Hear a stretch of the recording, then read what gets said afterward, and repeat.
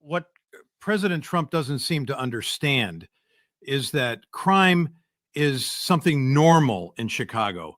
It's a tradition. We're all criminals here. I'm a criminal. This Wakanda guy is a criminal.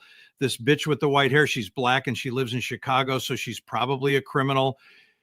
Just let us live peacefully in our crime-ridden shithole. Okay, we don't want you here. Thank you.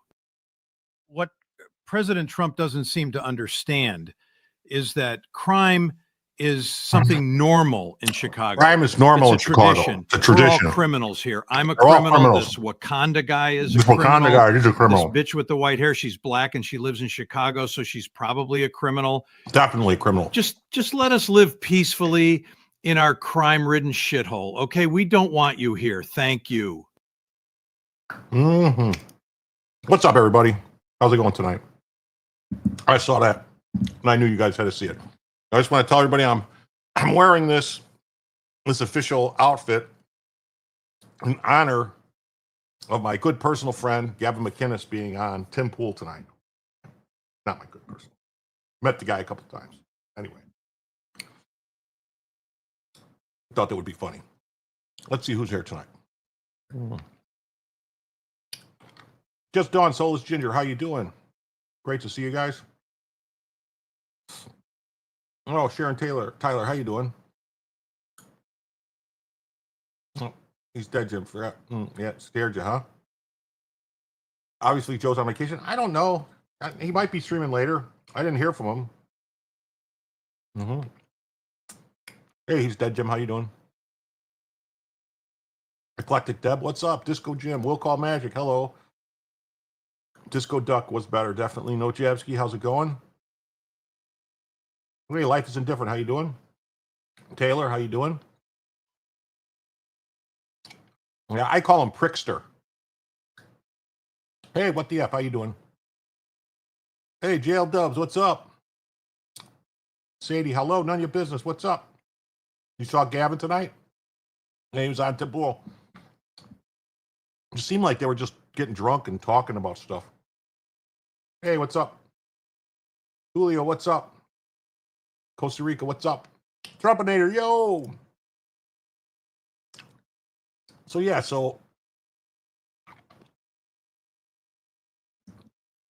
what do you guys think? That banner too big? Anyway. Let's get on with the show. And Gavin was drunk. Philip Coggins, how you doing?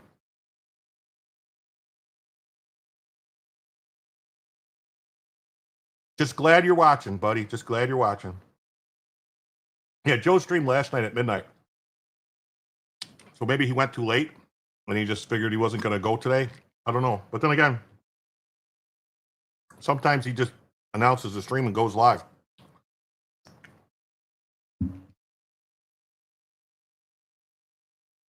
Hey, JD, what's up? Okay.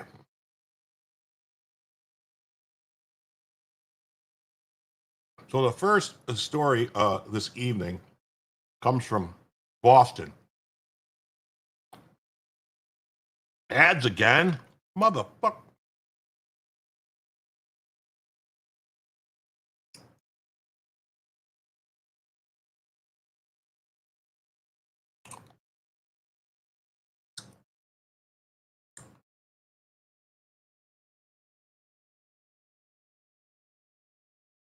Okay.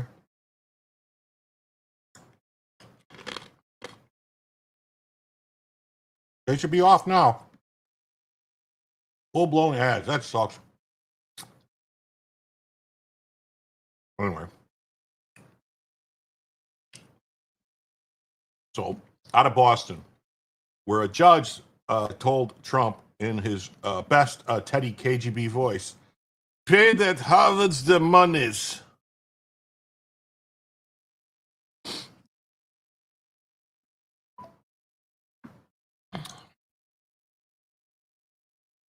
No, it was I had a cough drop in because my throat's been bothering me.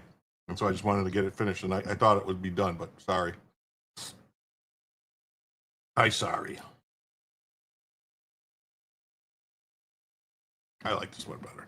A federal judge reverses the Trump administration's cut of billions of dollars to Harvard University. Pay that Harvard's the monies.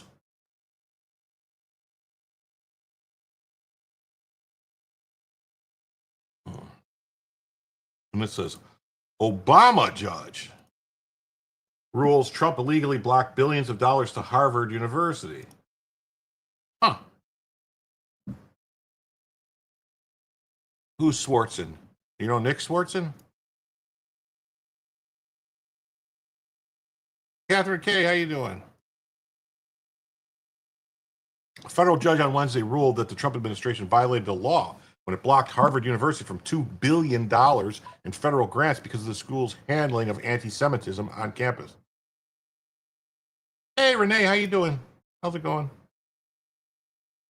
Yeah, them spoiled trust fund babies all deserve our money. Oh. Here's from Eclectic Deb says, happy birthday to this mid-Gen X survivor. Lol, my gift this year, a new crown on a front tooth. Seriously, Jim, good content. Thanks. Well, thank you.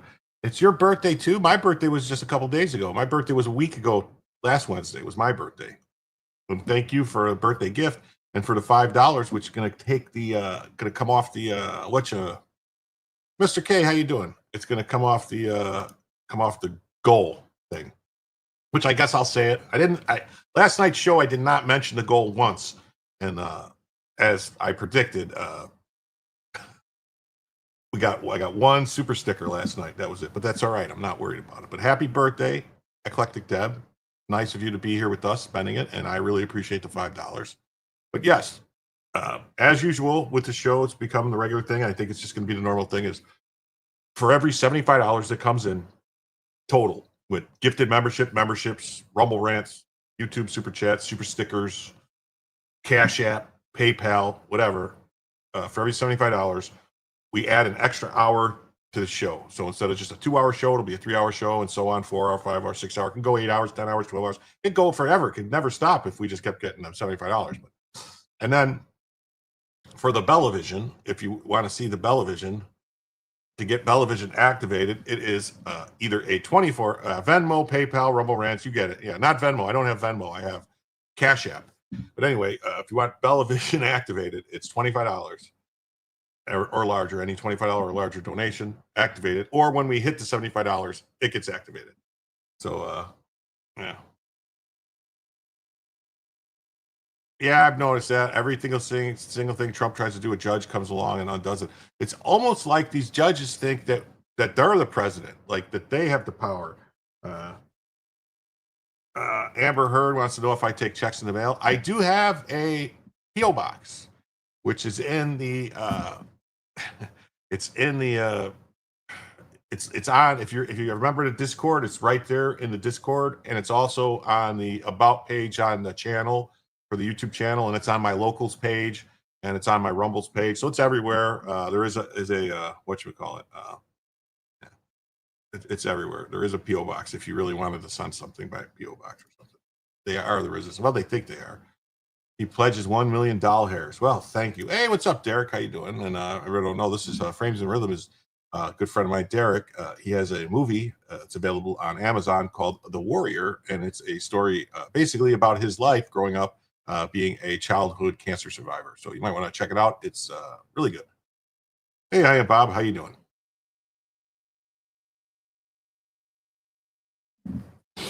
I think it's The Warrior 2024 or something like that if you're looking for it. Or not, that's the year it was made, 2024.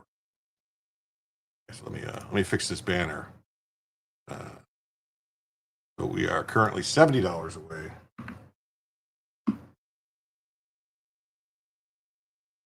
Currently $70 away, and Bellavision will be activated for a $25 donation. So, a federal judge on Wednesday ruled, yeah, so a U.S. District Judge, Allison Burroughs. Allison Burroughs? What does she burrow? Hey, she burrows at all. Six sitzen im Amerikanen, my grandmother aus Yemen, Deutschland. Oh, yeah, put the link in there if you want. Yeah. Yeah, so we got that, and we got this. So she said Trump violated Harvard's First Amendment rights. So Harvard University has First Amendment rights that somehow Trump violated by not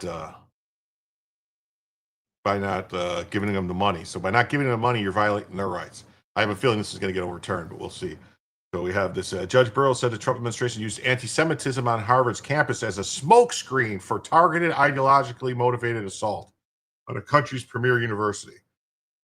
So anti-Semitism is a smokescreen. That's interesting. It's very interesting. In fact, a review of the administrative record makes it difficult to conclude anything other than that defendants used anti-Semitism as a smokescreen for targeted, ideologically motivated assault on this country's. Is really going to keep fucking repeating himself? And did so in a way that runs afoul of the APA, the First Amendment, and Title VI. Judge Burroughs wrote. Well, the APA has nothing to do with this. You know. Further, their actions have jeopardized decades of research and welfare of all those who could stand to benefit from that research, as well as reflect the disregard for the rights protected by the Constitution and federal statutes. They don't have a right to government money. It doesn't work that way. Earlier this year, Harvard filed a lawsuit against 9 federal agencies in the Trump administration after the federal government froze more than $2.2 billion in multi-year research grants and $60 million in contracts. Move led by a coalition of executive departments. Move was led by a coalition of executive departments, including Defense, Education, and Health and Human Services. On April 11th, the Department of Health and Human Services, along with other federal agencies, issued Harvard a letter demanding sweeping reforms that wish to continue receiving federal research funding. The demand includes shuttering all diversity, equity, and inclusion programs, a university-wide viewpoint audit to eliminate leftist ideological monocultures.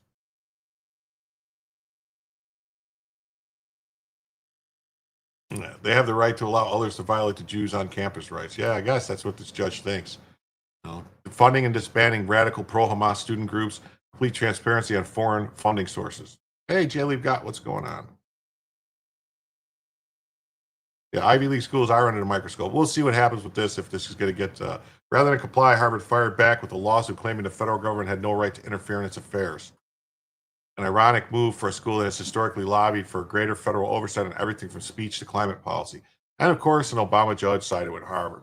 We'll see. As per usual, this judge doesn't have jurisdiction in the case, because any type of contract grant money is supposed to go to the Court of Claims, not through the district court.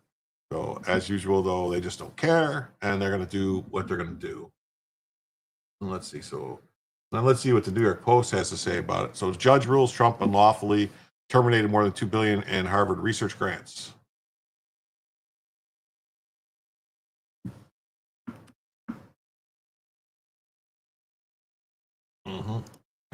A federal judge ordered the Trump administration Wednesday to restore about $2.2 billion. Oh, I'm on the wrong one here.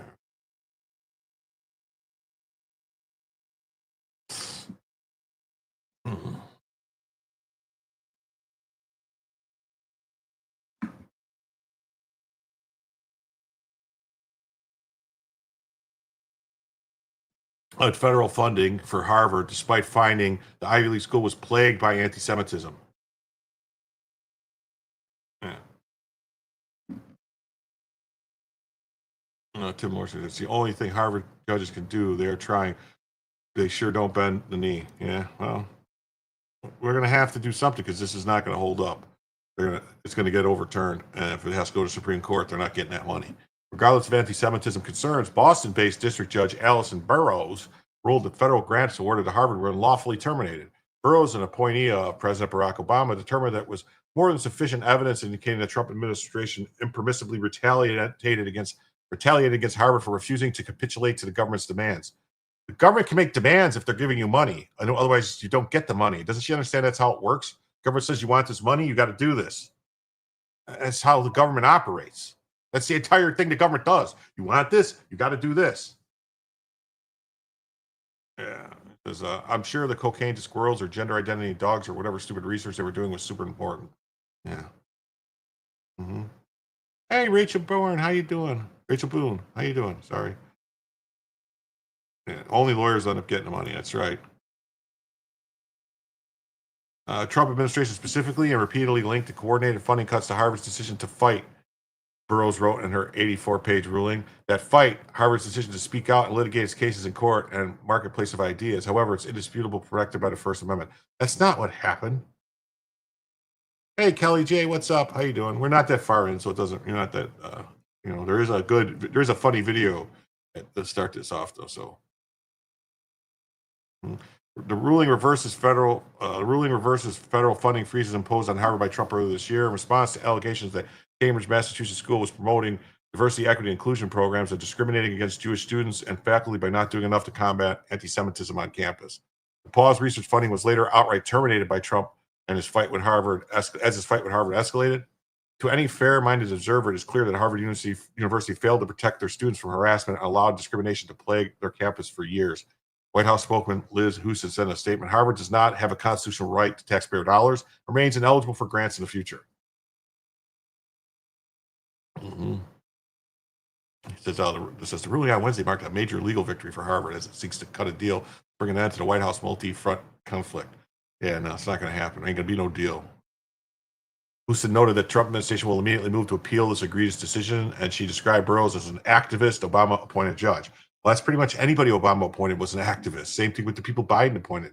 While Burroughs scolded Harvard for its handling of anti-Semitism on campus, she argued there was little connection between the research affected by the grant terminations and anti-Semitism.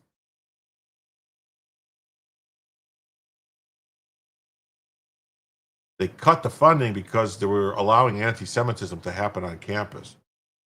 Hey, Daniel Kagax, how you doing? Just finished up your sports show. Oh, you got a sports show? What's your sports show? Did you already tell me? I don't think you ever told me what your sports show is. It is clear, even based solely on Harvard's own admissions, that Harvard has been plagued by anti-Semitism in recent years and could and should have done a better job of dealing with the issue. She wrote, stand strong with Harvard. Indians won. However, the judge found the Trump administration used anti-Semitism as a smokescreen. Maybe they sent smoke signals, and Hiawatha could have seen them. You know, what's her name?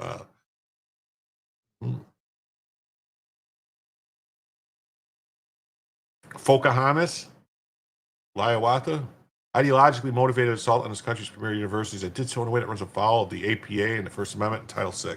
We'll see. Further, their actions have jeopardized decades of research. Yeah, we saw this. Earlier this year, Trump administration struck deals with Brown and Columbia to restore nearly $1 billion in funding to both schools. Columbia agreed to pay $220 million to restore federal research money that had been axed over claims of Manhattan School allowing anti-Semitism to fester on campus in the wake of the October 7th, 2023 Hamas attack on Israel. Mm-hmm. And Terry says, good evening, Jim and the Jim Somniacs. Harvard can spend some of its endowment dollars for a change.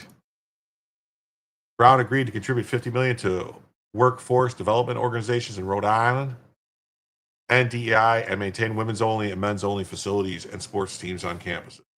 At a White House cabinet meeting last week, Trump suggested he would accept nothing less than $500 million as part of the settlement with Harvard.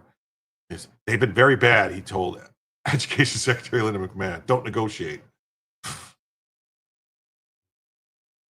So, and then the AP says Judge reverses Trump administration cuts of billions of dollars to Harvard University. Well, we'll see. We'll see how it goes. $2.6 billion in research funding. And so they reversed it, so give it back. Administration demands for changes to Harvard's governance and policies. You had to finish watching the Addison trial that you missed this afternoon. What's the Addison trial? Am I missing something? Is there a good trial out there that I'm not seeing? Be good. Would be good.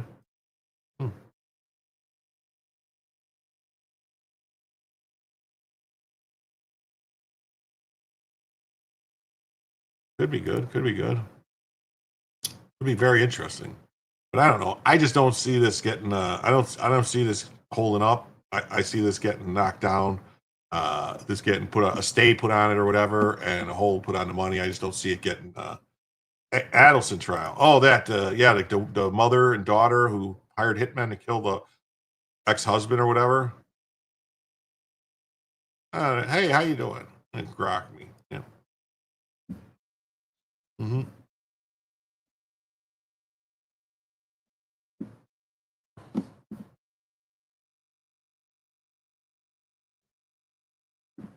Okay, on to the next story. Is that the Democrats claim that Trump's National Guard deployments are illegal. And what's odd is they said the same thing in 1957 when Eisenhower deployed them to walk James Meredith to school. Eisenhower could send the 101st Airborne to Little Rock to protect 9 students. Trump can surely send the Guard to Chicago to protect millions. The law and precedent is clear. Yeah, there they are.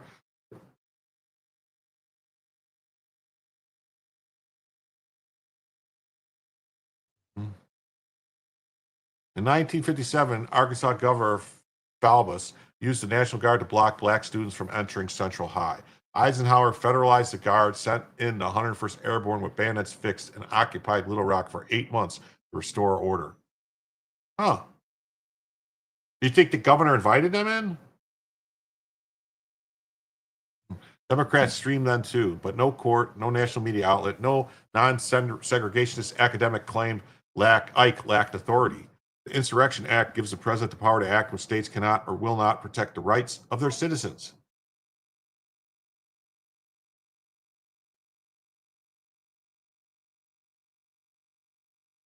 Well, no, he nationalized the National Guard. He took control of the National Guard and sent in the 101st Airborne. So he had both. But he wanted some federal troops in there just in case the Guard was not doing what they're supposed to.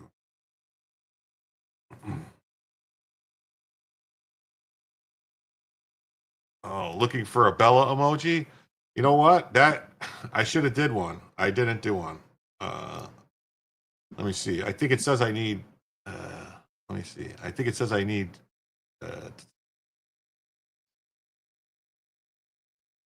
Let me see. I think I need 20 more members to add another emoji. Let me see what it says. Emoji. It says I need 23 more members needed to add another emoji. I guess I could change one. I could take an emoji out and put a Bella one in, but I guess I could do that. I'll look into it. I was looking into it.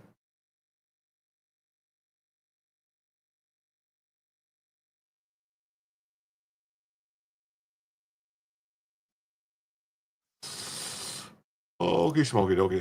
Yeah, so we'll yeah, they're not walking around with bazookas. I'll work on a bell emoji. If we don't get the 23 extra members soon, and I can just add one, that'll be the next emoji. If not, I'll just have to take an old emoji out and add a Bella one in. I'll have to do some kind of something like that. Today, Chicago is a killing field. 600 plus homicides in 2024, most of them black. 28,000 violent crimes, 46,000 property crimes. Make it a goal? Well, get rid of Joe and put Bella in? Oh man, that's brutal. Well, I guess the goal would be if we get 23 more members, then, 23 more members, I would get to make another emoji and I would put a Bella emoji in.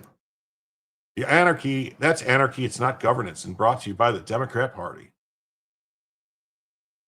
Study ranks Illinois as number 2 for black homicide in the U.S. I wonder what's number 1. This Labor Day weekend, 54 people were shot, 7 were killed. And Pritzker and Johnson calls Trump's plan to send a guard a declaration of war on our people. What? That's not. No, the war is the blood in Chicago streets. Like Ike, Trump means to end it. These two suck, man. They're the worst.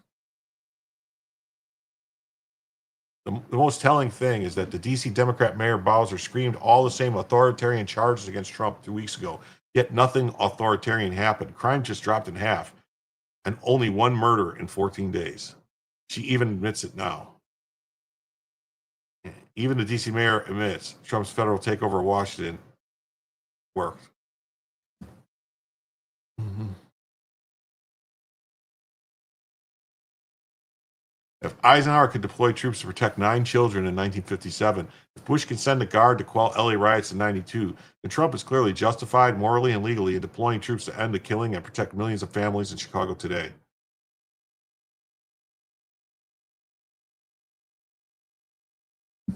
Mm-hmm.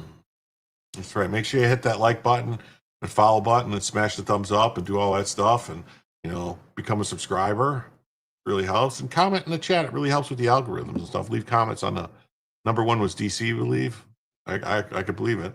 Mm-hmm. Democrats cry illegal and unconstitutional. They did when used the guards to block. They did when they used the guards to block black students from entering white schools too. But the precedent is there and the law is there. The only thing missing has been the courage to act, and Trump has it. You're drinking Mountain Dew? Well, good for you.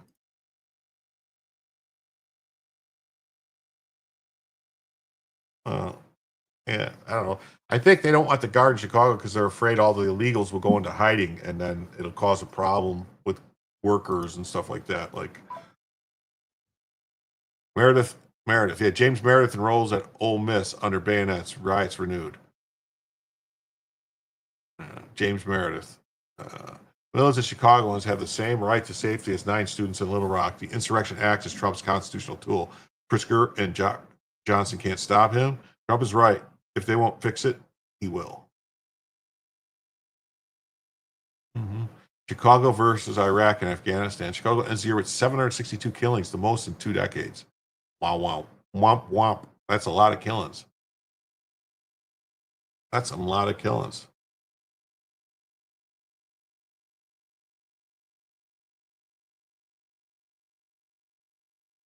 Mm-hmm. Wow.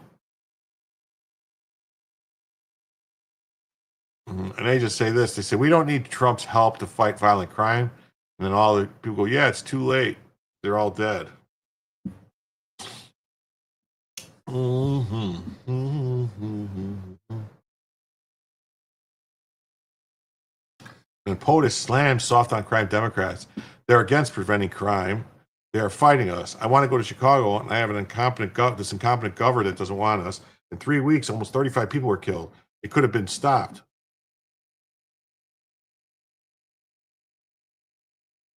This is the best issue of all. They are against preventing crime. They are fighting us. I want to go into Chicago, and I have this incompetent governor that doesn't want us. Do you know that this weekend, 72 people were shot in Chicago? I'm embarrassed to say it in front of the president of Poland. 11 people were killed. 72 people were shot. Last week, 7 people were killed in Chicago, a place which is probably your number one place. I hate to say it. Yeah, I love the But falls. and we got to keep it safe. But 7 people were killed. The week before that, 5 people were killed and 21 people were shot. This is in 3 weeks. So in 3 weeks, I lost almost 35 people were killed. It could have been stopped. If you look at Washington, D.C., 3 weeks ago, it was the same or worse. And now it's considered a totally safe zone. This is the best issue of all. They are. Yeah, the best issue of all. Mm-hmm. Why are Democrats like this? No more police, hands off our criminals. More police equal more violence. They really think this. They're really mental, you know? And then you got Chicago Mayor Brandon Johnson says the Chicago crime problem is due to red states, not criminals in Chicago. No, these firearms come from red states. They're coming from Indiana, Mississippi, Louisiana. That's the harsh reality, whether Republicans like it or not. Shootings will be a problem as long as red states have a firearm problem. There is no firearm problem in red state. If the firearms were the problem, wouldn't the problem be where the guns are? In the state of Illinois. These guns in the state of Illinois. These guns come from red states. They are coming from Indiana. They are coming from Mississippi. They are coming from Louisiana. And that is the harsh reality, whether Republicans like it or not. Occupying our city will do nothing to solve this problem. No matter how much in the state of Illinois. So that's weird, because why aren't there huge murders then in Indiana and in all these places where the guns are supposedly coming from? You know, Illinois gun shops lead in providing guns used in state and city crimes, data shows. Federal gun trace data shows Illinois is the biggest single source of guns used in local crimes, with Indiana coming in second. Oh, look at that. So he's a liar. And did anyone call him out on it? Anyone call him out on being a liar? Being a big fat lying liar that lies? Anyone? Hey, Still Hilliard, how you doing? Train of Thought, what's up?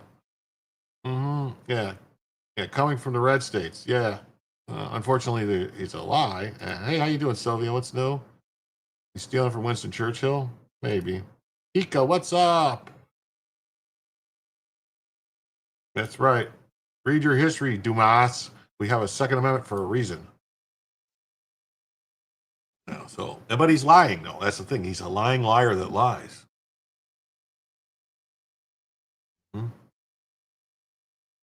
Wait a minute.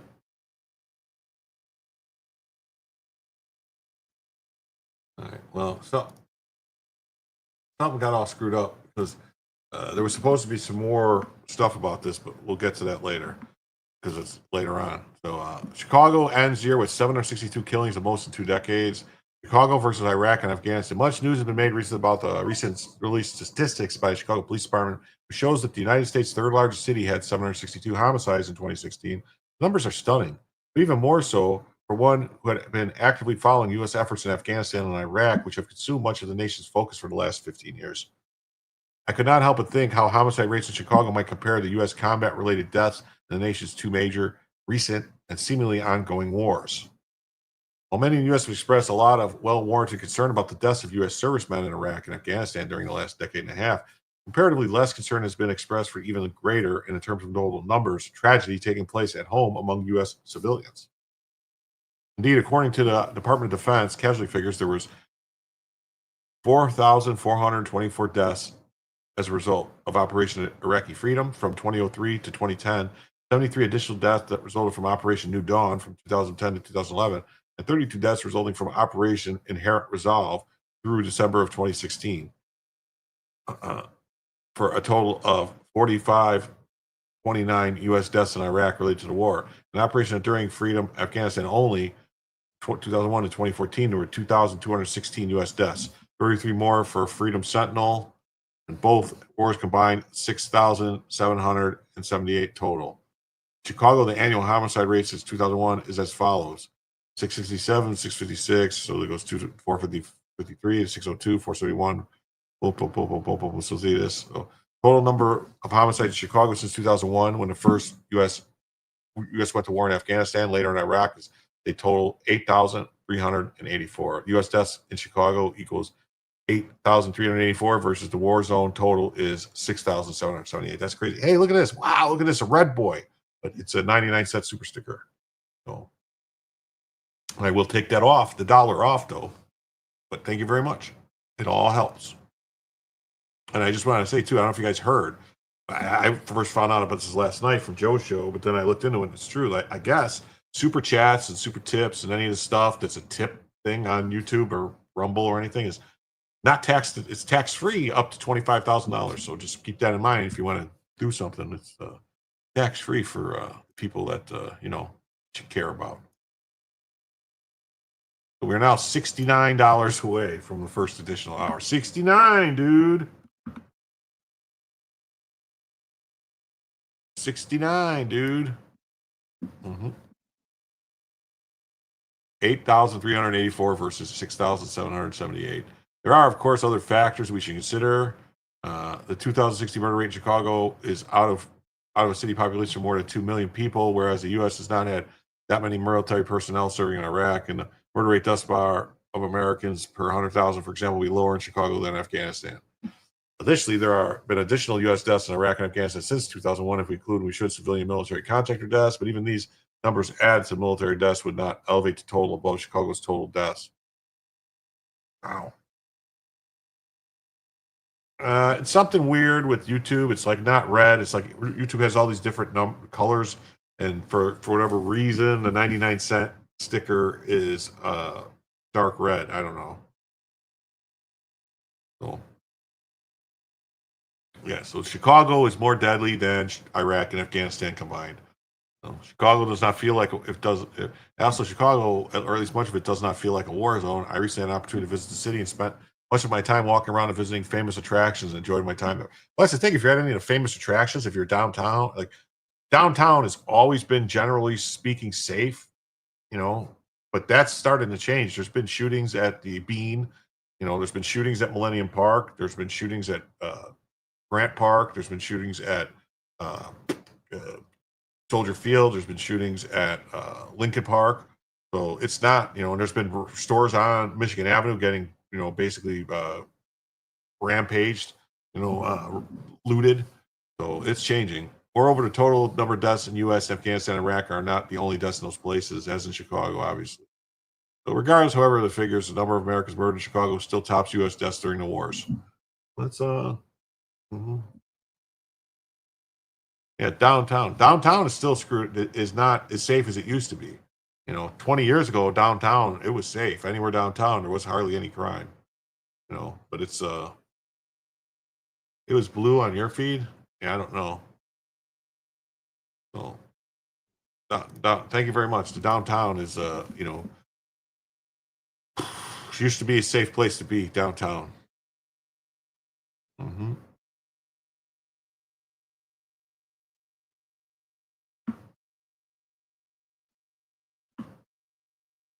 And we're $59 away from an extra hour and Bellavision. Mayor Pyramid Head, Chicago. Nothing to see here. That's right. Come to Toledo. Why is it bad? Yeah. After writing this post, I realized my thinking was not unique, and others have made the same comparison of Chicago with Iraq, Afghanistan. They made a similar comparison when Chicago reached 500 murders and includes a useful graph. I suppose my post has more recent figures, considers more than one source for its figures, and factors in U.S. civilian contractors and provides a bit more detail. So I'll keep it posted. Well, that's great. On to the next story, which really upset me. Very upset me. 5 House Republicans helped kill the effort to censure McIver over her Newark charge. So remember this elbow lady that was throwing elbows and attacking the ICE people who, she's like, thinks she can just assault federal agents? You know, and it's these 7 rhinos need to be primaried out of office because it's these 5, and then there's 2 more that voted present. We got Don Bacon. He's a scumbag. Mike Flood. Don't know about him. Dave Joyce, Mike Turner. Ugh. David Valledo. And then Andrew Garbadino in New York and Nathaniel Moron from Texas. Yeah, Portland, Oregon in the 80s and 90s was great too. Lots of safe clubs. Yeah, things really went downhill. I think a lot of, and honestly, and I hate to always bring it back to this, but a lot of this started around 2008. Now you make your correlations about that what you want, but a lot of this bad shit started in 2008. Just saying.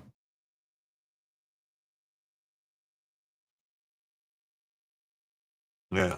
These are not Republicans. These are rhino scumbags. Yeah. Dan Bongino go to rule of feckless Republicans. Most Republicans are really Democrats, but no Democrats are really Republicans. Right? What a bunch of losers, bought and paid for losers. Yeah. And 5 House Republicans voted with Democrats to block censure of LaMonica McIver for assaulting federal agents. These are their names. Yeah, we saw their names. But I mean, this is ridiculous. And so no Democrats, not a single Democrat wanted her censured for elbowing and pushing and assaulting federal agents. You know, it's nuts. Here's their pictures.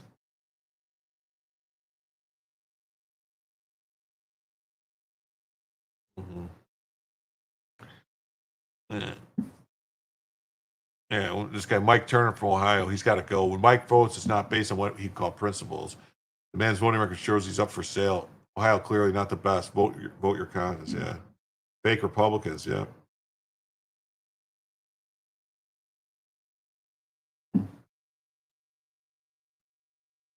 Yeah, yeah. And the worst part is that Dems would vote to censure any GOP member for the slightest step out of line. Yeah.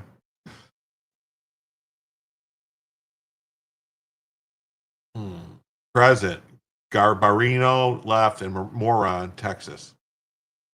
What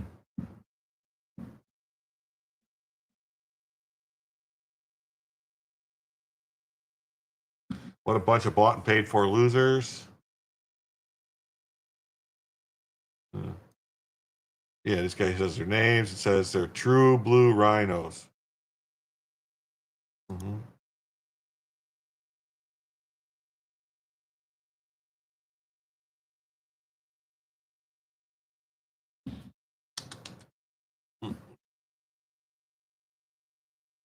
Yep.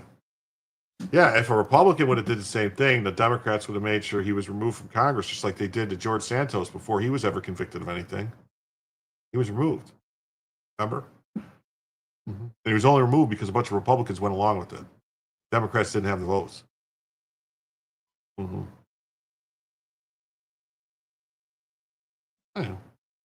Hey, Pam Graham, nice to see you. Thanks for stopping by. Here's Chip Roy, who I'm not 100% sure about, but we'll read what he says. I was prepared to debate this on the floor alongside Representative Clay Higgins after we defeated tabling, yet inexplicably it was not defeated. She's on the Homeland Security Committee and indicted for forcibly impeding law enforcement. This is nuts. Mm-hmm.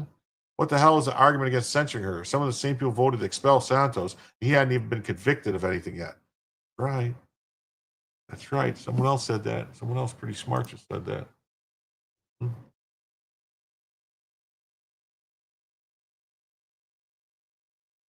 Here's Doge AI says McIver's indictment for assaulting ICE agents during enforcement is indefensible. Any member of Congress who physically obstructs federal law enforcement should face immediate consequences, not committee seats. The fact that 5 Republicans sided with Democrats to kill her censure proves the swamp is bipartisan. Homeland Security oversight requires trust in the rule of law, not performative defiance of it. If DC won't hold its own accountable, the voters will. Well, we shall see if the voters will get the chance or if they're just going to, or if they're just going to play games, they're going to do other stuff. Here's Representative Clay Higgins. He says, the media is asking me why the Republican conference failed to pass my resolution to remove a federally indicted Democrat from the Homeland Security Committee. I'm telling them to talk to these guys. There are Republicans who failed to stand with federal law enforcement. Rep. Don Bacon, Rep. Michael Flood, Rep. Dave Joyce, Rep. David Valadayo, Rep. Andrew Garbarino, and Rep. Nathaniel Moron. Why is Mike Turner not on there? Well, by the way, every single one of these Republicans voted to expel Republican George Santos from the Congress in 2023. Yes. Yes, I'm wearing a very nice polo shirt today. I'll just say that my polo shirt is in debt. It's in honor of my good personal friend, close personal friend, Gavin McInnes, was on the Tim Pool Timcast show tonight. This is for the Bellicam Fund, and my sports channel is the CFB Mafia. Of course, it's all about college football. That's what it stands for, College Football Mafia, CFB Mafia. Okay. That's nice. Maybe we'll check that out, CFB Mafia. Sounds like something good.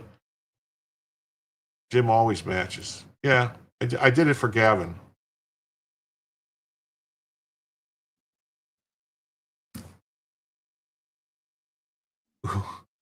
Well, opinions vary.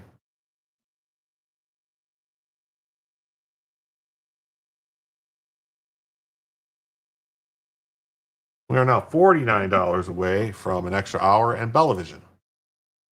Bellavision, kind of like television, but it's Bellavision. You know, or if we get a $25 or larger donation, we'll get Bellavision activated immediately for the night. Otherwise, it happens when we hit the first $75. He argued for letting Coke into the country. Did Jim wash that shirt? This shirt's been washed. Why? This is not the same shirt I was wearing the other day. The shirt I was wearing the other day, it was a different color. It was different, like a different color. I don't know if you remember. I could go get the other shirt just to prove it to you that I have two of them. More than two, but anyway, besides the point. Hey, what's up, Watermark? How you doing?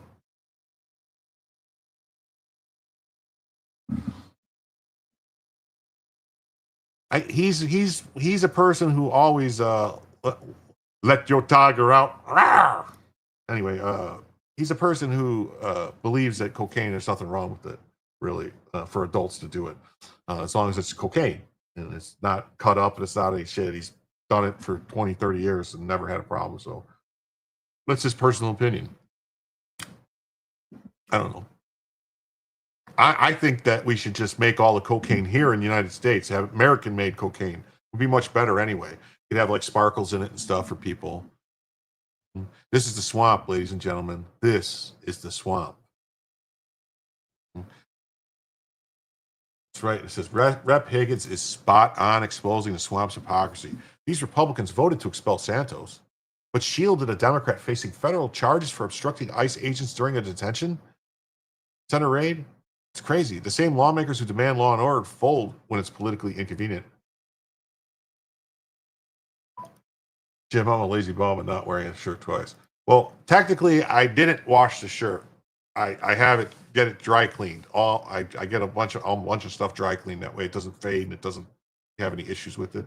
You just send it to the dry cleaner, have it dry clean it, and then you don't have to worry about it. So, and that's how you keep the stuff looking like new, because you don't wash it, you just get it dry cleaned. Plus, it keeps the collars from getting all messed up. If you wash them, the collars get all curly and stuff on you. So if you dry clean it, they'll stay straight and flat and everything. Even though this one's looking a little weird right now. What's going on there? What are you doing?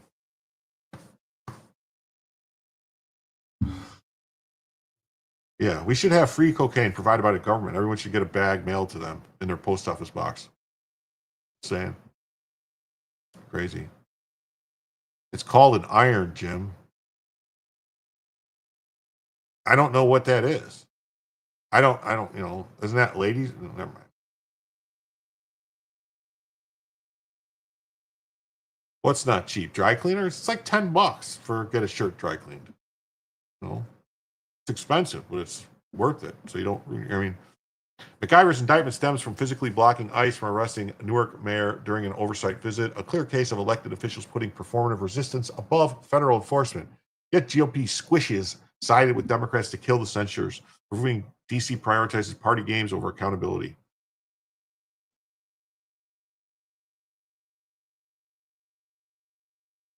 Oh, my shirt. Yeah, no, it's not a cheap shirt. This was like, I think, $80-$90 for the shirt.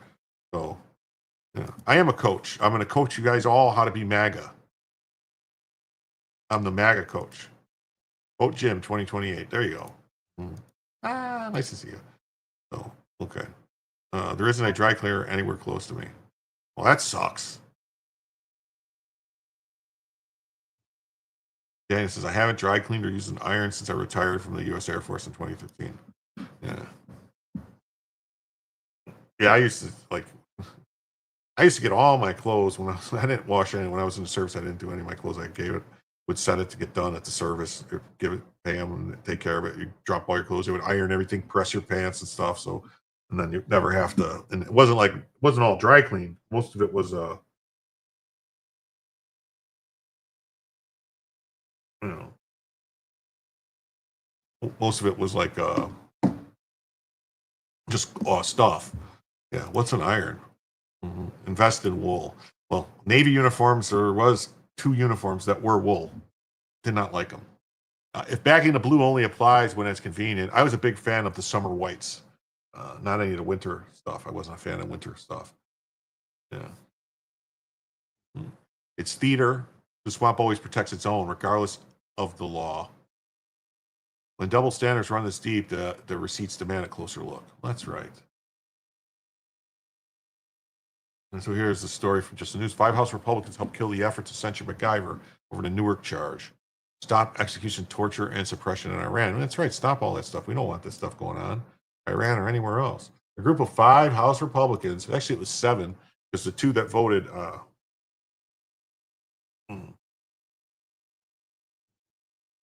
Well, thank you. Thank you very much. A nice light tropical white wool. Well, there you go. Yeah, I mean, well, technically that's what the Navy uniforms they say are like lightweight wool, but I don't know, man. Ugh. I did not like the Cracker Jacks. Did not like them.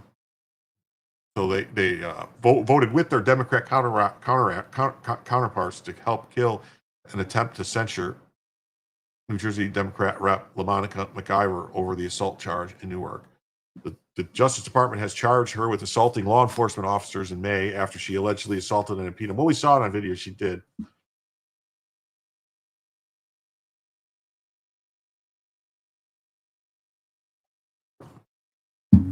Yeah. Yeah. Iron and starching. Yeah. Well, I did it a few times, but there was one base I was on. It was real easy to just take your whole bag of stuff over there, and they charged you per pound, and then they would press everything and stuff. And so it was like, it wasn't that expensive at the time. It was like, oh, I'm paying like, I think it was ended up being like $20 a week to do all my clothes for the week. It wasn't bad. And they pressed everything, and they had the machine that did it all. So, once you had your second child, you told your ex he could do his own ironing. Yeah, well. So 2 other Democrat lawmakers were at the protest, but were not charged. Louisiana Rep. Clay Higgins forced the vote to formally reprimand McIver on Wednesday and remove her from her post on the Homeland Security Committee.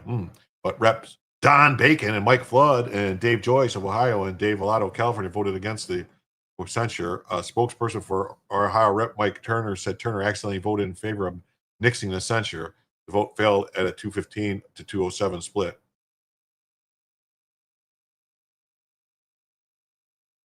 Doesn't make sense.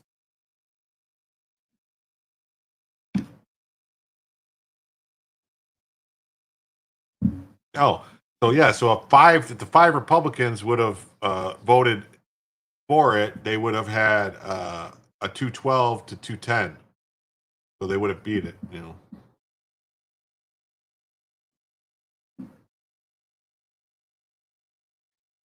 Well, by definition, Dan, Navy uniforms are full. They have seamen inside them because they're seamen.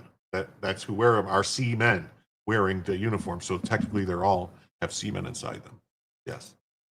Yes, and that's nasty too.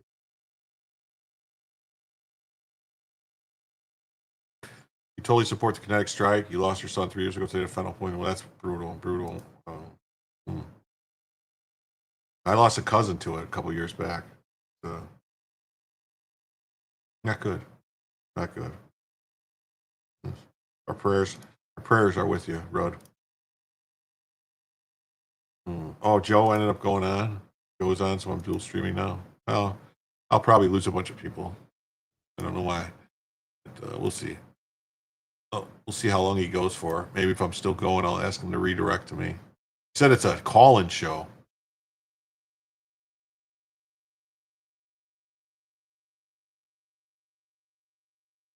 Hmm. Oh, he's talking about the strike on the ships, which I talked about yesterday. Other House Republicans previously sought to punish McIver and other two lawmakers for their conduct, including South Carolina Rep. Nancy Mace, who introduced a measure to expel McIver from Congress. Georgia Rep. Buddy Carter has moved to strip all three lawmakers of their committee assignments. Oh, McIver has denied any wrongdoing. It's on video. Yeah, he's doing a call-in show, so whatever. Yeah, not that McIver, not that MacGyver. It's McIver, not MacGyver. Yeah, this is a Fred Perry. Yes, Fred Perry. This is actually Fred Perry does not sell this shirt anymore. You cannot buy this shirt anymore from Fred Perry. They discontinued it because of the Proud Boys.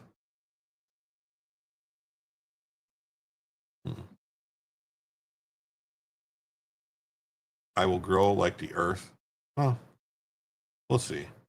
Yeah, so who is that? Texas Congresswoman introduces legislation to revoke funding from sanctuary cities. Well, who is that Congresswoman? Huh.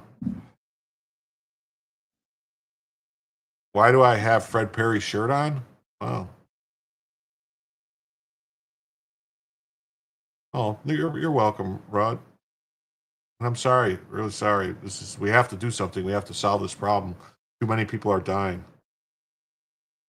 No, I'm a proud man. I'm not a proud boy. I'm a proud man.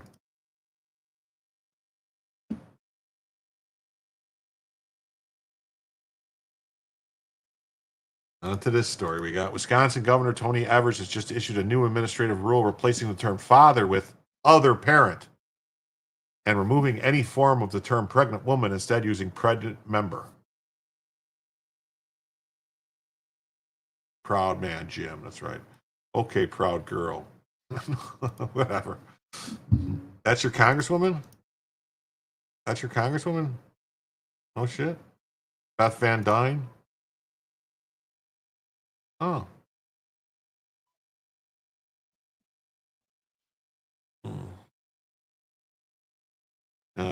The prenatal care coordination service as an MA benefit, high risk adverse pregnancy outcome that a pregnant woman member requires increases their, get rid of her and replace it with their. In this paragraph, collateral means any direct support contact with recipient member during the pregnancy, a family member, the prospective father, other parent, or any person acting as parent guardian. Oh, wow. These people won't ever learn. They just keep going woker and woker. These people are insane. In order to survive, an ideology that fails to reproduce itself must necessarily infect the minds of the children of those who do reproduce. That's why they push so hard to control education. It's a vampire cult. Well, hear, Mr. Musk. Hear. Breaking, Tony Evers erases the term pregnant woman, replaces it with pregnant member, and changes father to other parent. We just saw that. Just someone else talking about it. So they keep doubling down on their woke nonsense. They have learned absolutely nothing. Bring back the man in the dress. Yeah. Oh. Local sheriff just put out a notification that fentanyl has been discovered in your small county. Well, be careful. Stuff is very dangerous.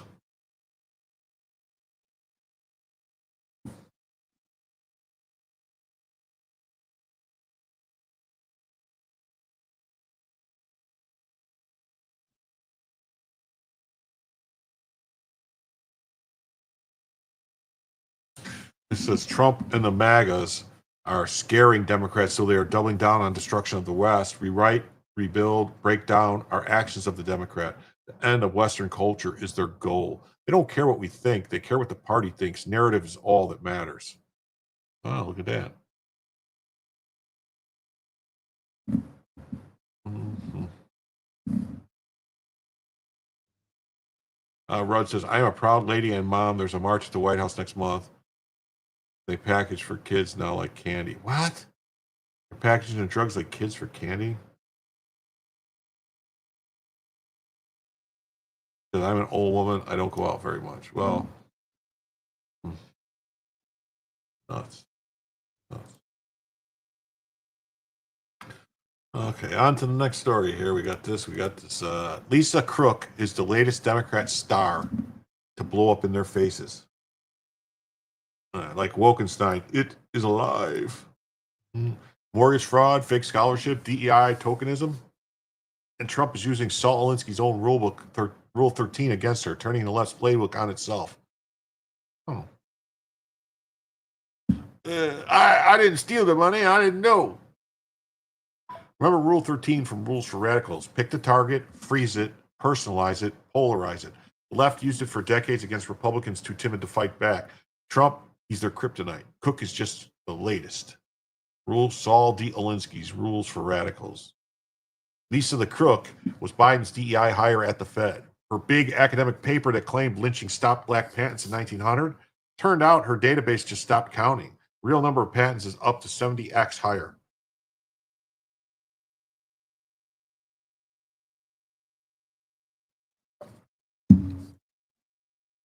She didn't bother to check her work. It was junk. But she wasn't just incompetent. She pulled a mortgage scam claiming multiple homes as primary residences while actually renting them out. That's a crime. And yes, that's a Fed governor committing mortgage fraud. You can't make this up, but Democrats are defending her. Trump removes Fed Governor Cook over mortgage fraud. Yeah, the problem is Trump punches back. You worry about your grandsons, they live in bigger towns than you do, you just pray. No, it wasn't a clerical error. Not at all. And lying to banks so she could pay cheaper rates, Crook voted to keep interest rates high, blocking millions of Americans from buying homes at all. Why? Politics. She lines her pockets while crushing ordinary families to get Trump. Normally, Democrats would cut their losses and dump someone this radioactive. Instead, they're doubling down, choosing to die on this hill. It's Claudine Gay 2.0, incompetence plus corruption defended in the name of DEI. They can't help themselves, and Trump knows it. Yeah, remember the plagiarism lady from Harvard that they tried to say it was racism, they were accusing her of plagiarism. Lisa Crook isn't just a scandal. She's a symbol of woke rot, failure, fraud. The more Democrats defend her, the more they prove Trump right. Government unions and DEI hires serve themselves.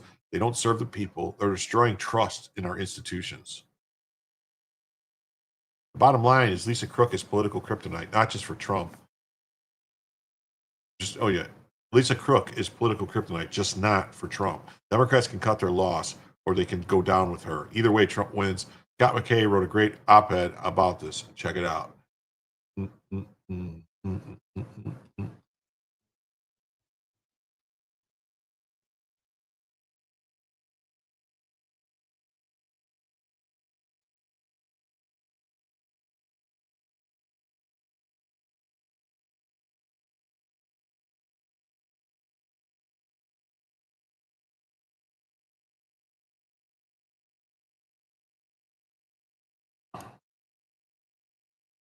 Everyone's talking about the allegations of mortgage fraud against Fed Governor Lisa Cook, but that's just the cover story. The real scandal is a decade-long trail of academic fraud, cancel culture, extremism, and radical politics that put an unqualified activist at the heart of our economy.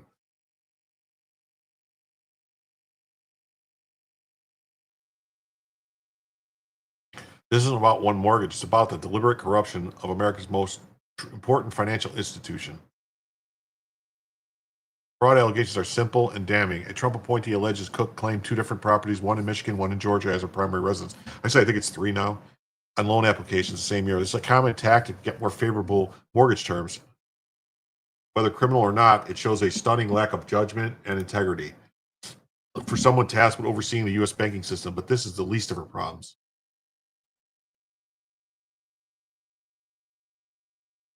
Cook's entire academic reputation rests on one famous 2014 paper claiming racial violence decimated black convention after 1899. It was her ticket to the top. Cited endlessly by the media and DEI advocates as proof of systemic barriers, the paper was hailed as groundbreaking, forming the basis of her supposed expertise. There's just one problem. The central claim is based on a catastrophic amateur-level error. Research discovered the sharp decline in black patents Cook found around 1900 wasn't due to violence or racism. It was because one of the main databases she used stopped collecting data that year. Her entire thesis, the foundation of her career, is built on a lie. It's built on a live omission. A subsequent study found the true number of black patents might be 70 times higher than her figure. Her most celebrated work is quite simply debunked.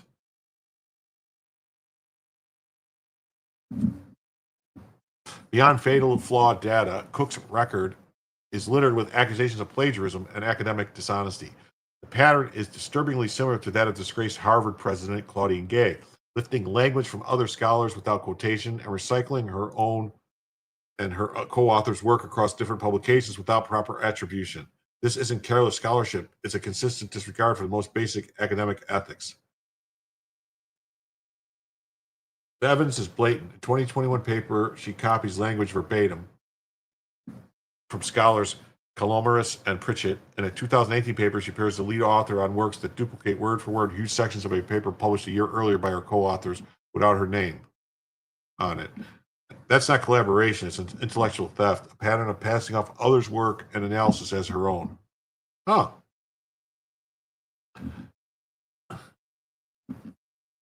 If academic fraud isn't disqualifying enough, her record as a cancel culture warrior should be. In the summer of 2020, as mobs ruled the streets, Cook turned her fire on a respected University of Chicago economist, Harold Uhlig, for the crime of questioning the defund the police slogan. His polite reasoned critique was met with a campaign to destroy his career, and Lisa Cook was a ringleader.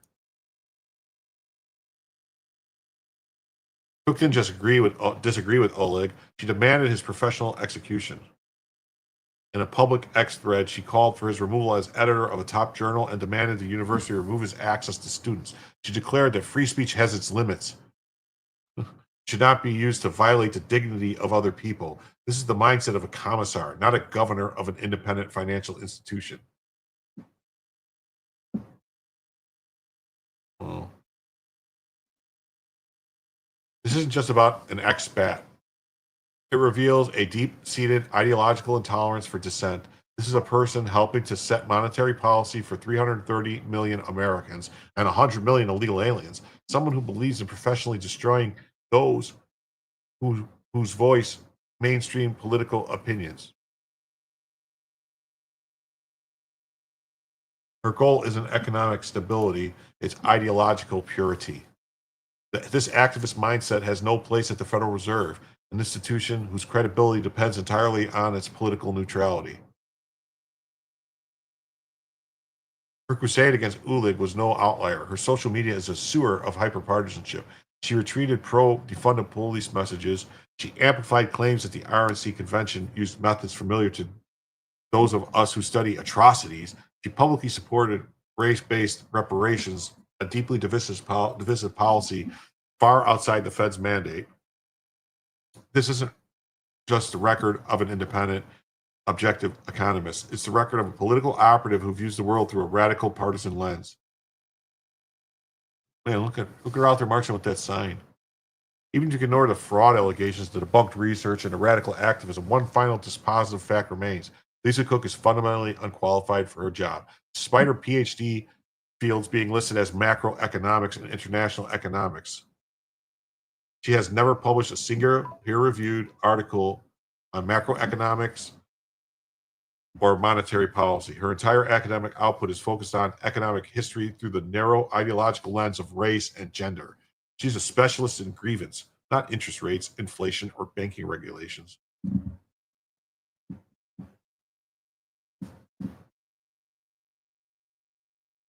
Oh, look, there's another one, Letitia James. Her appointment was never about merit, it was about identity. She was celebrated by the media and pushed through the Senate, not for her expertise in monetary policy, because she was the first black woman to serve on the board. The confirmation itself was purely political. Passed on a razor-thin 51-50 party line vote, with the vice president breaking the tie. This wasn't a consensus choice to protect the economy. It was a political choice to appease a constituency. The politicization of the Fed didn't begin with Trump's criticism. It began the day unqualified activists was confirmed for a vital technocratic role.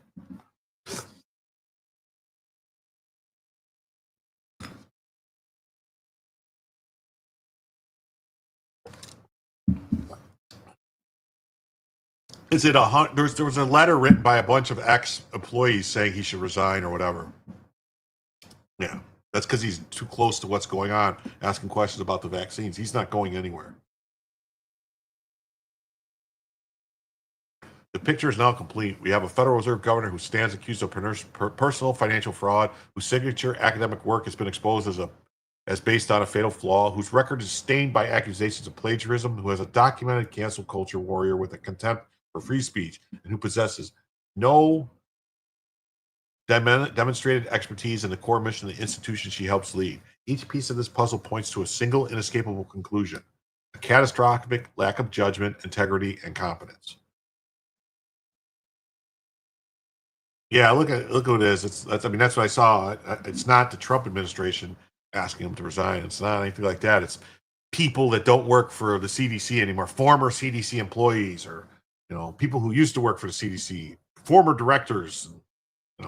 Just like the same 51 intelligence agents say Trump's a Russian asset. Remember?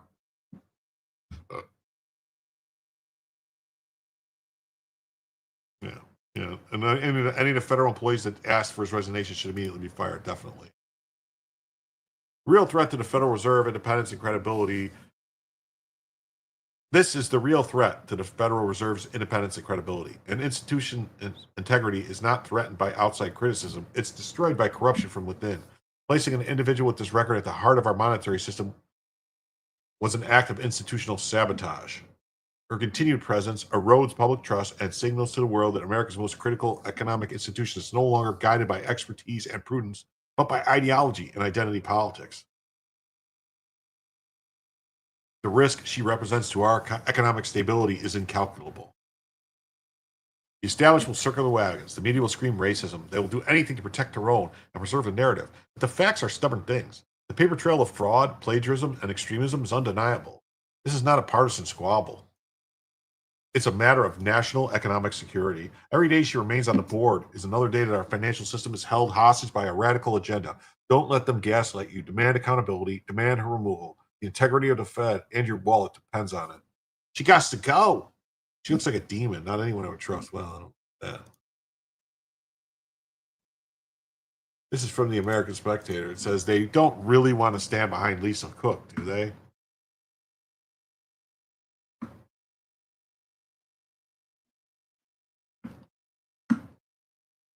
I haven't written about it here at the American Spectator, at least that I can remember, but I'm becoming a subscriber to the theory that Donald Trump is the kryptonite to Saul Alinsky's Superman. What I mean by that is Alinsky light left, which encompasses basically the whole of today's Democrat Party ever since Barack Obama took it over in the mid-2000s. It's built on a definite roster of political tactics and principles, and those tactics and principles are calibrated to defeat a certain type of opponent. Specifically, the corporatist Bush Republican blue blood types who would buckle in the face of an impolite opposition, and most of all, spend their time cowering in a defensive position. Against folks like that, whether in a labor negotiation, political campaign, or legislative setting, the rules for radical works like a charm.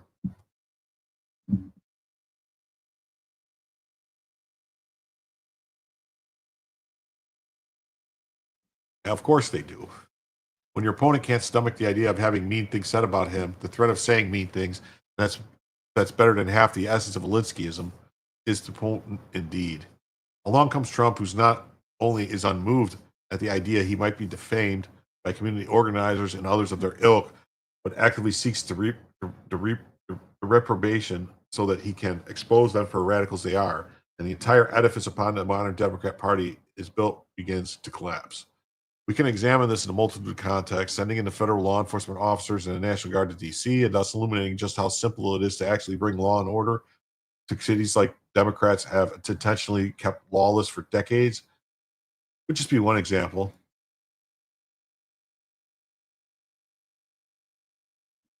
It would be a good one. But Brandon Johnson to Rashida Tlaib to Tim Walz to Karen Bass, the Democrats have utterly beclowned themselves over the prospect that Trump might expand the sudden outbreak of law and order beyond the nation's capital. But for sheer entertainment, Trump making a household name out of the comically corrupt and utterly ridiculous Lisa Crook by openly demanding her removal from the Federal Board of Reserve Governors and then touching off a firestorm of attention on Cook when she fought her ouster is an incandescent example of the out-Alinskying the Alinskyites.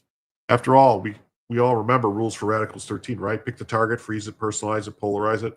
We know that Lisa Cook was a DEI hire. She's a perfect example of personalizing the issue in a favorable way. Trump's stated purpose of scrubbing DEI out of government. I don't say she was a DEI hire because she's a black woman. She's a DEI hire because she's a clear incompetent, lacking skills, who only advanced because of the over-the-top affirmative action hiring. Lisa Cook was appointed to the Federal Reserve Board during the Biden administration, suddenly because she was a distinguished economist from Cal Berkeley who taught at Michigan, Harvard, and Stanford, but the truth of her scholarship turns out to be different. Another question not directly to issue is what world was Lisa Cook doing on the Federal Reserve? To say she was lightly qualified is an understatement. Apart from the mortgage fraud, plagiarism has been alleged in her academic work, and worse, incompetence. The quality of her scholarship was also received criticism. Her heralded work, 2014's Violence and the Economic Activity, Evidence from African American Patents from 1870 to 1940, examined the number of patents by black inventors in the past, including that the number was plummeted in 1900 because of lynchings and discrimination. Other researchers soon discovered that the reason for the sudden drop in 1900 was that one of the databases Cook relied on stopped collecting data in that year. The true number of black patents one subsequent study found might be as much as 70 times greater than Cook's figure, effectively debunking the study's premise. Of course, the idea that lynchings and discrimination began suddenly in 1900 is absurd on its face. Cook was eventually evidently a DEI hire, and this kind of politicized scholarship is typically what we see today from left-wing academics. Yeah. That's right, what we see.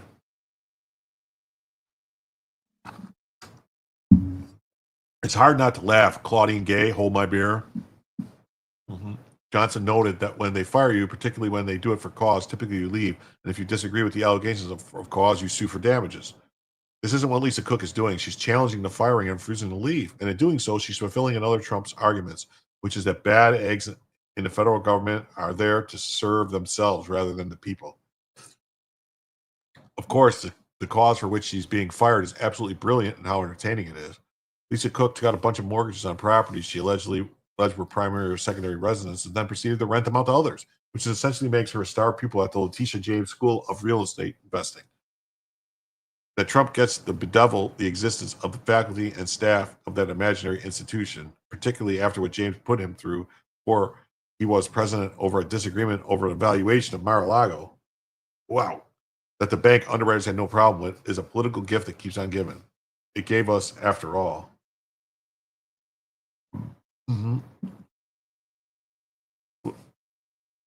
Federal Governor Lisa Cook's Ann Arbor pad is a rental too. The recently fired sophisticate has been playing by different rules than the rest of us. Yeah, so here's a video. This is funny. This is a video. This guy goes up to... Federal Reserve Governor Lisa Cook has 3 homes and big troubles. She claimed to the banks that she lived at all of them, but real estate records show she listed 2 of them for rent. That's not legal. So Lisa must be living here in Ann Arbor at the 3rd house, right? The door's dirty. There's a key lockbox right there. There's a white man at the dining room table. It's weird. I don't think she's married. Hello? How you doing? Okay, how are you? I'm good. My name's Charlie. I'm a reporter. This house is in the news. I was wondering if Lisa Cook lives here, or do you rent? Yeah, we're just renting, so you'll have to... I'm sorry? You'll have to talk to the owner. Okay, you just living here? Yeah. Okay, just renting? No. I'm sorry? You'll have to talk to the owner. Okay, the owner, would you have a contact number? Oh,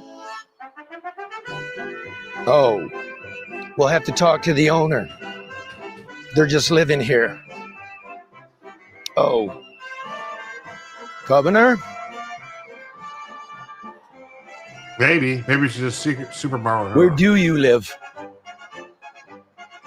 Yeah, where does she live?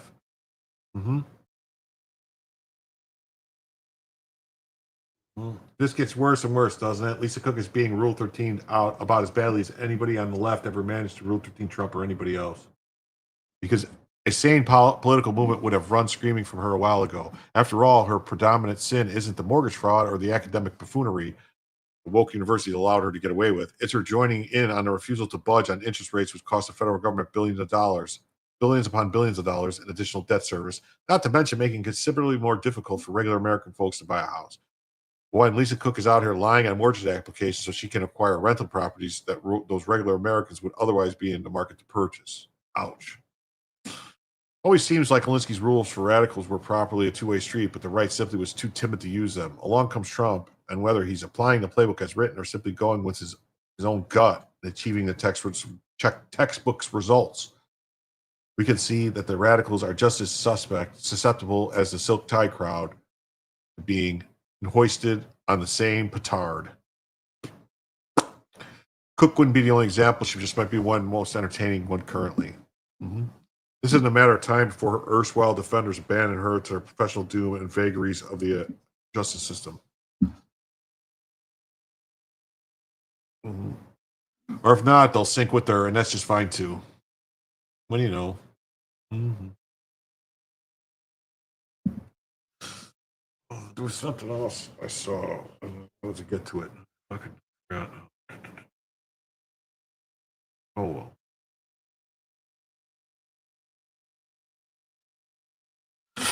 This Florida woman shot while charging at police officer with 16-inch fillet knife after being pulled over. New body cam footage released by the Port St. Joe Police Department shows a 41-year-old Tequila Walker charging at the officer. Walker had allegedly been involved in multiple hit-and-run incidents leading to the altercation. Port St. Joe Police Chief Jake Richards says officers tried to disarm the woman with a taser, which was unsuccessful. Walker was shot twice, once in the right arm and once in the pelvis. She survived the incident. Oh, that's good. She's being charged with aggravated assault with a deadly weapon on a law enforcement officer, as well as resisting arrest with violence. Drop the knife now! Drop it! Put the knife down! Okay. She's going to jump out of the car. Okay. She comes running out. Okay. And then that happens. Okay. Yeah. Okay. You can see the knife there and everything. Yeah. Okay. Yeah. So that's crazy. It's funny how everyone fought for police body cams because they thought it would be protecting them from police misuse of force, but it actually ends up helping the police by allowing them to show the crazies they deal with. That's nuts, right?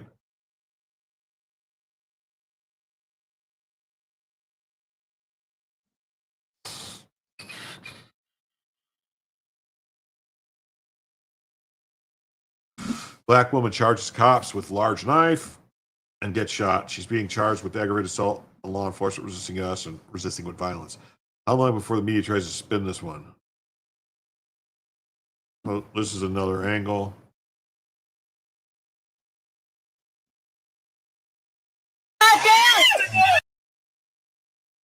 Yeah, so.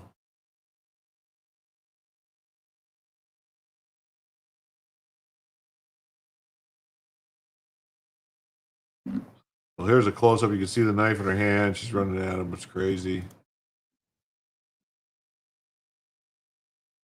BLM's push for body cam continues to be one of the biggest cell phones of all time. Yeah.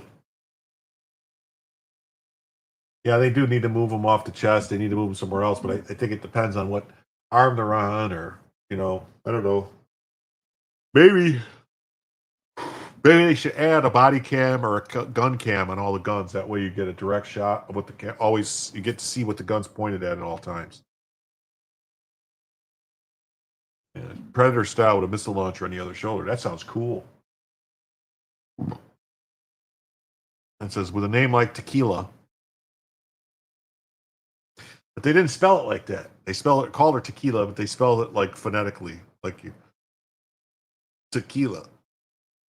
You know, she was going to be destined to be crazy, a hooker or a crazy hooker. Yes.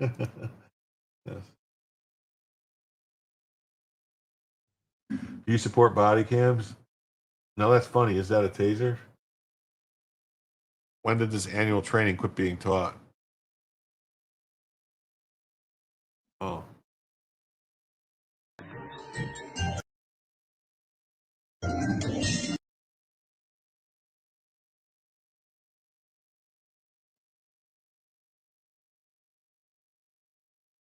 up and kick my ass. Well, wonder no more. If you follow these easy tips, you'll be fine. That's right. I remember this was funny. Don't get your ass kicked. Then this happened. This is crazy.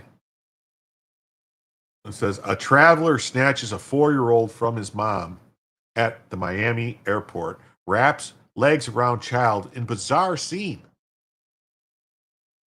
Oh. Elvina Omacity Obadega is described in the article as an English woman.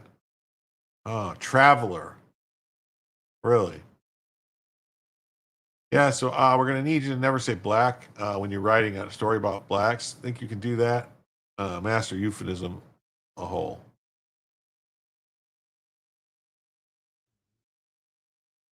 And then Anthony Kumi, another close personal friend of mine, says, I'm just kidding. Traveler. Now that's a new one.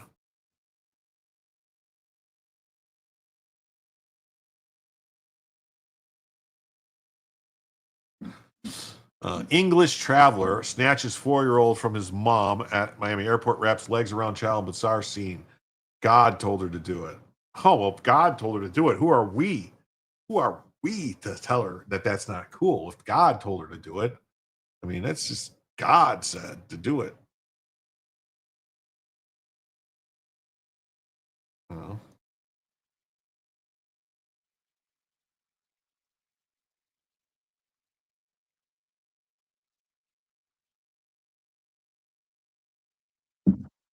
Hold on one second.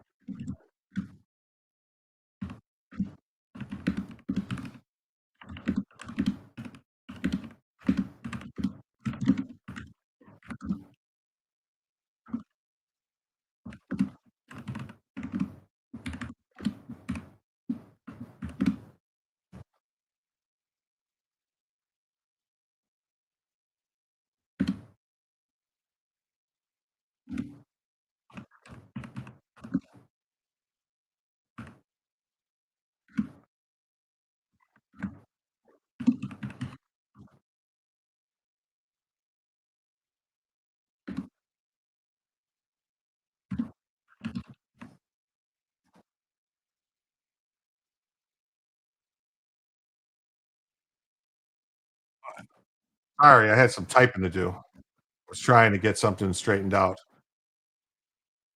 Uh, the dog told Berkowitz to kill people. God backwards. Yeah.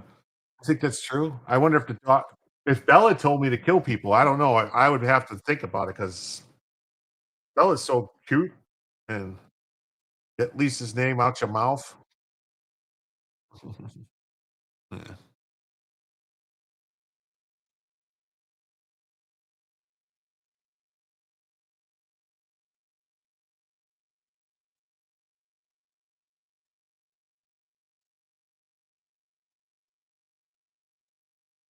What's that say? Yes. What the hell was that? I got some weird notification that I've never seen before. Anyway, okay.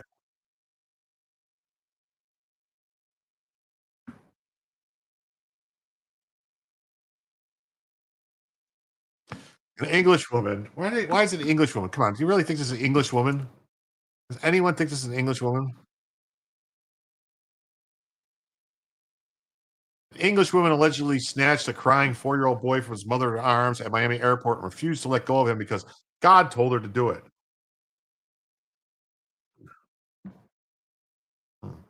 Yeah, well, Darth Katie says, I'm damn sure I wouldn't listen to my Doberman. He eats cat poop. I definitely wouldn't take kisses from him if he eats cat poop. That's gross. Mhm. Elvina Omaceti Agbad, 23, approached a mother at a checkpoint at Miami airport on Tuesday and asked if she could soothe her crying 4-year-old. Then picked up the child, stepped on the line, and walked away from the mother. Panicked mother then followed, demanding her child back, and Abba replied, "No, no, this is my child." Oh, she tried to steal the baby. Yeah. Yeah, she must have a UK passport. I don't know. The English woman, yeah. Agba then wrapped her legs and arms around the boy to prevent him from escaping her grip and pushed the mother away. We have video of this? At one point, the mother grabbed the child's arms while she was still holding his legs, and the two wrestled the other. A hero witness, later identified as Nelet Montaño, then grabbed the child out of Agda's arms while he continued to follow her and yelled for her to give her child back. Three men also created a wall between Montano and Agda to prevent the crazed woman from taking the tot again. Agba fled the scene and was eventually arrested at an airport checkpoint after employees called 911. She told cops after arrest that she remembered the mother coming back. She told the cops at arrest that she remembered the mother coming to get the child back, but did not remember what happened after that. And only took the kid because God told her to do it.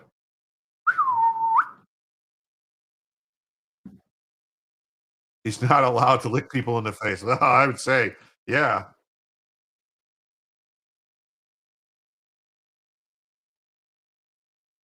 One of mine would definitely tell me the other is afraid of cardboard boxes. I'm probably too scared. Oh, my dog, believe it or not, Bella is terrified of boxes. When when the boxes come, because when you open boxes, the noise it bothers her. So when people deliver boxes and they come in, she sees the box, she runs away. And well, partly it's probably my fault, and I hate to go off on this tangent, but you guys like these tangents, so I'll go off on them. Because when Bella was just a puppy, all right, when she was just a little puppy, she it was the 4th of July rolled around and she was just this little puppy, maybe like 4 or 5 months old. And well, I used to own a piece of fireworks thing, bunker per se, thingy. Let's just say. And so I would get really good fireworks. I would get like 3-inch, 4-inch, 5-inch mortars and stuff, and big, huge cakes. And so I would always do a bunch of fireworks and stuff. So basically, I think I traumatized her with the fireworks, and so she ran away peeing and everything, and was scared and hid in the house. And so now, whenever it thunders or anything, she hides in the corner. She goes in a space to hide. So uh, yeah, so I don't know. It's hard. And basically, on the 4th of July, she's got to be medicated. She gets you know, uh, like a doggy Valium, doggy downer to make her so that she's yeah. Anyway, I don't know why I told that story. Uh, I didn't do it on purpose or nothing that way. I just didn't realize that it would scare the crap out of her when I was lighting fireworks in the next door to my house. I also told deputies that she remembered a wall with a rainbow on it and wanted to sue the child with the image.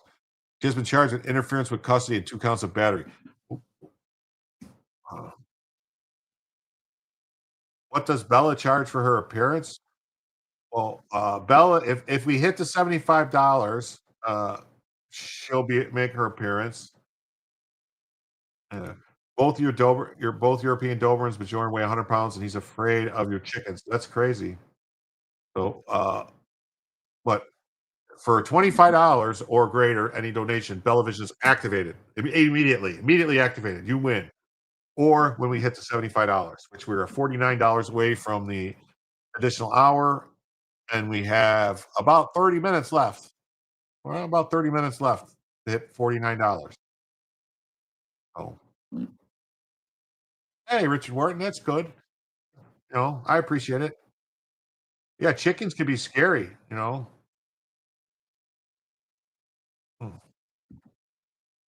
Uh, it says Agba hails from Luton, England. Why do I from Luton? I don't think she's from Luton. I'll put money on it. She comes from somewhere else, and she's just living in Luton. She's currently being held at the Turner Guilford Night Correction Center. Miami-Dade Sheriff's Office did not return the post request for comments. Mhm. It says Trump squeezes Maduro's narco state. A U.S. Marine force is now off the Venezuela's coast. The mission and the narco state that's been flooding America with cocaine, fentanyl, gangs, and terrorists, one way or another. One way or another. Trump's gonna get you. He's gonna bomb your boats and destroy your narco terrorism. He's gonna get you. Maduro will die. Wow. A naval task force is in the Caribbean with destroyers, P-8 Poseidon surveillance planes, and marine helicopters. Their target, Venezuela's Cartel de las Soles, the drug empire run by Maduro's generals, using migration waves as a weapon against the United States. A naval buildup near Venezuela. Mhm. Trump has offered a 50 millions bounty for Maduro. That's right. Blondie tells you. Yep. Oh, yeah. My favorite Blondie song is Rapture. Bad Bob Freddy was damn time. Anyway, clear message to his corrupt inner circle: cash in and hand him over, or face the Marines. Bloodless coup or battlefield, their choice. Is Trump bluffing? Does Trump ever bluff? Mhm. I love Blondie too. Yeah. The explosion of fireworks actually hurts the dog's ears. That's why they run away. They can't get used to it, but some won't. Well, that's I think what happened was if she wasn't so young and it wasn't such severe amounts of fireworks, she probably would have been better with it. But I think yeah. Mm, mm. Well, Call Me is great too, Hard Glass, but I don't know, just my favorite is Rapture.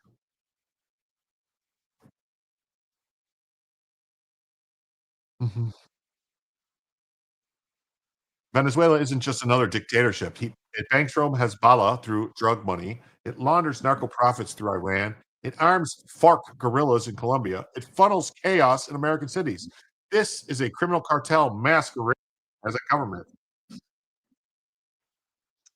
They might, but it's almost impossible to get stuff in your dog's ears. They'll scratch them out. What they do make that works is the Thunder vest, Thunder shirt they have.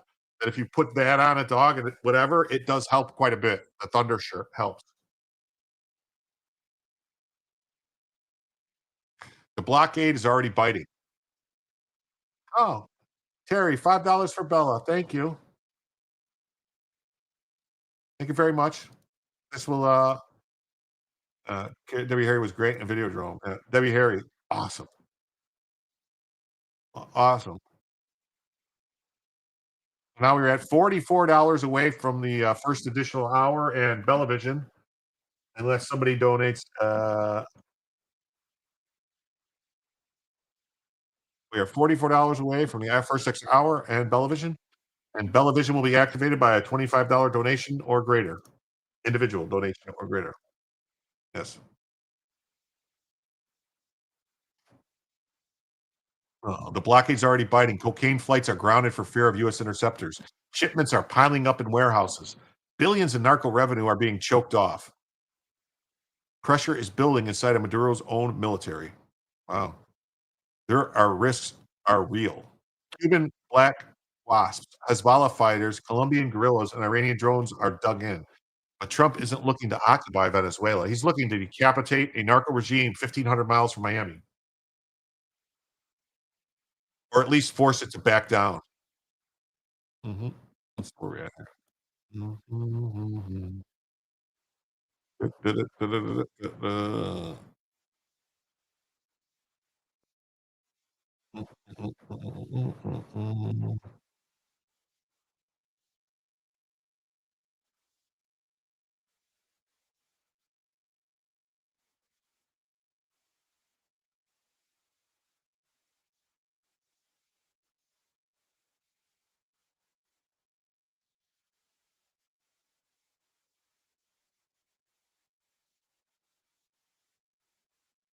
Mhm. The comparison is obvious. Noriega. What's going on? Mm. Back then, U.S. paratroopers snatched a cartel dictator and brought him to justice. Now Trump is setting the stage to do the same, only this time the stakes are even higher.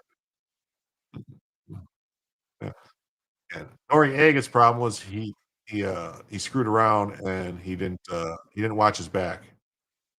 He thought he got too big for his britches. He was working with the government. He was working with Poppy Bush. And then he did something to piss Poppy Bush off, and Poppy Bush went and got him. Trump is squeezing Maduro's narco state. The U.S. is cutting off cartel cash. Force is on the table. America won't tolerate a hostile, China-backed, drug-running dictatorship in our own hemisphere. It's just not going to happen. This is Trump's Monroe Doctrine 2.0. Trump has his own. That's right. Trump said FAFO. Spook around and fan down.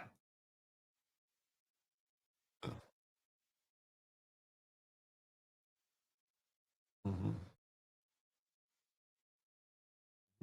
Then here you have this. It says, a police chief in Canada calls on all residents to comply with the criminal home invader if they ever find themselves in such a situation. And do not fight back. The best defense for most people is just comply. That's right. If someone breaks in your house or something, just give them what they want. Just tell them, just don't hurt me. Leave me alone. Just surrender. That's Canada's, you know, you know, you know, you know, you know. Every Marine I ever met would say that surrender is not in our creed. In the unlikely event that you find yourself the victim of a home invasion, we are urging citizens not to take matters into their own hands. While we don't want homeowners to feel powerless, we urge you to call 911 and do everything you can to keep yourself and loved ones safe until police arrive, and be the best witness possible. This could mean locking yourself in a room away from the perpetrators, hiding, fleeing the home, but don't engage unless absolutely necessary. But as it stands, we know the best defense for most people is to comply, as you've just heard, a number of safety recommendations. No, the best defense is a firearm. It's the best tool available. Yeah. In some, the police chief extending an invitation to home invaders to do so at will. Yeah, this is simply horrible optics. Hard pass. Second Amendment is much preferred. Yes. I'm with Sheriff Bob Johnson. That's right. Politically incorrect sheriff tells citizens to shoot to kill home invaders to save taxpayer money. Santa Rosa County Sheriff Bob Johnson touted Florida's residents' rights under the state's stand your ground. That's right. That's what he said. Mhm, mhm. That's right. I agree. Mhm. And if that doesn't work for you, every sheriff in America should take note. Mhm. Best defense is a good offense. That's right. Yeah. A family did that in Canada the other week, and the father was killed regardless. Well, every sheriff in America should take notes from Sheriff Grady Judd. If they shoot at you, shoot back. He wanted a gunfight, so we obliged him. We don't know exactly how many shots were fired. I can tell you there were a lot of shots fired. It was a gunfight. It was clearly a gunfight. And we shot him a lot. And he won't ever shoot anyone else. He's dead. He asked to be shot and killed, and we obliged him. We don't know exactly how many shots were fired. That's the American way. Mhm. There was another presser where he was asked how come deputies shot a guy. He replied, the deputies ran out of ammunition. Yeah, that was a great presser. Mhm. To the next story here. The most powerful Democrat machine in America isn't George Soros. It's public sector unions. That's the real Democrat base.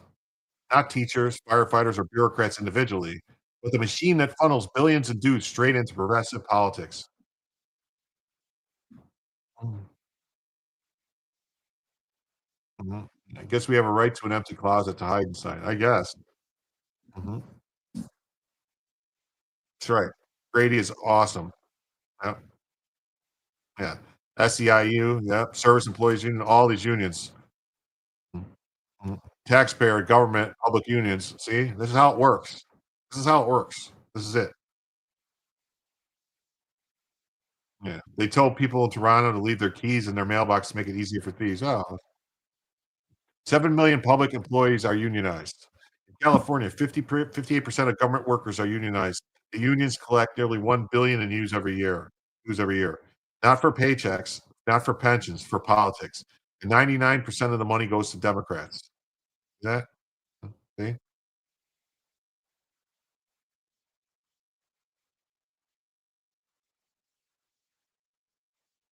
Here's how it works. Unions pour millions into city and county elections. Oppose them once, and they'll fund your rival into office. Local businesses and parents, volunteers can't compete. Results: far left Democrats own city halls, school boards, and state houses. All government employees should realize that the process of collective bargaining, as usually understood, cannot be transplanted into the public service. That was Franklin Delano Roosevelt who said that. He was against unionized public sector workers. Do you know, does anyone know when public sector workers were allowed to unionize? When that happened? A guy by the name of Jimmy Carter signed an executive order giving him the right to do it. That's right. Didn't happen until then. There was not unions for public sector workers prior to Jimmy Peanut Head Carter, the worst, second worst president in history, next to Joe Biden. This isn't just about local politics. Those city councilors become state legislatures. Those legislatures become governors and senators. In California, 75% of the legislature are progressives. Democrats elected on a sea of taxpayer-funded union money. Here's the dirty secret. Public sector unions want government failure. More regulation equals more regulators. Mhm. Bigger government, more union dues. Your pain is their business model, and Democrats are happy to oblige. Yeah, so G Sharkman comes in for 5 and says, do it for Bella. So, okay. Yeah, it seems maybe Carter was smarter than Biden a little bit. Yeah. Yeah, Carter was a deep state mole. It's possible. So with that, we are now $39 only, $39 away from an additional hour in Bellavision. So at this point, someone could donate $25 to see Bella, or they could donate $39 and get an extra hour and Bella. So I don't know. It's up to you guys. You can Bellavision for $25 donation, or $39 for extra hour and Bellavision. Just saying. It's there. It's out there.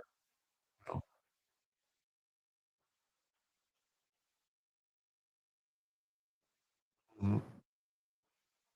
Example: Chicago's or California's wildfires. Decades of eco-radical policies killed logging, filled forests with tinder, and created mega fires. Did firefighter unions fight back? No. They marched with teachers' unions instead of loggers, choosing Democrat politics over public safety. Well, this is some wild video. Check out this fire NATO. It was captured by Fox 11 LA in the Palisades fire. This was last night about 10:45 local time. This one's been all over social media. Unbelievable. Yeah, you get big pressure changes, big temperature changes, and you can see those. It's a real thing. There's actually been an EF3 fire NATO that happened in the past. I'm trying to remember which fire it was from. It was several years ago, but just the point is you can actually get these actual tornadoes that have fire in them that can get pretty strong. It's more like a dust devil than an actual tornado, which would come out of a supercell. But my goodness, you want to talk about a contrast in what we've seen across the country over the last couple of days. And you can see this time of year, you know, December, January, you can get Santa Ana winds events that lead to fires. Of course, you know, fires of this magnitude, it's historic, and it's something that all those people are never going to forget. I'm never going to forget covering it as far as my career goes, because this is just, it's I prefer just been cash incredibly for membership. wild and memorable. Well, here's the thing about that. I would prefer Cash App simply because Cash App doesn't take any money. If you buy a membership, it's good for a membership, but Google takes 30%, and if you happen to use an Apple device, they take 30% also. So that's how that works. That's all. But anything is good, memberships or whatever. But if my druthers would be Cash App, would be the one where I'm getting all the money with Cash App. It's all coming to me. I'm not. So even the $75 for the extra hour, YouTube takes 30% of that.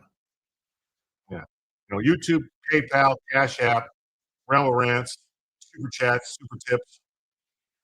Another win for the toe.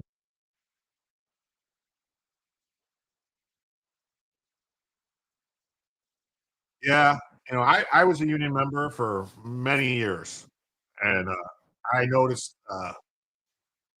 you know, the union did provide training for apprentices and stuff. They had the apprenticeship school, which was ran by the union, so that was a good thing that they did. But the keeping of the shitty people, like basically what it turned out to is that where shitty people didn't get to keep their job, you could just get rid of people whenever you wanted.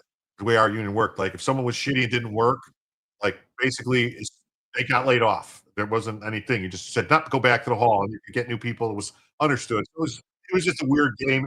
So people would go and they would work for a week or two somewhere, and then they get laid off, and then they go somewhere else, work for a week or two, and then they get laid off. And then it was this weird thing where if they didn't keep a job for a certain amount of time, they were on the list. Uh, yeah, no super tips up to $25,000. Yeah, 25,000. Yeah, so, I don't know.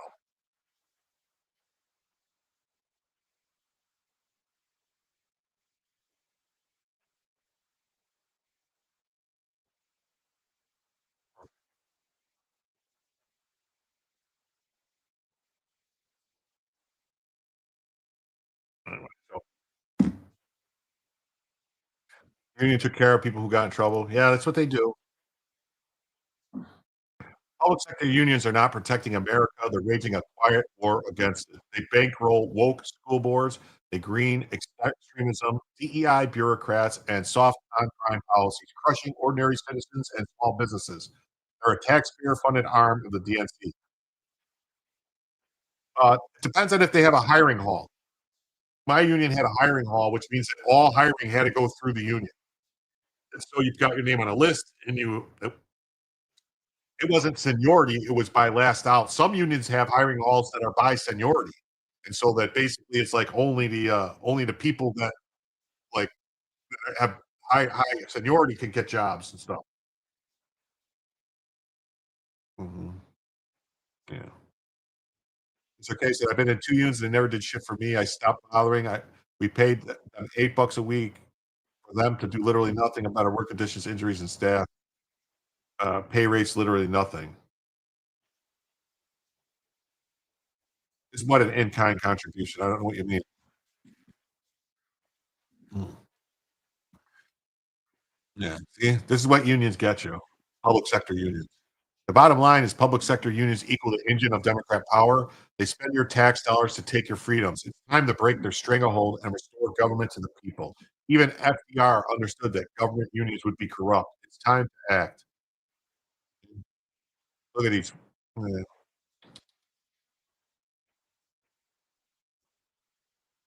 Mhm. Okay. On to this next story. It says, this is the Trump of Europe. President Trump just welcomed Poland's new populist president, Karol Nawrocki, to the White House. Actually, it's pronounced in Polish would be pronounced Nawrocki to the White House with a gesture no one saw coming. Trump then declared, "We're with Poland all the way," and Nawrocki dropped a NATO truth bomb that's putting the EU globalists on notice.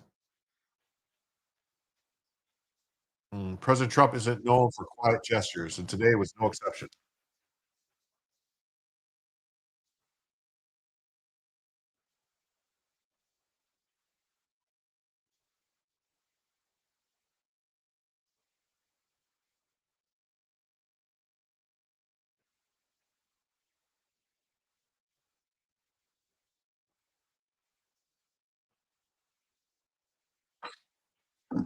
Hmm.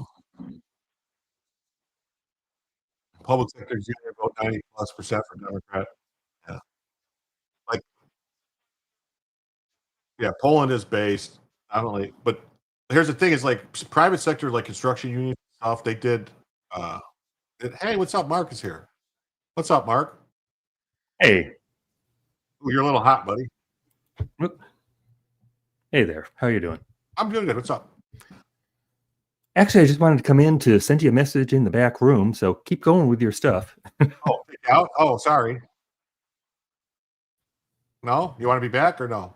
No, I'm fine being here. I just wanted to send you something. I was watching people that you and I know, and they have an opinion on Trump, and I wanted to put the opinion to you so that you could, maybe debunk it or not. Okay, So turn I'll write that your down. volume down a little bit. Wow, You're hot. it is way down. Way Is it down. really? Yeah. Okay. Maybe it's me. Oh, no, maybe my headphones are up too high. No. All right. Hello. I'm good.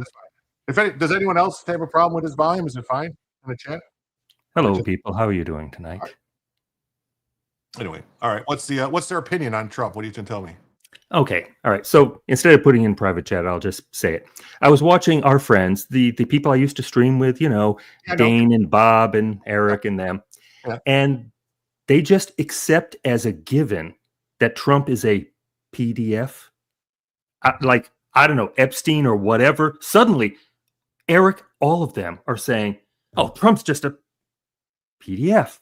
I said, "What the fuck? I mean, where did that come from?" And now it is like left wing absolutely agrees. Oh my God, he's a PDF.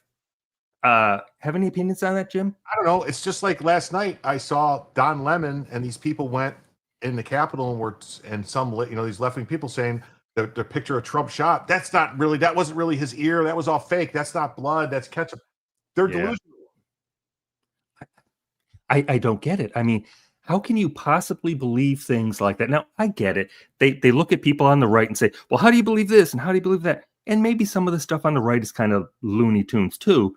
But I have never seen anything in all of this that said Trump is a PDF or whatever. It doesn't make sense. I don't know how people justify that. So you haven't heard that kind of thing out in the ether here? Or?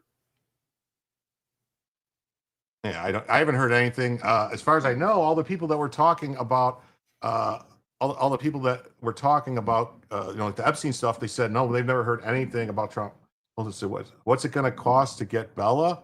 Well, the Bella thing, it's right there. If you want Bella's, we have $39 left to go for get an additional hour, or Bella is $25 or greater. Here's the thing. Watch, I'll put this, activate this banner. See, Bella Vision, $25 or greater donation. I mean, I don't know how else to, Come on, people. Bella is kind of easy because her price is like lower than the higher price. So, come on, get on board. I don't know. I mean, I don't know. I mean, as far as the other stuff, it's only $39 away for an additional hour. I don't know. I mean, and we're only 3 minutes away from 2 hours here. So me going longer than 2 hours is probably going to happen, but it's not going to be like, that much longer. Yeah, I haven't heard anything like that. Like if I heard anything like that, if there was ever any evidence that Trump went to Epstein Island and did anything with any of the people, I would disavow him completely and say impeach him and put him in jail.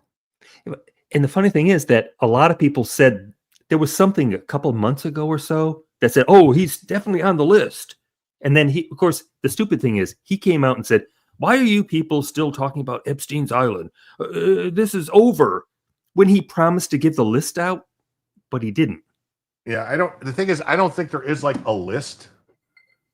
I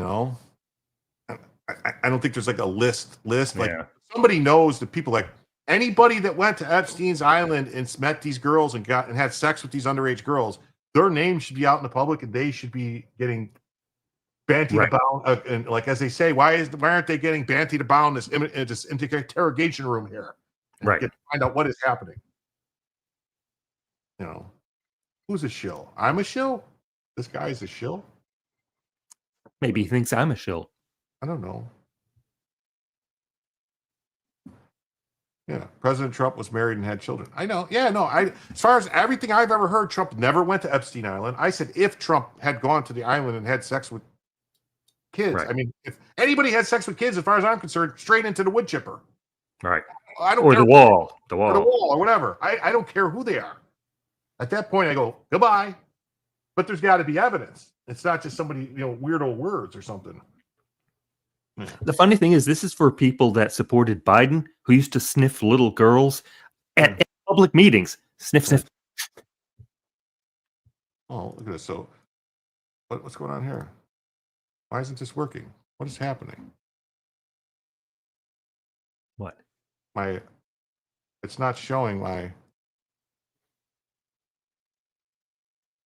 Not showing. Something is wrong. The super chat is showing. Is it? It's Yeah. not showing on my screen. Trumpinator, I broke, so I might as well be a broker. That's showing just fine. Okay, I don't see it. I pulled it up. It wasn't coming up on mine. What is happening? Like something. Well, thank you. It's not showing up on my StreamYards. Is something wrong with StreamYards? This is weird. I'm having a StreamYards issue now. That's great. MC Bernhardt, I'm not showing Discord or whatever. It's just I was watching the guys. It's Eric Debunks, Bob Actual Fandom, and the other guys.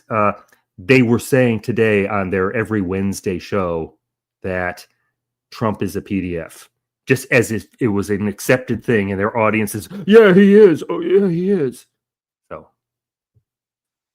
well, what do you know? My StreamYard crashed.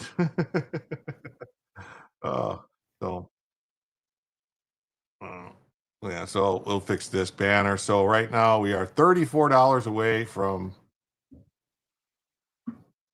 extending for an hour. And Bellavision, I'm $25 away from Bellavision. So I got to hold on. I got to get this all corrected now. So here we are. Share screen. That was weird. I don't know why that crashed like that. Mm-hmm.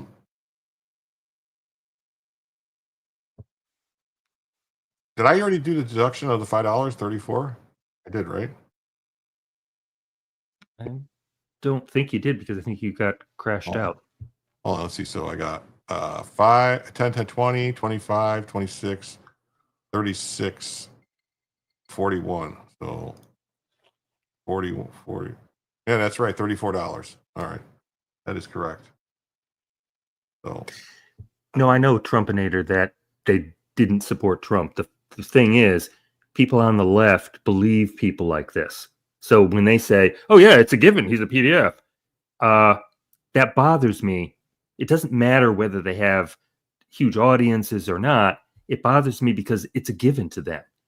And people like Eric Debunks, he's a really smart guy. It for him to just sit there and say, oh yeah, he's a PDF.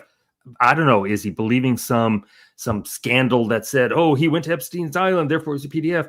They took that as that's a given. I'm looking to say, what the fuck?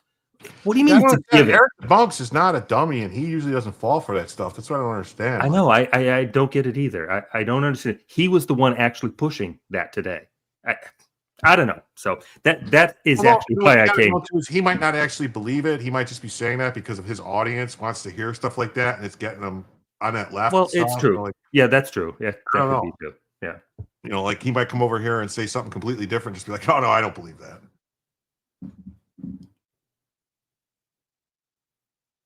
Anyway, so the newly inaugurated Polish President Karol Nawrocki visited the White House for the first time since taking office.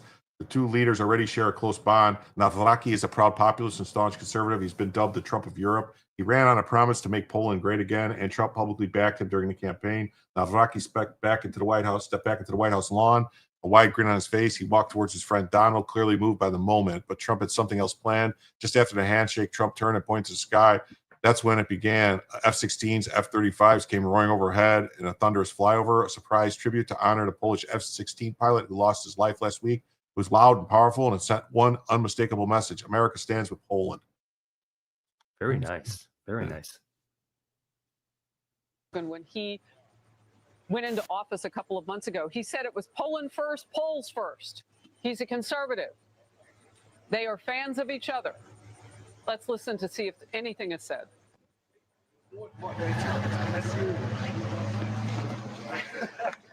Thank you very much.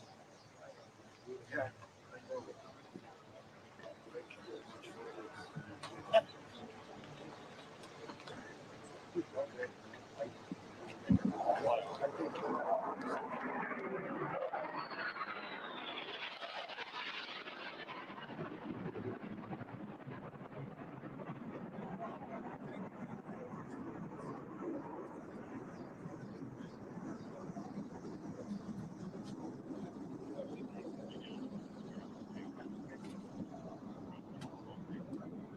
All right, I don't want to step on the president here because he may speak between these flyovers, spectacular flyovers, honoring the memory of a brave Polish fighter pilot whose life was tragically taken too soon, and capturing the special relationship between the two countries of the United States and Poland. Those are the words that we've heard today from the White House spokeswoman, Anna Kelly, just saying that this is exactly how you want to show your friend that you are truly friends, and that there is an alliance to a country that is right next door to the one that Russia is at war with, Ukraine.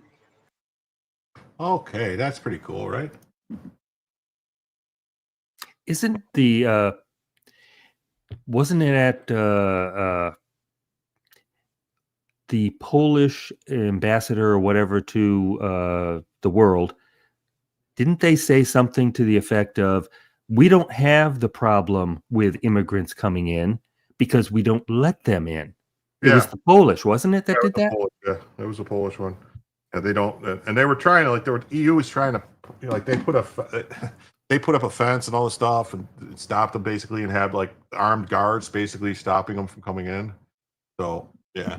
So what I did to everyone, just so everyone knows in the chat, I extended the goal for a half hour. I'm going to go for at least another half hour for free.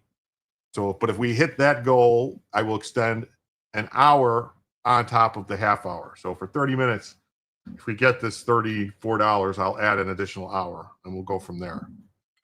Just so everyone knows. A closer look showed the two leaders looking up at the early autumn skies. Jets flew overhead in a missing man formation. This was for Major Masib Slab Krakavian, a Polish F-16 pilot who lost his life in a crash in Radom last Thursday. The roar overhead was loud enough to shake windows, but that was the point. It wasn't meant to be quiet. It was meant to be remembered. Surely it was a diplomatic gesture from 47th to Navdaki he will never forget. Oh, let's see. We're going to play it again. I'm going to show it. Yeah, definitely.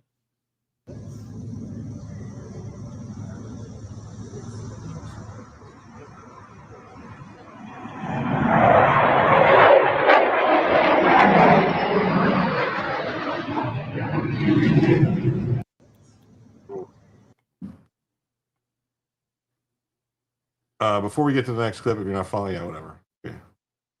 Back inside the Oval Office, Navdaki thanked Trump directly for his support during the tough campaign. He remembered the endorsement and said it mattered. He was the underdog. Thank you so much for your support, your endorsement during my very hard campaign. I remembered, I'm very grateful. It was a fight, me against the others, so your support was very important. And the support of Polish people, Polish diaspora in the United States of America. He wasn't expected to win, but Trump's support may have given him a boost to pull off an upset defeat over Warsaw's liberal mayor, Rafał Trzaskowski. Now there is shaking his hand and the man who helped him get there. Navdaki also made something else clear. U.S.-Polish relations have never been stronger. Those relations for me, for Poland, for Poles are very important with the United States and America. And they are very strong values: independence, sovereignty, democracy. And so ties us together. And Navdaki said he's fighting for in Europe. Let's see here. What does he say here? I think that we have so strong relations that we have never had. And it's very important for me. Our relations are based, of course, on the values. Right. And thank you very much for your support, for your endorsement during my very hard campaign. I remember it, and I'm very grateful for your support. It was the fight me against others, so your support was very important, and the support of Polish people, Polish diaspora in United States of America. We have almost more than 10 million people here, and they voted for Donald Trump. They voted for me. Yeah, and in vast majority they voted also for me. So I would like to say hello to Polish diaspora in United States of America. Those relations for me, for Poland, for Poles, are very important with United States of America, and they are based on values: independence, sovereignty, democracy. Trump seemed just as grateful for the friendship. When a reporter asked what the most important areas of interest between the U.S. and Poland, Trump paused and gave a direct answer. Well, it's just the relationship we have. I think there's a great trust, and more than most countries, more than almost any countries. We have some in a category that's very special, and Poland is in that category. We have a special relationship. Trump also addressed the issue of U.S. military presence in Poland. While he's reconsidering troop deployments in other countries. He said that the question never even comes up when it comes to Poland. The question about soldiers that was asked, we never even thought in terms of removing soldiers from Poland. We do think about it with regard to other countries, but we would never. Then he doubled down. Oh, no, we're in with Poland all the way, and we will help Poland protect itself. Yeah. Yeah, we have tank. What are the most important branches of interest between Poland and U.S. in your opinion?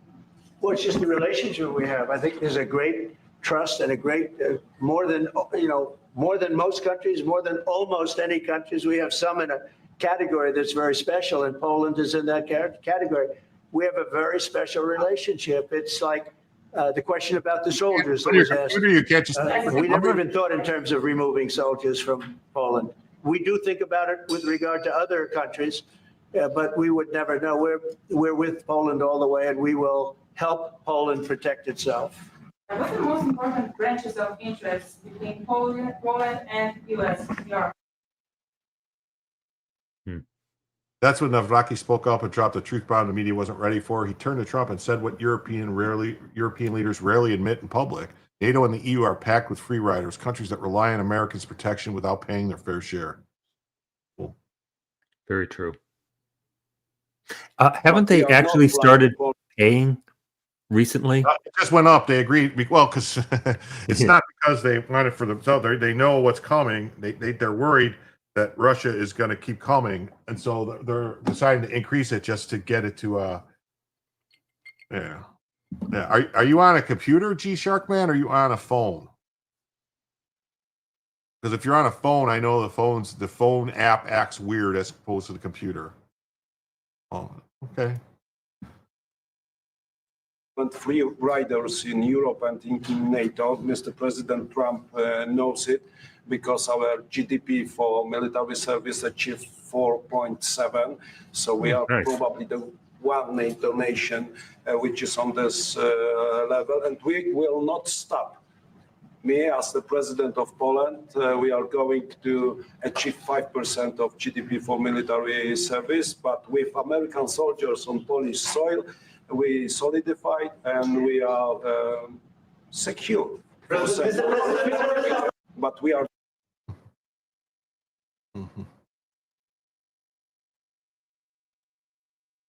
Oh, there's another one. Okay. Trump picked up on that and added something few in the room probably knew. Poland was one of the two nations that paid more than they were supposed to with NATO. I don't know if anyone knows this, but they were two nations and Poland paid more than they were supposed to.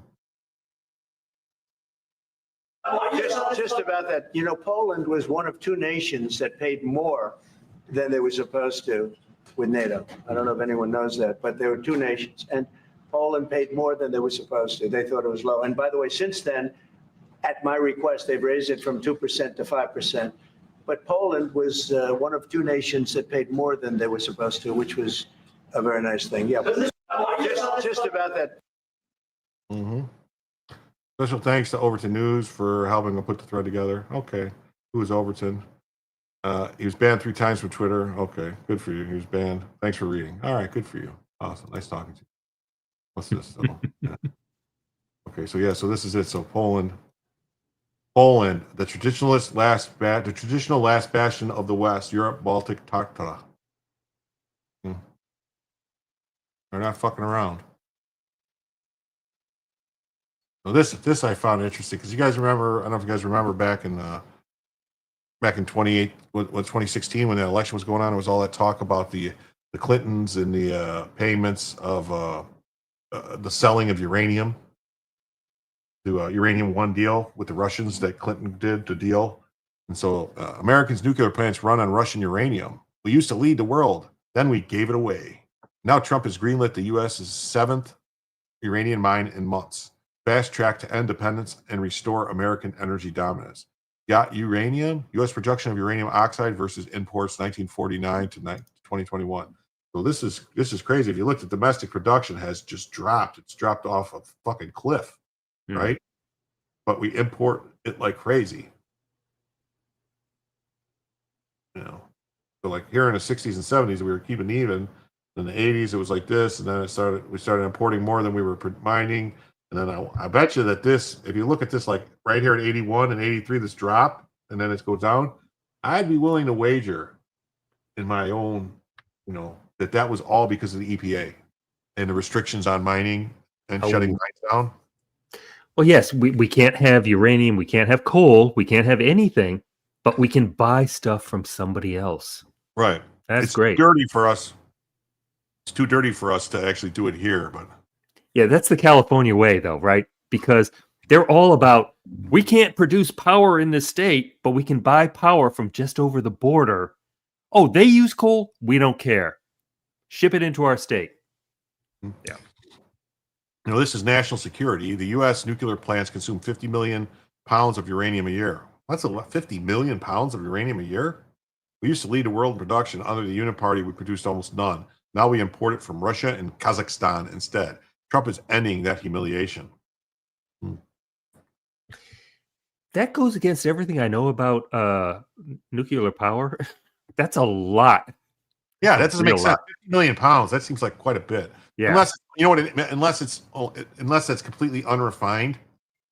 Oh yeah. And so then we have to refine it. 238 to 235. Yeah. Yeah. So like it might be like really low grade. It could be like 4 or 5% or something like that. Like really like barely radioactive. Like barely. Nothing close to like weapons grade or anything. Then we have to basically put it through the centrifuges and all that stuff and get it to where it can be used to create energy. But yeah, so the scale of the collapse in 1980, the U.S. mined 44 million pounds, enough for 90% of our reactors. In 2023, only 50,000 pounds were produced. Wow. In 2025, jumped to 677,000 pounds under Trump. The Uniparty hates nuclear, but now we need it, and we're dependent on our enemies. And the stupidity of that is nuclear is so clean and amazing and all that. It's so stupid. Jim, what we need is more solar. That solar energy, it's amazing. It's wonderful. Jesus Christ.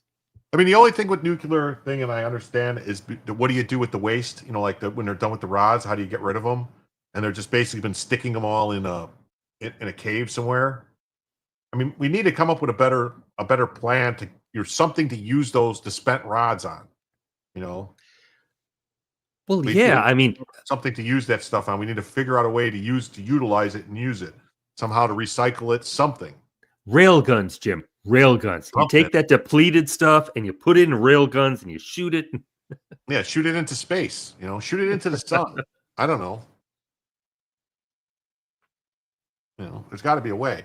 Trump's goal is hardcore. Quadruple U.S. nuclear capacity by 2050. Add 10 new reactors by 2030. Use the latest, greatest tech, safe, emission-free. Build the mining, refining, and conversion chain inside the U.S. No foreign choke points, no Russian leverage. Trump's nuclear shock, 4-fold increase coming. Oh, G Sharkman is leaving, huh? Oh, okay. Good night, G Sharkman. Before you go, I'll let you see a little Bella there. There you go. See Bella. I'm convinced that's a stuffed animal. That's not a real dog. Could be a stuffed animal. Who knows? And so nuclear waste will be a commodity in 50 years or less. Probably. They'll find out some way to use it for something. This isn't just energy policy, it's strategy. The same way Trump unleashed oil and gas, he's now unleashing uranium, denying the enemies a weapon of dependency while fueling America's strength. AI needs it. EVs need it. New factories will need it, and the Golden Dome will need it. Yeah, they're going to make modular reactors. That's what I think. They're going to make small modular reactors.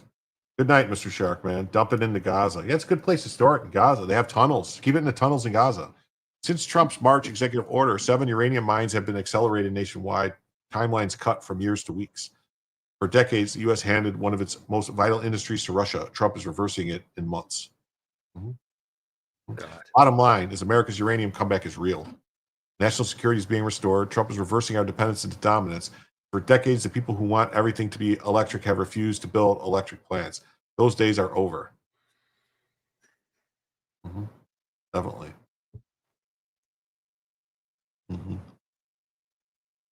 Definitely. And we got this story I thought was good. DOJ is suing Illinois Governor J.B. Pritzker for providing tuition benefits and financial aid to illegal aliens attending states' public universities and community colleges. Good. Not a single penny should go towards benefits for illegals. Yeah. See, hey, look at the fat man. So yeah, so federal law prohibits providing aliens not lawfully present in the United States with any post-secondary education benefit on the basis of residency unless that benefit is also available to U.S. citizens and nationals regardless of their residency. That prohibition is categorical. Yet Illinois insists on flagrantly violating it. The court should put an end to this discrimination against Americans that is blatant and ongoing violation of federal law by enjoining the enforcement of the Illinois state higher education laws that unlawfully permit this. And there's a fat bastard.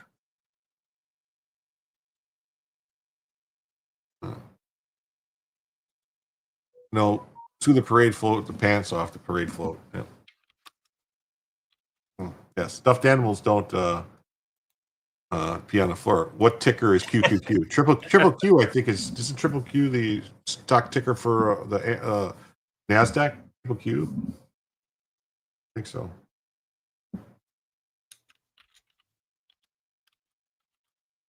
Justice Department files complaint challenging Illinois laws providing in-state tuition for and scholarships for illegal aliens.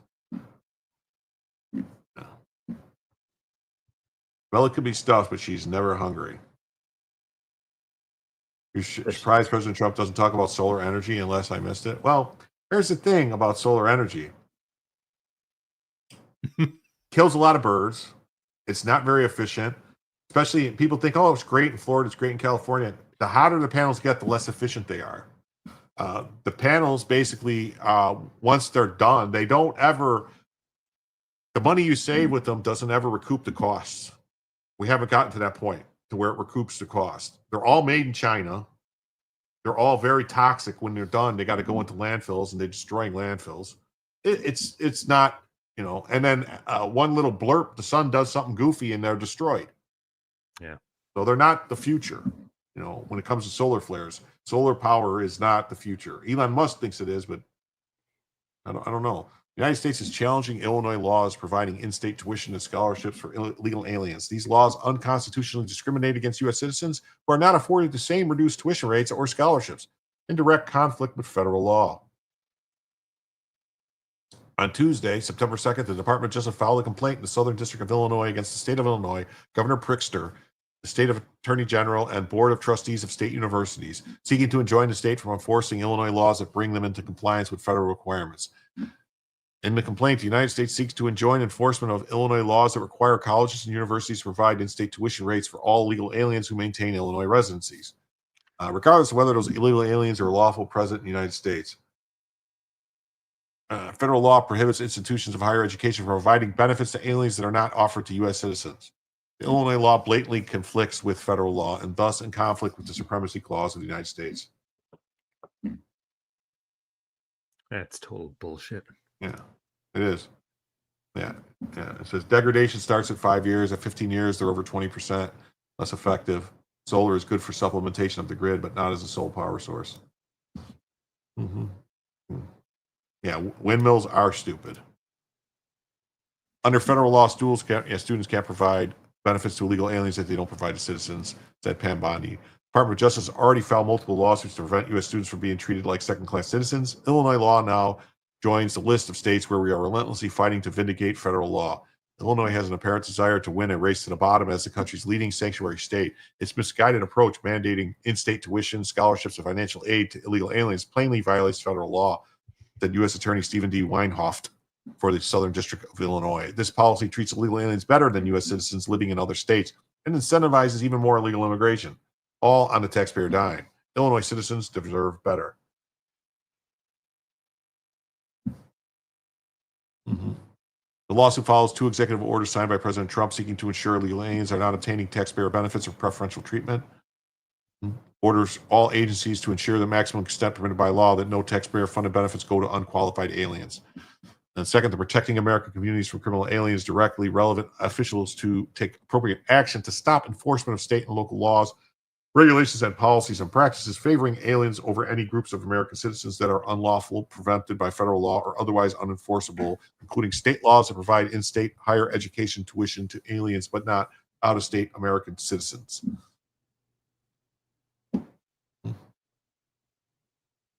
So here's the News Nation covering it. DOJ sues. DOJ sues. Yes, they sue.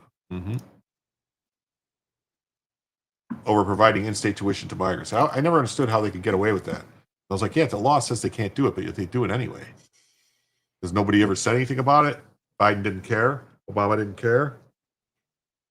I don't get it. Or encourage it. The DOJ argues the law unconstitutionally discriminates against U.S. citizens who are not afforded the same reduced tuition rates and scholarships and are in direct conflict with federal law. Under federal law, schools cannot provide benefits to illegal aliens that they do not provide to U.S. citizens.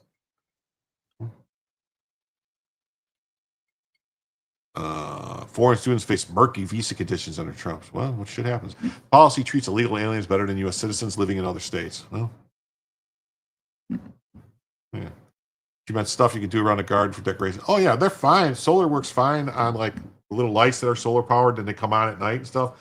It's just for trying to use them for your sole power source is rough. You know, you need like a lot of battery backups and stuff. You got to have like 3-4 days worth of battery backups just in case you don't get enough sun one day or something goes wrong.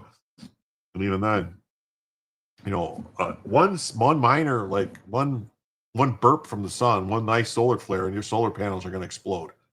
No, you're just not going to be able to handle it. In addition, this lawsuit follows 2 executive orders. Yeah, okay, cool. Right. Yeah. So this is breaking. President Trump and A.G. Bondi launched a lawsuit challenging Illinois' law giving discounted tuition. Hold on, why are they even doing that? Illinois classifies aliens who are not lawfully present in the United States as residents of Illinois under certain conditions. Oh, making them eligible for reduced tuition. While U.S. citizens and nationals from other states who do not meet the residency requirements must pay higher out-of-state tuition rates, do not qualify for certain other benefits. Yeah, so we read this, we saw that. How insane is illegals get a discount price while we pay full price? Yeah, it's nuts. Yeah, Courthouse News says that they're suing over the undocumented immigrants. Justice Department said several U.S. statutes granting in-state tuition and scholarship opportunities to undocumented students interfere with federal immigration law. Yes, it does. It's time it needs to stop. Man, I guess these guys really don't want to see Bell, and they really don't want to go an extra hour. It's terrible. It's terrible, Jim. We only got 8 minutes until to get the rest of the $34 to go for another hour. And I was even going to go an hour from the half-hour point, so it technically would be an extra hour. I mean, it was a bonus added in on top. Jesus, man. Maybe I don't know. Maybe Aaron Impult's right. Maybe you got to sit here and beg. I don't know. Venmo, PayPal, another win for the toe. Yeah, maybe you got to beg. I don't know. Chicago, CN. The Department of Justice on Tuesday filed a lawsuit against the state of Illinois, its governor, state attorney general, public universities, other law providing in-state tuition and scholarship opportunities to children of illegal immigrants. Oh well. Here's the lawsuit, but I'm not gonna go through it because I'm not a lawyer.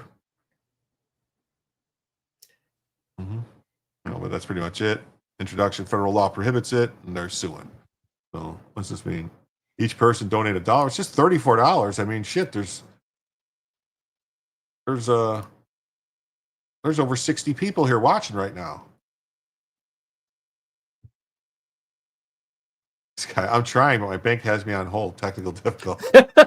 Oh, all right. Well, I guess I'll just sit here and wait. Oh.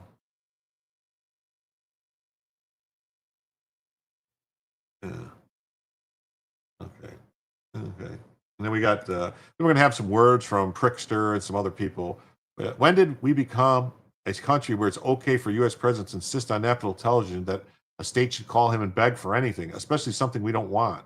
We have truly lost our sense of sanity and treat this as normal. Oh, really? We should be begging. I'd like to ask a question of my own, and it's one the press should be asking as well. When did we become a country where it's okay for the U.S. president to insist on national television that a state should call him to beg for anything, especially something we don't want? Have we truly lost all sense of sanity in this nation, that we treat this as normal? I'd like to ask a question of my own. And it's one the press. Now we're only $29 away from an extra hour. I mean, we're so close. Look at Dumb and Dumber. I don't know, because the picture though, it's like they got Pritzker good, but Johnson doesn't look right. Not quite. Yeah. Thank you very much, Mr. K.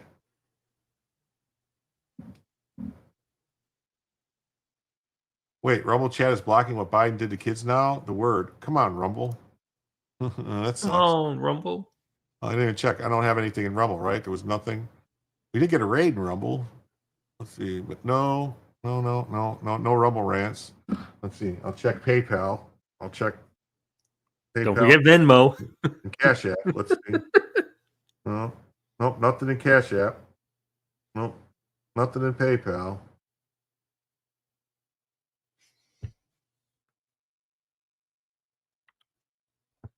Oh, I did get paid from Rumble, actually. Oh, like it takes Rumble, it takes a lot. It takes a lot to get paid from Rumble. Yeah, I finally got a paycheck from Rumble, some money from Rumble. And I Nice. don't know. I don't get it. I don't know how they came up with that amount. But Chicago does not want troops on our streets. What I want are the federal dollars that we've been promised. So they just want our money. No, fuck you. They're like, fuck you, pay me. We don't care. But I want our federal dollars that have been promised to Illinois and Chicago for violence prevention programs. The violence prevention programs are called the police. Called the police, dude.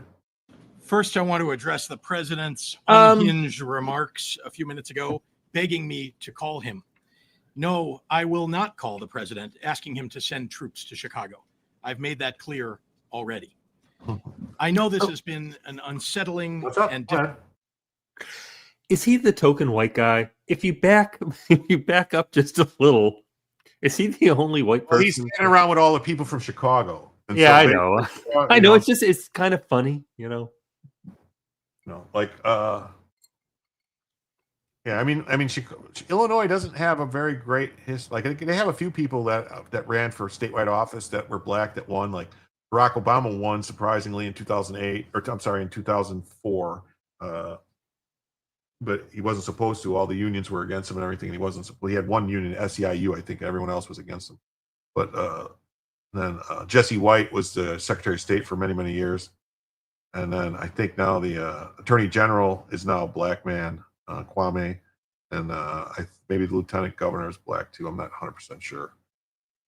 Difficult 10 days for the people of Chicago and Illinois. I'm going to do my best to share what we know as of today and speak frankly to the people of Illinois.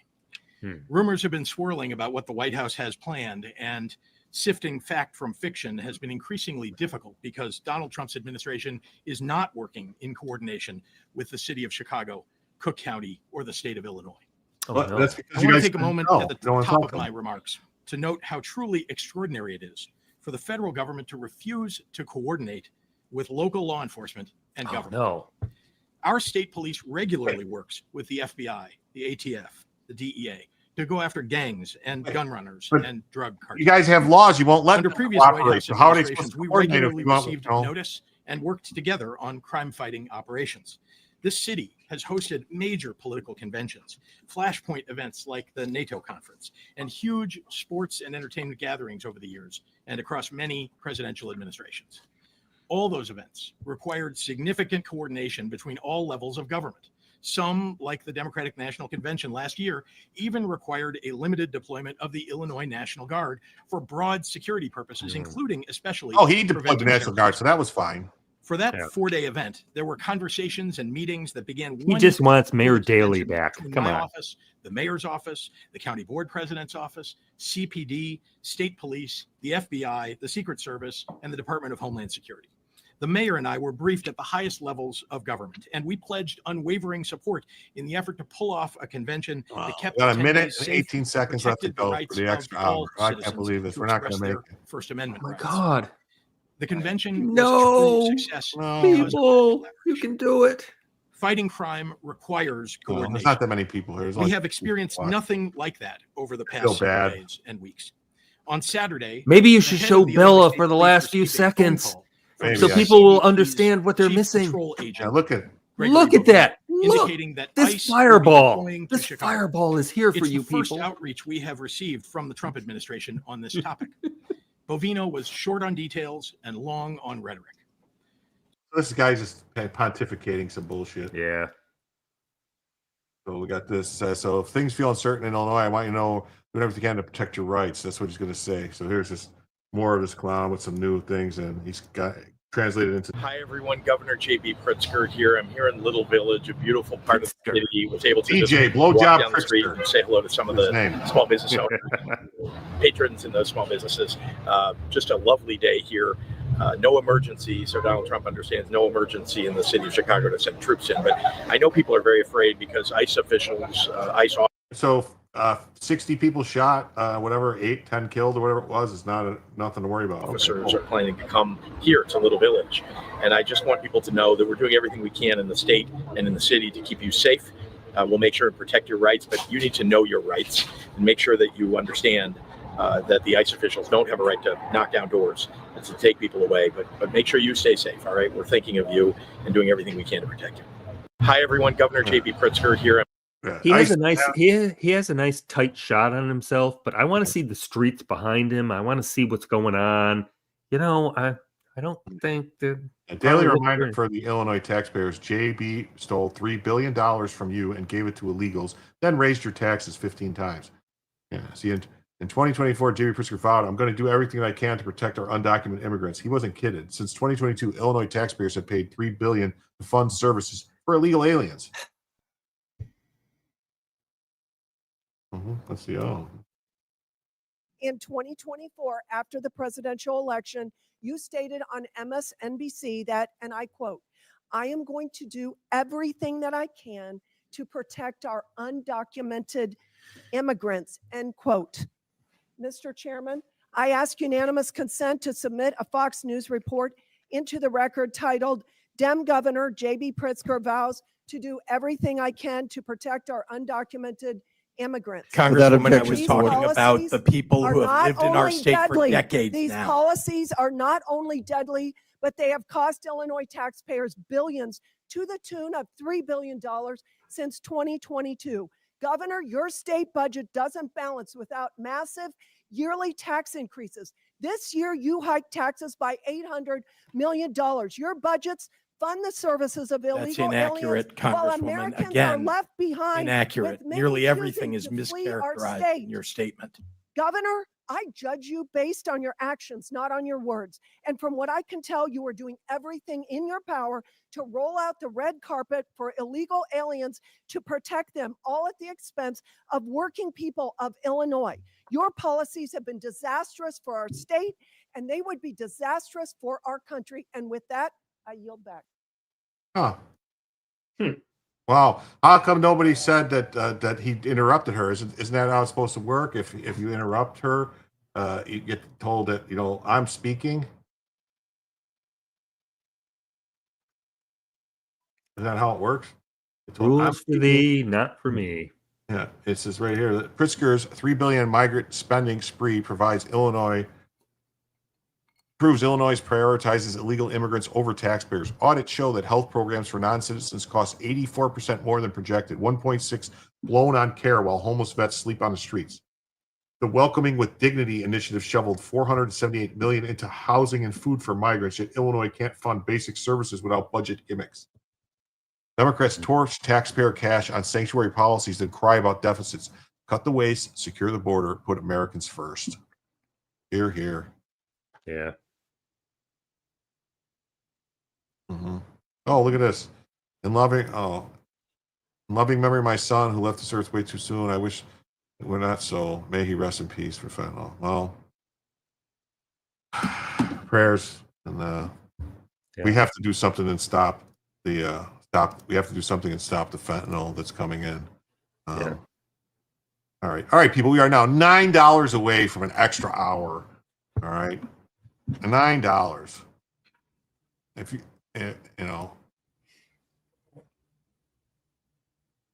so Rudd came in with the 20, so that puts us with $9. Come on, at $20. Yeah, racism. Illinois governor claims brown citizens shouldn't be arrested because crime is just part of their heritage. What? Oh, what? That always gets me. Oh no, This is a sanctuary city. We can't have people who are downtrodden be. So somehow that got erased. I don't know. So let's see. This is Illinois Lieutenant Governor Juliana Stratton is directing illegal aliens in her state to go to a website that provides them resources to evade immigration enforcement and get a lawyer. Oh, I see. Okay, I was right. Oh, okay. I understood it once you scrolled. Okay. Yeah.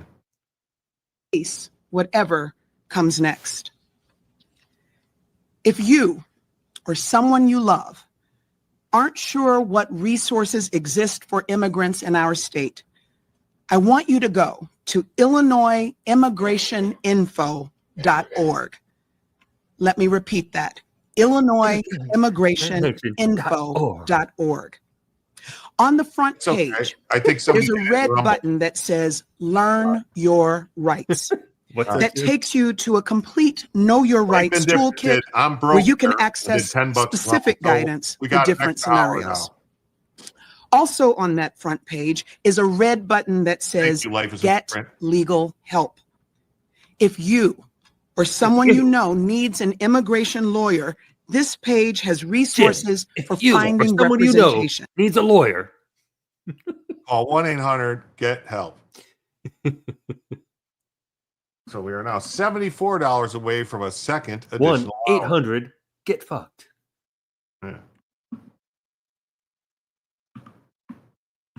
And I will start right now. I will start the hour.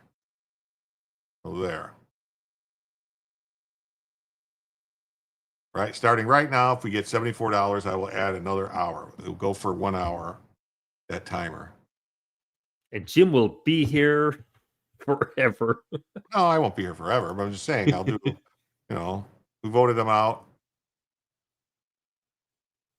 Legals don't have any rights, that's right. Maybe they'll finally show up to court. Now let me press play here. Let's hear what she says. IllinoisImmigrationInfo.org also offers a family emergency plan template so you and your family can make a plan together before anything happens.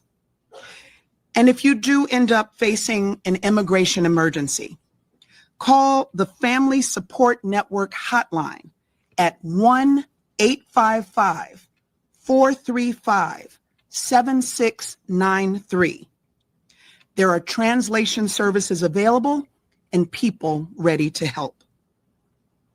Our goal is not to scare anyone, but to prepare everyone to face some ugly realities in the coming days. Many Illinoisans who look a certain way.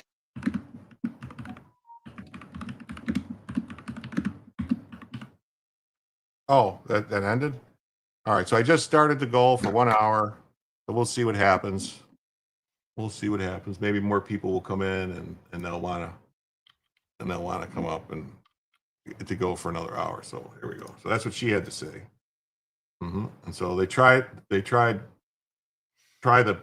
for treason. Okay, felony aiding and abetting. She and Pritzker are walking through a minefield. The minefield are pressure sensitive. Bringing in and harboring certain aliens, engaging in conspiracy to commit. Yeah, there's all types of crimes, which I don't know why they're not prosecuting. I don't know. Maybe they're having problems. And here's Mayor Johnson says that are you prepared to defend this land that was built by slaves, the land that was built by indigenous people? Yeah, so this guy prepared to defend oath.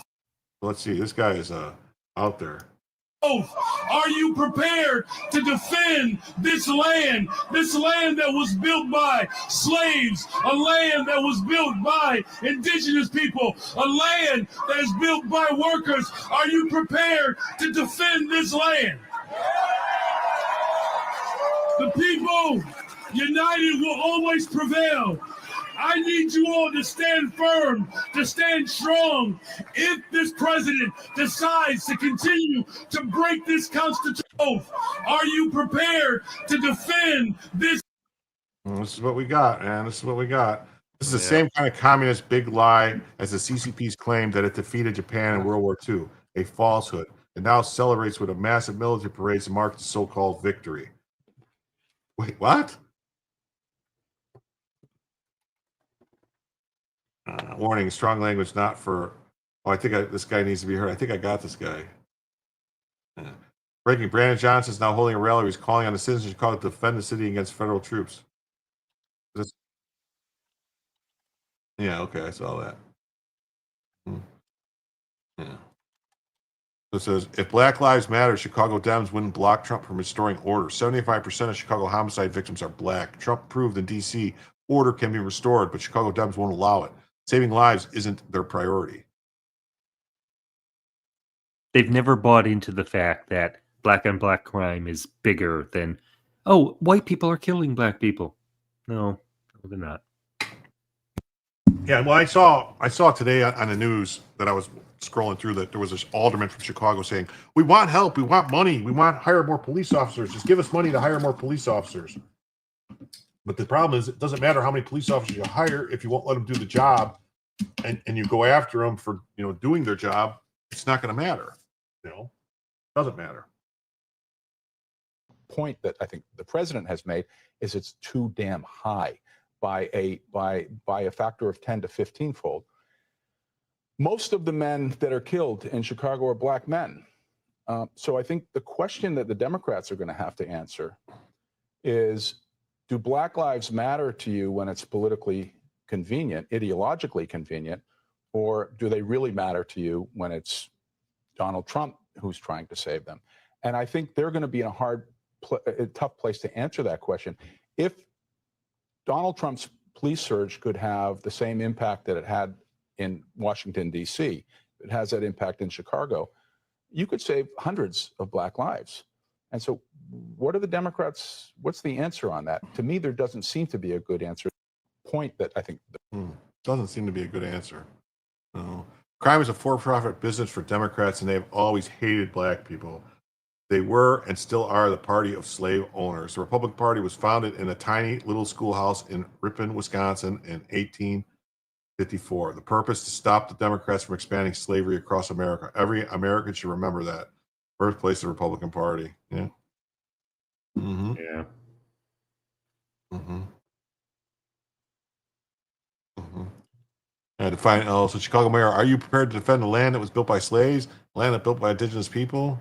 Yeah, Chicago was not built by slaves. It was, however, founded by a free French black man named Jean-Baptiste Point du Sable. People don't realize that, du Sable was the founder of Chicago. Yeah. I'm so tired of this constant race baiting and cries about slavery. He's a fraud with delusions of being a great leader. He is a low IQ grifter, nothing more. He actually posted a video at the beginning of the year where he explained it was founded by Baptiste, so he knows exactly what the F he is doing, attempting to incite a riot. Yeah, just like Pritzker has done as well.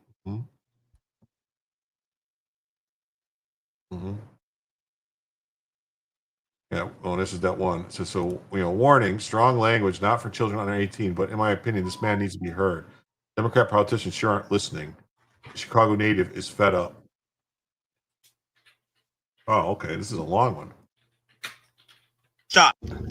57 shot. 7 people died on the weekend in Chicago for Labor Day weekend. But what the mayors and governors want you to believe, like Brandon Johnson and Pritzker, they want you to believe there's nothing going on. They want to look in your face like Bobo the Fool and sign executive orders to tell and teach people how to avoid ICE, right? How to avoid getting arrested in Chicago. That's their priority. That's what they want to use taxpayer money for. That's the legislation they want to push, to avoid a person actually trying to fix your city. And they care more about these people making sure the crime continues instead of coming out with options on stopping it. I don't see none of these governors, these mayors, saying, you know what, we do need to crack down on crime. It is becoming out of control. What they rather do is wake up on Trump's penis on a day-to-day basis, keep it in their mouth, because that's what they believe in and that's what they represent.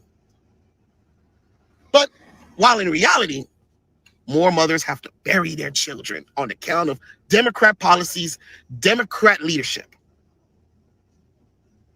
That's just what's going to continue happening until you damn Democrats understand that these people don't give a fuck about you. a mass shooting on Labor Day weekend. You know what's real crazy? I haven't been on Labor Day in probably 15 years, 20 years, something like that. I haven't gone out on New Year's Eve, 15, 20 years maybe.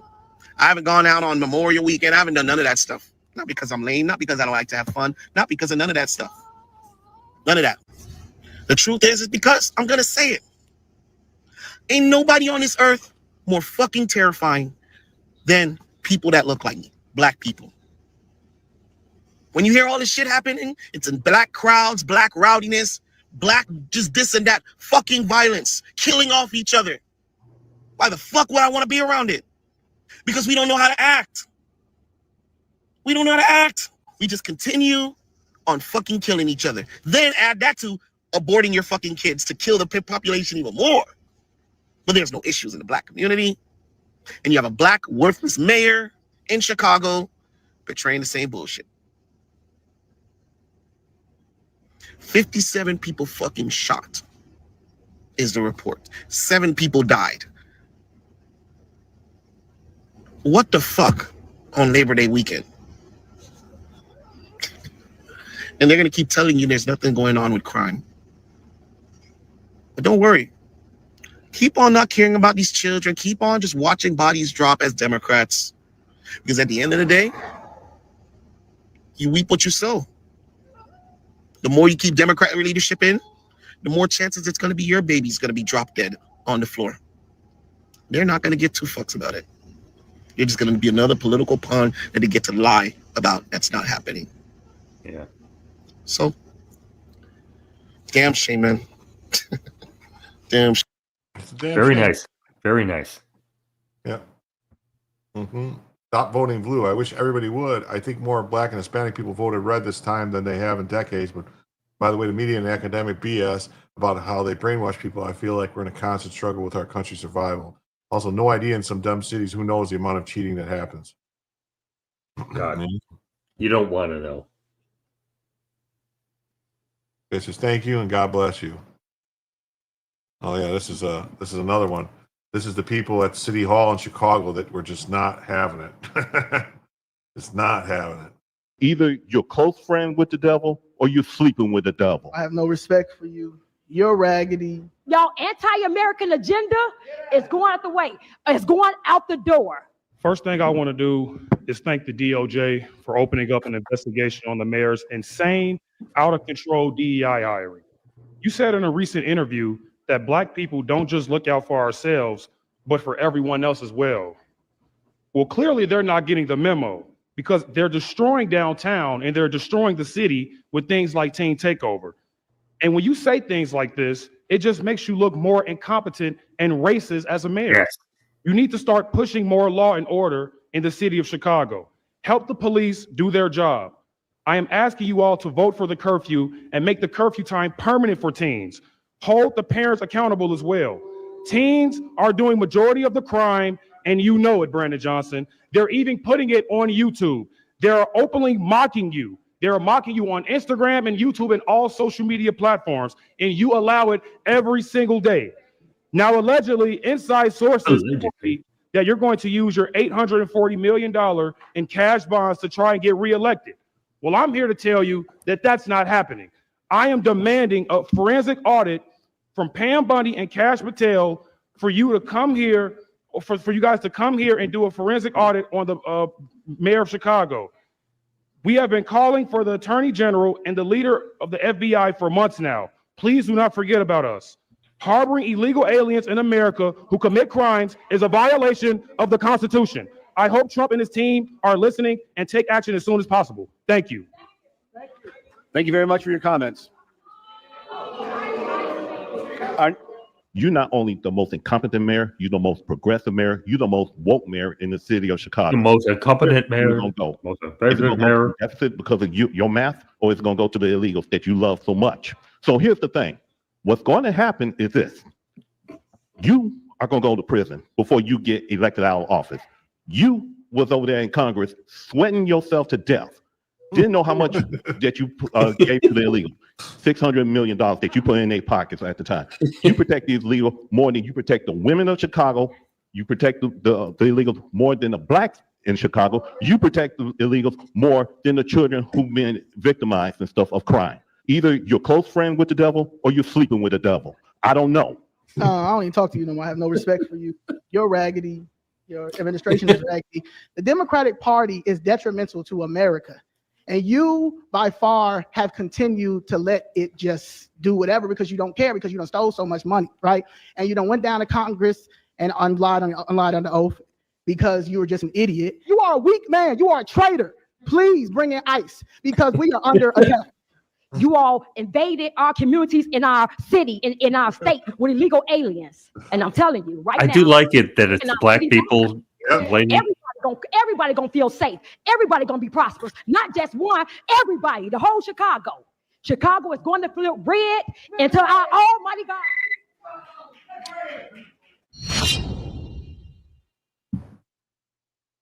What was that sheriff doing coming up, or whoever that was coming up to take the mic away? I know. I really. Yeah. Yeah. So here's the story. Chicago's Labor Day weekend bloodbath. 8 killed, 58 shot, but left-wing mayor vows no federal troops to stop the violence. Can't have the feds in there. Can't do it. They have to enforce the curfew for it to work, though. You know, just have curfews. If they don't enforce them, though, it doesn't matter. You know, and the Chicago mayor signs an order resisting Trump's deployment of troops.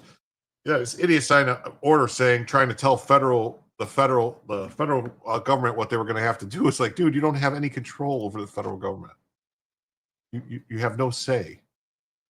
58 people were shot. The neighborhood saw 2 mass shootings in 48 hours. I mean, we went all over this stuff the last couple of days, but I just wanted to highlight it. Went up. The number went up, since Monday.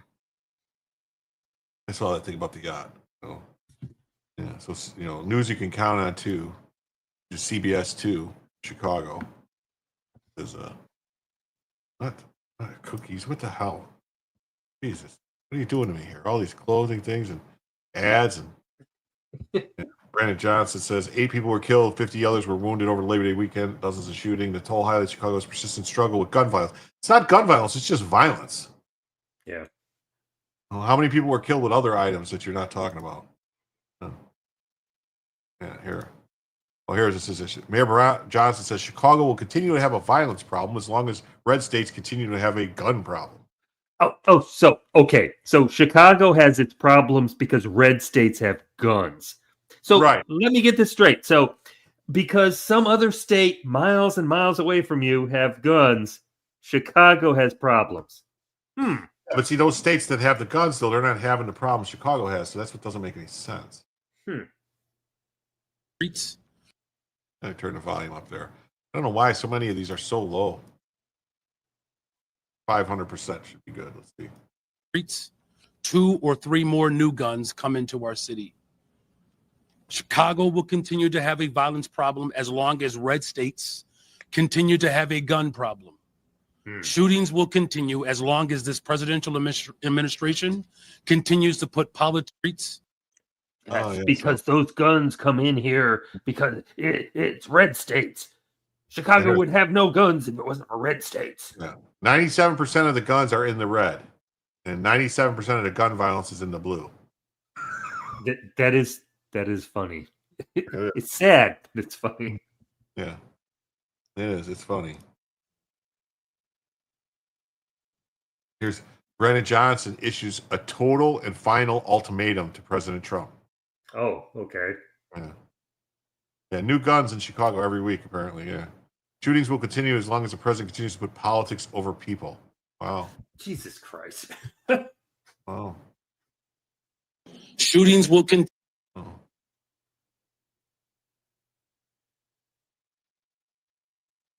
Shootings will continue as long as this presidential administration continues to put politics over people. Shooting. Wow.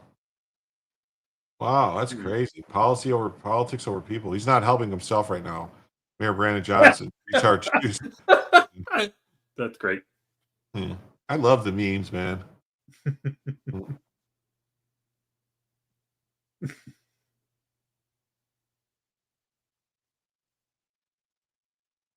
Yeah. This was a response to his statement about Chicago will continue to have a violence problem as long as red states have a gun problem.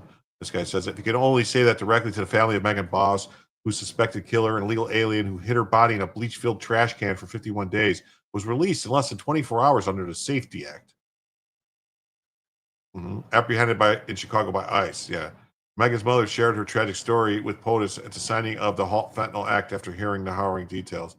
Yeah, so this was a crazy, yeah, the guy, because they're like, well, we didn't have proof, details. President just said, watch what happens. 51 days later, Megan was kept in a bleach-filled trash can. Yeah, I saw this. I remember this story. I covered this story at the time because I was like, why did they release him? Yeah, she died in his home.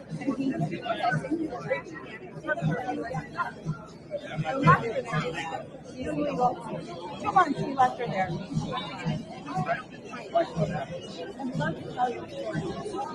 Thank you for helping. Thank you for helping us right.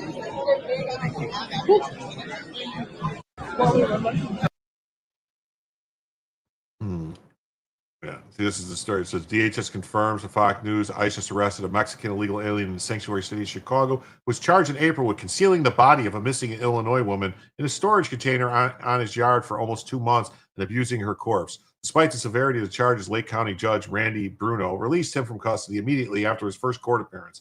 I'm told the 52-year-old Jose Luis Mendoza Gonzalez was just found and arrested by ICE at a market in Chicago this afternoon, and he's currently in ICE custody. Police in Waukegan, Illinois said they found the body of 37-year-old Megan Boss, who had been reported missing on March 9th in a container in Mendoza Gonzalez's yard in Waukegan. Mendoza Gonzalez was charged with concealing her corpse, abusing it, and obstruction of justice. DHS said Boss's corpse had been decapitated, and she was found in a bleach storage container. It was absolutely repulsive. This monster walked free on Illinois streets after allegedly committing such a heinous crime. Megan Boss and her family will have justice. Arrest photos courtesy of DHS ICE. So yeah, so this is the woman whose head was chopped off, and found in the bleach thing. This is the guy, and then I think what happened, if I remember correctly, prior write-up on the case and the outrage, Antioch mayor speaks out after the suspect was released. I think what happened, if I'm not mistaken, with that case, is that they asked him and he said, "Oh, she OD'd and I just didn't know she wouldn't fit in the dumpster with her head, so I chopped the head off to get her to fit in there." But then after further testing was done, they realized that he killed her, that she didn't OD. But they let him go because it's just like, oh, he says he didn't kill her, so we just charge him with the corpse. It's a sanctuary city, Jim. Come on, you gotta go with it. Yeah, you gotta go with it. Here's Tony Evers, the Democrat governor of Wisconsin, said if Trump deports illegals, Wisconsin's economy will be gone. just like California, if there's no, they say their economy won't survive without illegals. I guess I'll turn it up to see. Go to 300. Let's see. I believe that in Wisconsin, our ability to keep our undocumented people working like they are now at a really high numbers in the state of Wisconsin, if he takes this to a improper end, our economy will be gone. So he's admitting that people are working without they're illegal people. They don't have legal authority to work in Illinois. I mean, in Wisconsin. But yet he's saying, "Oh, we have to let them work, otherwise, our slaves. We can't get rid of our slaves." Well, it does sound familiar. Yes, it does. Who's going to pick the cotton? Yeah. Governor Evers parrots globalist talking points, pretending Wisconsin's economy hinges on illegal labor. Reality, every dollar spent on healthcare, education, and welfare for those illegally steals resources from taxpayers. $150 billion annual drain from illegal immigration nationwide proves this isn't about economics. It's about propping up shadow workforces that depresses wages. Dairy and agricultural thrived before border collapse under Biden. Enforcing immigration law restores fairness, deters future illegal entry, and forces industries to recruit legal workers. Yeah. They'll have no one to pick the cheese. Yeah, who's going to drill the holes in the cheese? Yeah. Harboring criminals, definitely. Evers' fear-mongering ignores the real crisis. Medicaid fraud, emergency room abuse, structural theft accelerated by unchecked illegal immigration. The rule of law is not optional. Wisconsin taxpayers deserve transparency on who's really benefiting from ignoring immigration law. Then we got this. This was funny. I saw this. Scott Jennings just called Tim Walz a piece of shit on live TV. I'll tell you who is a complete piece of shit. Tim Walz, the governor of Minnesota, holding up a phone in front of a rally saying, well, we thought we were going to wake up and find out the president had died. Someday it'll happen. Jesus Christ. I used to say he was the biggest buffoon in American politics, but it's even worse now.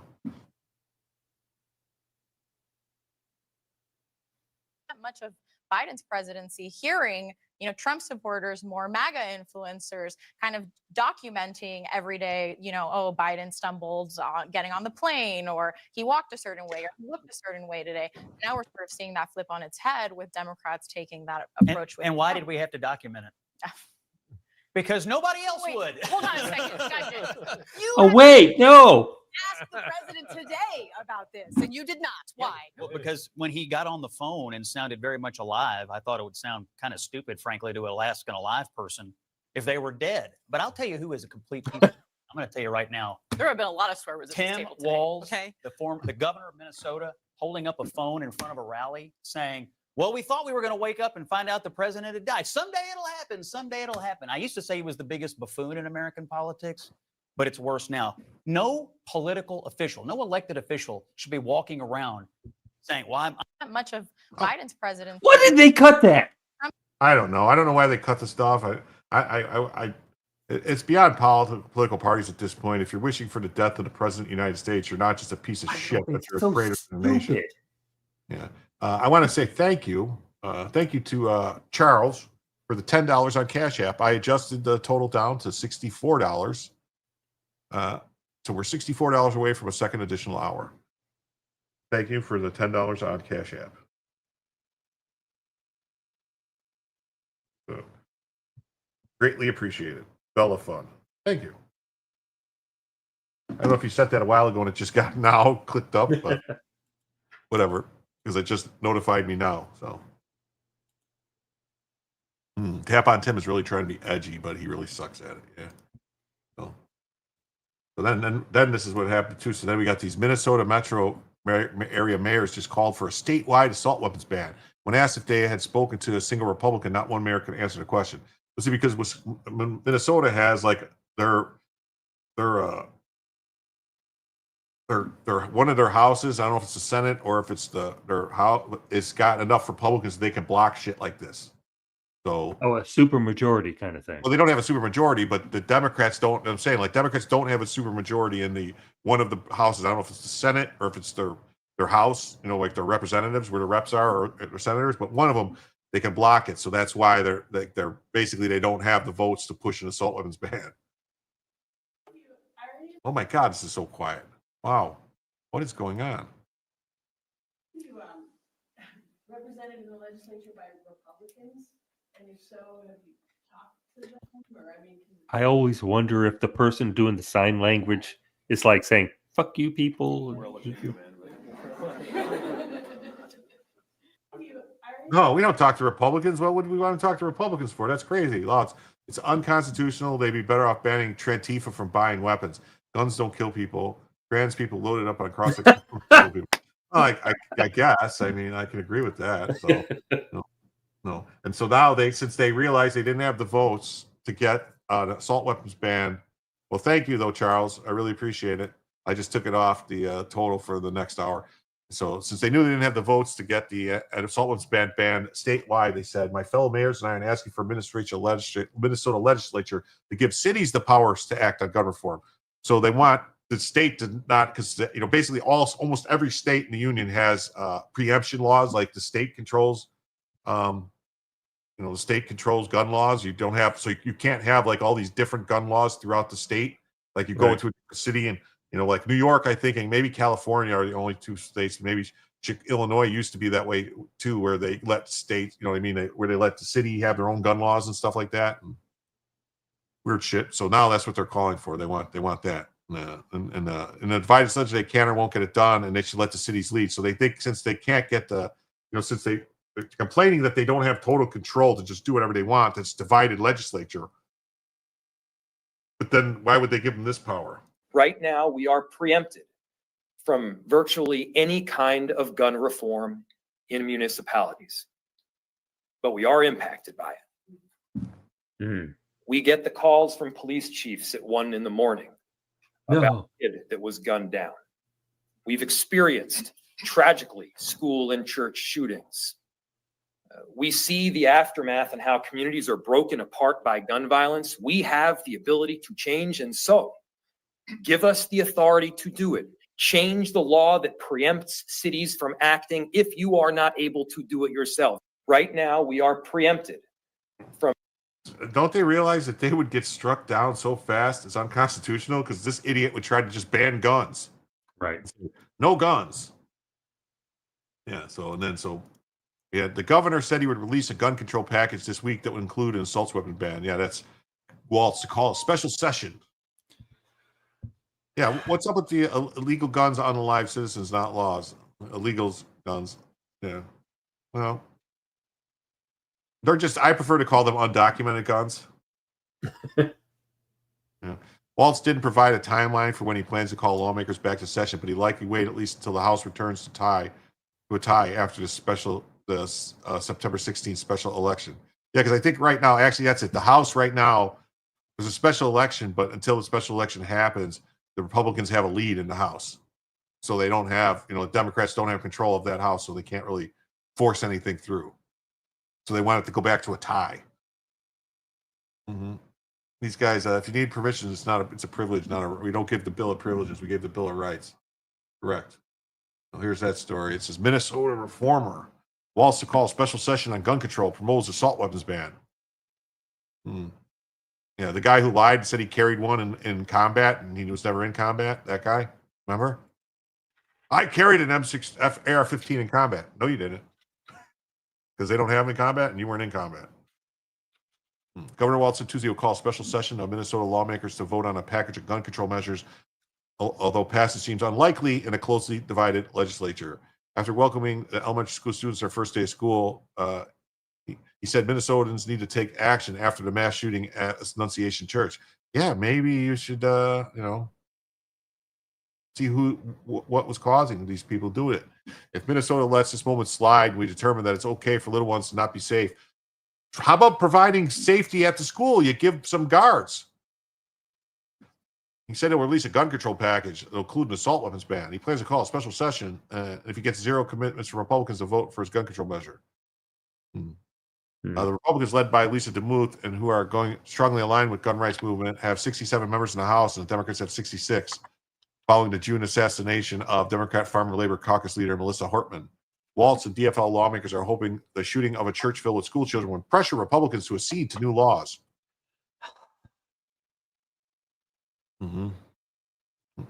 The special session will force Republicans to vote on gun control a little more than a year after a crucial midterm election when all 201 legislative seats will be on the ballot.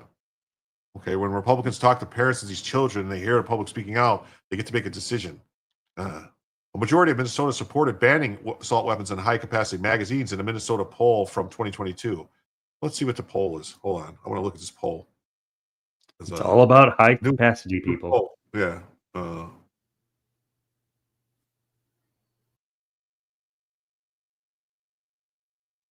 They surveyed 1,500 people in Minnesota, and so that decides. Yeah, okay. No, that doesn't count. Democrats had full control of the legislature in 2023 and 2024, but they failed to pass a statewide ban on assault weapons. They did pass a slate of other gun control measures, however, and they instituted extreme risk protection orders that allows family members of police to take guns away.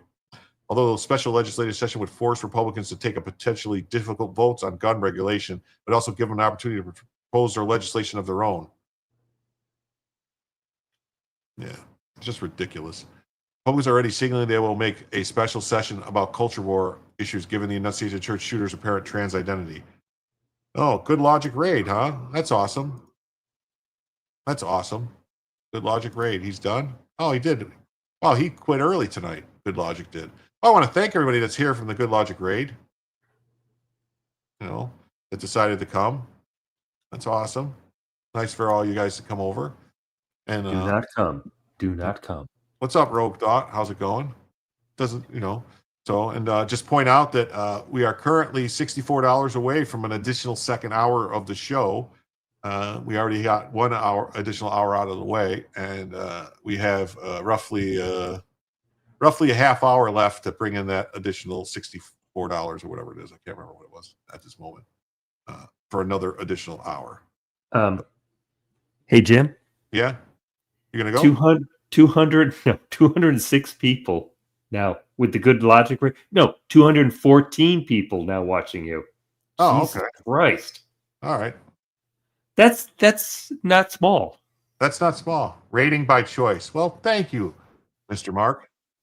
I want to thank everybody who's here. Please remember to hit the like. Hey, Jim, what's up, Job for 9? What's going on? Thank you, guys. So yeah, we're just talking about some stuff right now. We're talking about they're trying to pass some gun control in Minnesota. Tim Walz wants to because of the shooting. It's disappointing as it is the governor is doing this in such an overtly political way. House Republicans stand ready to protect schools and students. I hope we can have a real conversations about all aspects of safety, including things like school security funding that was denied by the DFL trifecta in 2023, and more funding for desperately needed mental health resources instead of vague demands for policies that have not stopped gun violence in other states. Walsh cautioned Republicans to keep a special session focused on gun control. Hey, thank you, Rogue Thought, for the $4. We'll deduct that from the total there. So now we're $60 away from the extra hour, from another additional hour.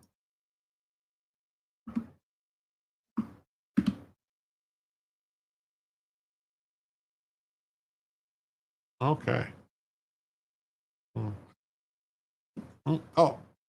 That's right. Tampon Tim. He's a brutal one, man. He's brutal. Thanks, Brian Ogden. Tampon Tim sucks. So now we are $55 away from a second additional hour.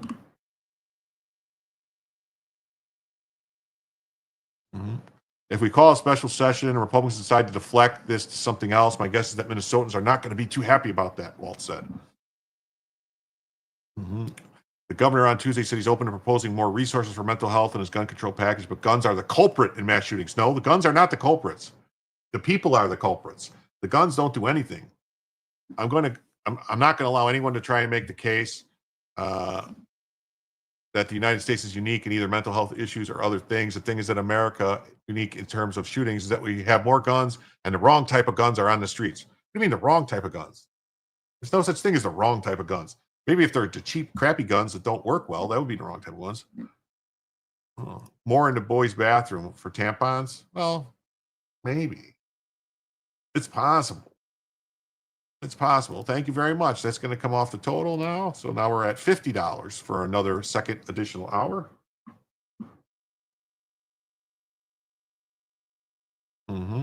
Yeah, Waltz is a tool. Schools need security guards. That's right. Thank you for coming from Joe's show. It's very appreciated. Very appreciated. Yeah, Waltz didn't provide a timeline for when he plans the lawmakers back in session. He'll likely wait until at least the House returns to a tie after the special session. Well, we'll see. So, and then we have this from this is Amy Swearer. She's great. She works for some gun rights groups. It says it's time to confront 3 uncomfortable truths in the wake of the Minneapolis shooting. It feels like school shootings are common. They're not. Their rarity should make us feel better. It doesn't.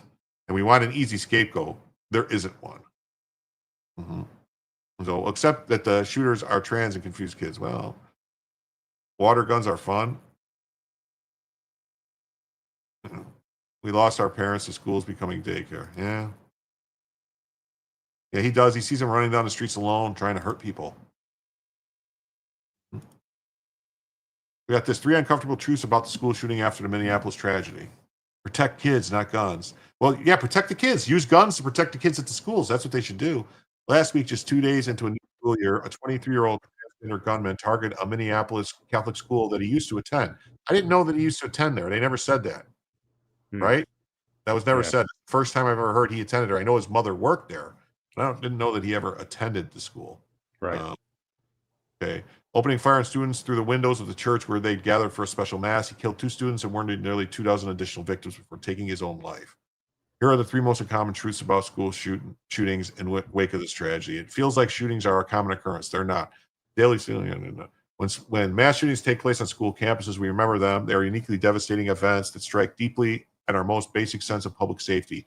And in their aftermath, they leave a wake of heated, politically charged rhetoric, but all but ensures trauma will be dragged back into the headlines for months or even years after the killing has stopped. The highly salient nature of school shooting makes it easy to assume they are responsible for hundreds of deaths every year, and that at the very least, it's statistically likely that any particular student or teacher will be victimized by a school shooter on any given day. And yet the actual statistics indicate the nation's students and teachers are remarkably safe from gun violence while at school. This is even true when using the broadest possible definition of what constitutes a school shooting. Consider the database maintained by Everytown, a well-known gun control advocacy group, which tracks every time a person fires a gun on school-owned property, regardless of the context. According to that database, between August 1st, 2024 and August 1st, 2025, only 125 incidents of gunfire occurred at any one of the more 130,000 public and private K-12 schools in the nation. As a result, these incidents of gunfire, 34 people died and 83 sustained injuries.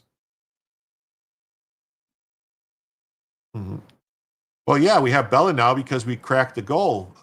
We're on our second hour of goal now. That's how it works. Yeah. Even taken at face value, these numbers are extraordinarily low, considering that last year 60 million Americans spent a significant portion of their waking hours on elementary or secondary school campus, either as a student, educator, administrator, or support staff member. A closer review of the circumstances of these shootings shows that 40 of them, nearly 1/3, not only occurred outside of the school building and well outside of classroom hours, but were completely unrelated to the school, its students, or its ordinary functions.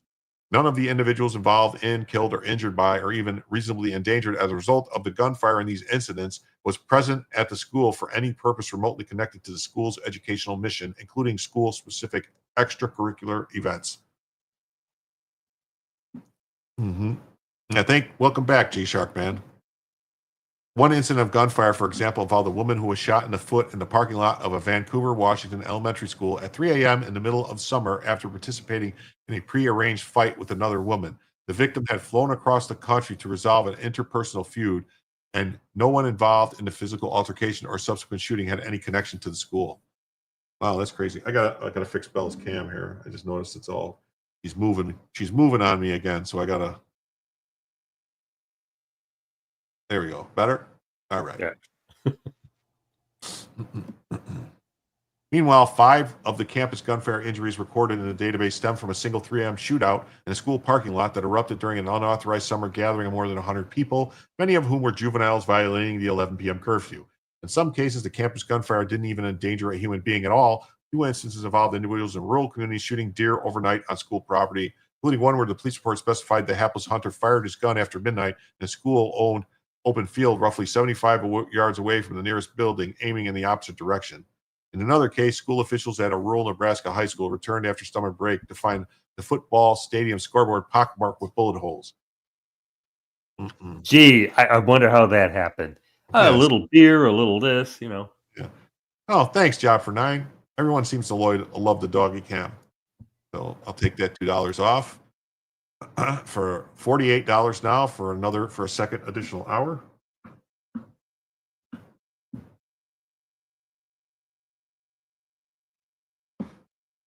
Oh, look at this. Gundam Zig says if we get the next goal, he will show his feet in the ghetto chat. They said that might hurt, not help. That isn't her, is it? Who isn't her? I don't know what you're talking about. Damn kids. Who knows? Yeah, so there was one other thing I want to double check here. All right, yeah, so there is another thing I wanted to pull up. I'll do it after when I'm done with this. I just wanted to make sure. Where's it at here? That's the next one. Hold on.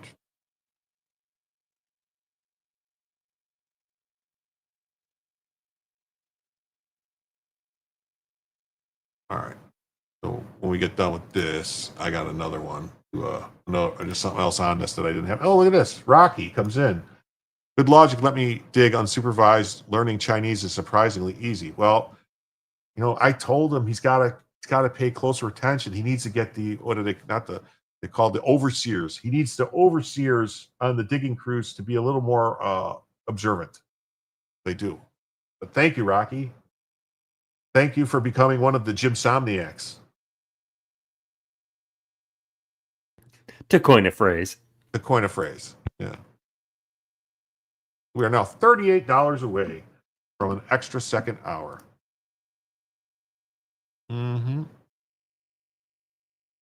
I think we're going to make it. We got 18 minutes to go. We're going to make it. We're going to make that second hour. I know it. Yeah, only 5 instances of gunfire can be characterized as actual or attempted mass shootings in which an individual armed sought to harm victims indiscriminately. Overseeing was British. Well, yeah, they were the overseers on the lands. That's not to suggest any such instances acceptable number of school shootings, or that deaths or injuries aren't worth mitigating. It's simply to state that an objective reality, school shootings are not even remotely close to being a significant factor in child mortality.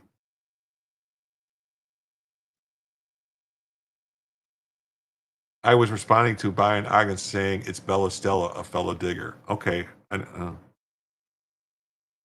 the Jimsomniacs perform Gymkata for practice? Yes, we do. And we hang out with Gym Bros. Jimbros. Yes. Overbites are British. Okay.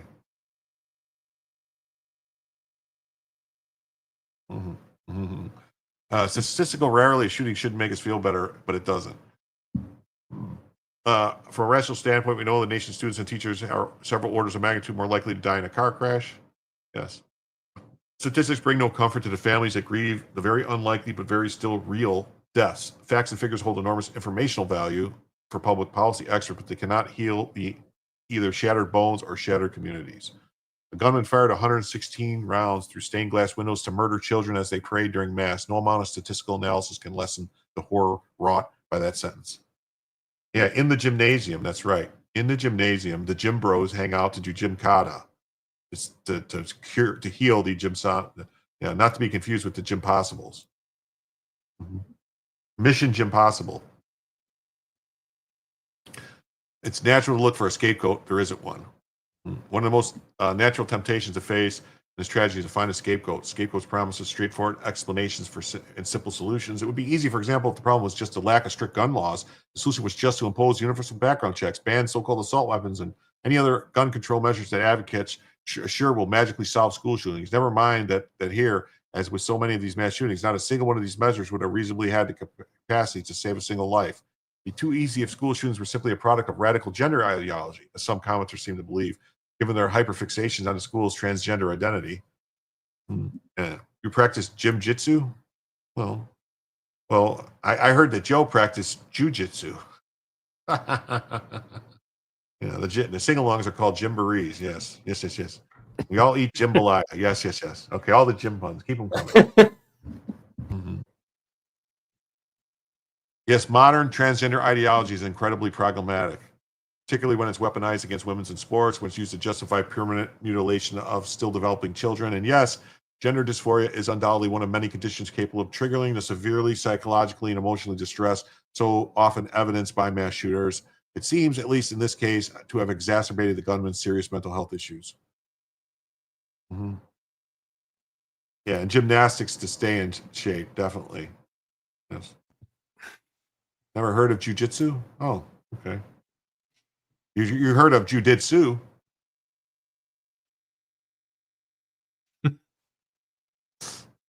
We'll never commit acts of violence against themselves or others. Yes. Either to blame specific types of guns and ask serious questions about how we can turn schools into harder targets. Only the latter is proven to save lives. That's right. They need to start hardening the schools. Is what they need to do. Here we go. So, and we got this. So this is what Trump had to say about it. Breaking. President Trump proposes hardening schools and allowing willing teachers to be armed to protect our children from would-be mass killers. Which I thought we already talked about. We have great teachers that. I don't know about giving the teachers guns, but they should put in some people maybe to, train security. Love our children. The parents. We have great teachers that love our children. The parents love the children. Teachers love the children too. And if you took a small percentage of those teachers that were in the military that were distinguished in the military, that were in the National Guard, et cetera, and you let them carry. That's something that a lot of people like. I sort of liked it. We have great teachers. Yeah, he sort of liked it. Start by just changing the signs. Give them something to think about. Instead of gun-free zone, put a sign that says concealed carry zone. Yeah, that would work, right? Yeah. Gun-Free School Zone Act was put in place by President George H.W. Bush, barring the possession of firearms in a school zone and thereby creating a myriad of gun-free, so-called gun-free soft targets and places filled with defenseless children, teachers, and school staff. Thomas Massey introduces repeal of the Gun-Free School Zone Act. That'll be the first step, really, to do is just get that knocked out, get rid of that, you know. And Newsmax says that Trump floats arming teachers who are former military. It's not about the few teachers who actually know how to do this shit. I mean, yeah, no, I mean, what they should do is there's you can't tell me that there's not enough retired cops or retired military that they can't say, hey, we need you, we'll pay you a stipend, it's not going to affect your retirement benefits or something, we'll give you, you know, you sit outside the school 5 days a week, and you know, yeah, like the guys who guard banks, you know, yeah. Just you give them a TV, you give them a little thing, they sit there. I mean, like a lot of like the schools here in Florida, they have 2 sheriffs all the time outside the school. You know, but I guess that didn't work in Parkland. But besides that, and also they have gate, like you can't get in. It's all locked. Like once the morning comes in, it's closed. You got to come through a closed gate and everything. You got to show ID and stuff to get in there and everything. And while you're there, so I mean, like that would stop pretty much. I mean, I guess you could climb the fence or whatever, but you know. You don't want a single lib teacher, TikTok teacher to have a gun. Yeah, that's what I'm worried about. That's what I'm saying. Yeah. Maybe like something like retired military, retired police, something like that. Have them go and, you know, just the fact of them being there would probably stop a lot of these things. Just having them there, you know. President Trump even floated the idea on Tuesday of arming teachers and distinguished military members. He made the comments during his press conference announcing the move of the Space Force to Alabama. Trump's comments came in response to a question about whether he would consider sending National Guard troops into schools. We have great teachers who love our children. If you took a small percentage of those teachers that were in the military, that's something Trump could do, is say, hey, you know what we could do is we can activate and federalize National Guard in every state and send them to every school and have like 3 or 4 National Guard just sitting outside the school. As long as no Kent State thing rolls up. Right. You know?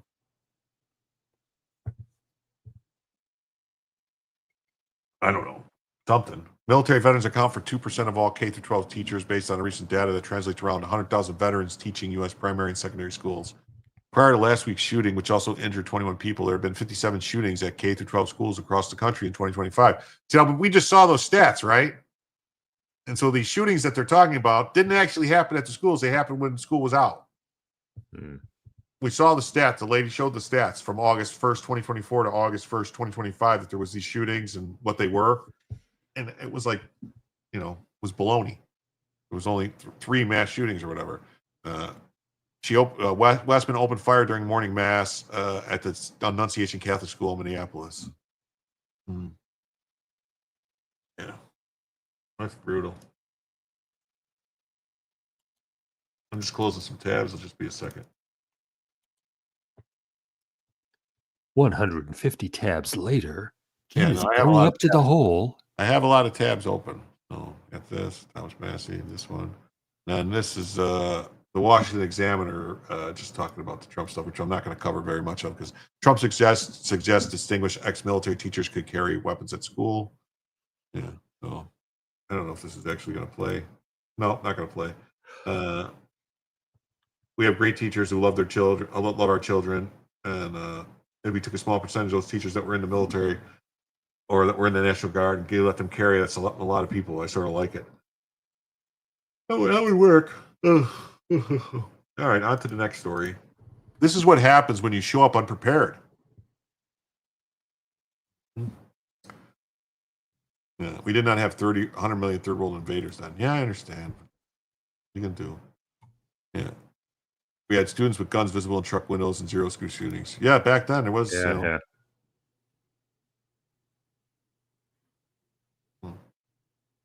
3 statisticians drowned in a river that was on average 3 inches deep. Wow. That's crazy. The U.S. government spends nearly $3 trillion every year on Social Security, Medicare, and Medicaid. What? That much? Really? Well, hang on. Hold up a minute. That money goes to those of us who are getting old, Jim. No, I want them to spend that money. money. That's still a lot of money, though, when you think about, Well, I want my share. Damn it, I've been paying in for 50 years. Well, I do too, but what I'm saying, though, is that $3 trillion on Social Security, Medicare, and Medicaid. The Medicaid, I think, is the problem. All the illegals that were on Medicaid. But besides that, you take that $3 trillion and then you add the $1 trillion they're spending on the military. That's $4 trillion. That only leaves like $450 million that comes in taxes. It's a wonder that we're doing so well in our budget. Well, no, we've been spending $2 trillion over. I know every year. We bring in $4.5 trillion in revenue, and we spend $7 trillion or something like that. Trump did not improve on that. No, which is Trump the problem. Trump was brutal. Hey, Rocky with another 5 comes in and says Bush Republicans ruined Texas. Zombie McCain Republicans ruined Arizona. Don't start me on South Carolina. Oh man, Lindsey Graham, I hear, is getting a challenge. So I'm hoping he gets out of there. That's like the really, really oldest guy in Congress right now, right? Lindsey Graham. No, he's not the oldest guy, but he's been there a long time, and he sucks. But I have news for you. You have luck because a man by the name of Anthony Cumia. Jim is very literal. Love you anyway, dude. What did I do? Wait a minute. Literal about what?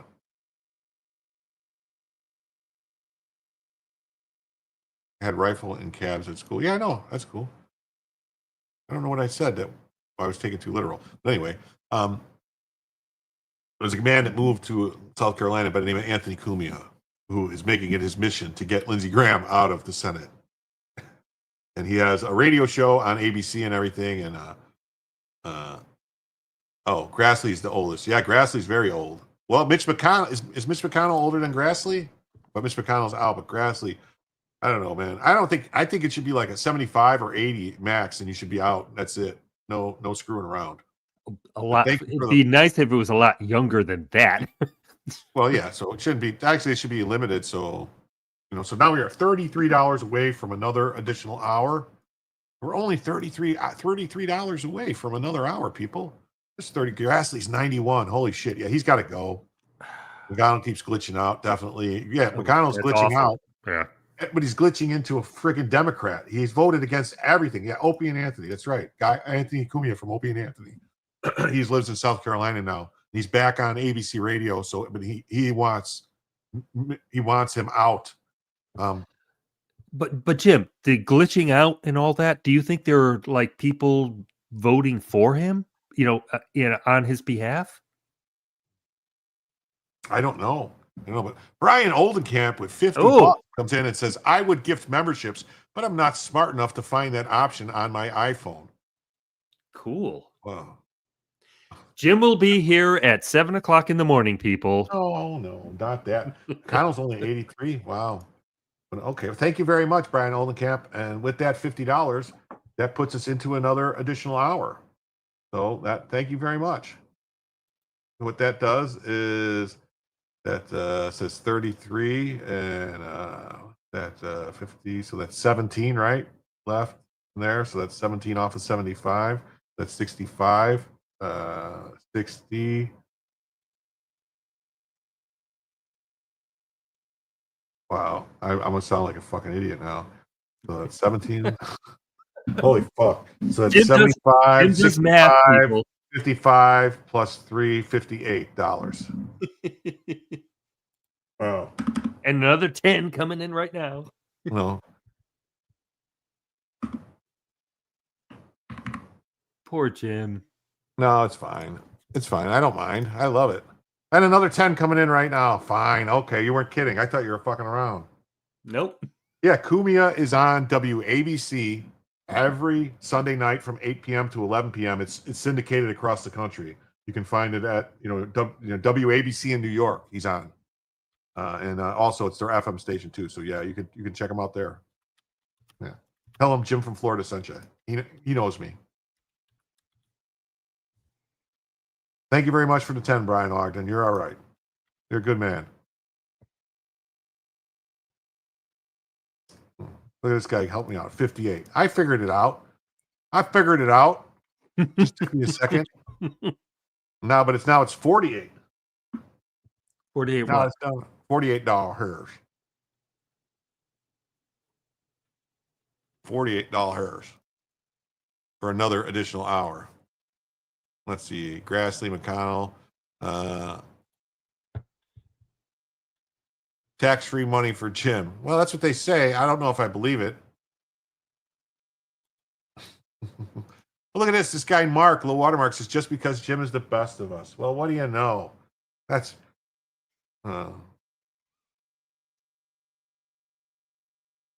Are you able to give gifted memberships on a phone? Yeah, I think you just hit the same thing. You hit like the membership thing, and it says gift memberships, I think. I think it works. What do you mean 73? Where are you coming up with 73? Thank you, Mark. I got to come in here and do this. And now we actually, you prick. Now it is 73. Now I understand what he meant. The math. So now we're 73 away from a fourth additional hour. So people, what we can do right now is we can be here, like we can all go to sleep, we can come back, and Jim will still be here if we just keep doing this. Oh, there we go. So now we are 70. We are, the show will be extended. We are, okay. Brian Ogden gifted a gifted membership. So that is $6 off of that total. Doesn't Poor show you the Jim. I don't know then. It should show you the option. It should be there at the dollar sign or a plus sign or something. I'm not sure on the phone how it works, but I think it's right there. All right. Okay. Hey, so, Jim, do you realize that when you're old and gray, Bella will be doing a stream and there will be a Jim cam? Maybe. Now we're $67 away from a fourth additional hour. Okay. Jim, don't miss Kumia's speech at the last American Renaissance Conference. I think I saw that, if I'm not mistaken. This says up to the first 25K and make less than 150 annually, from what I've heard, no tax on tips. Yeah, I saw that too. Hey, Jim, did the no tax on tips actually carry through into law? I think it did. It did through that bill, whatever they did. It went through in the bill that they passed. But they did some kind of like they left it up to the IRS and them to determine the regulations. So Trump put all types of stuff in there, like streamers, YouTube super tips, super chats, all that stuff is covered. Oh, cool. Yeah. So hey, iPhone home. G Sparkman says iPhone home. Elliot. Okay. Phone home. Phone home. See, I do all the funny voices and everything. Joe doesn't do funny voices. Without a soundboard, people. Without a soundboard. Yeah. Yeah. See, I can do this. Watch. I am the great Cornholio. I'm a gringo. I have no bunghole. Bunghole. See?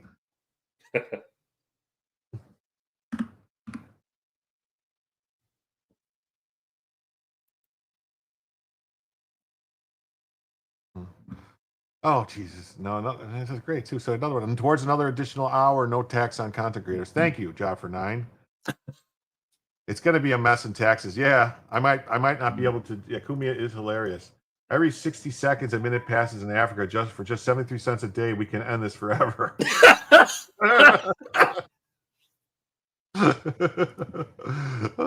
cool. YouTube will probably increase their cut on super chats. Probably. They're probably going to screw around with it. Thank you very much, Job for 9. All right. So now we are $57 away from another additional hour.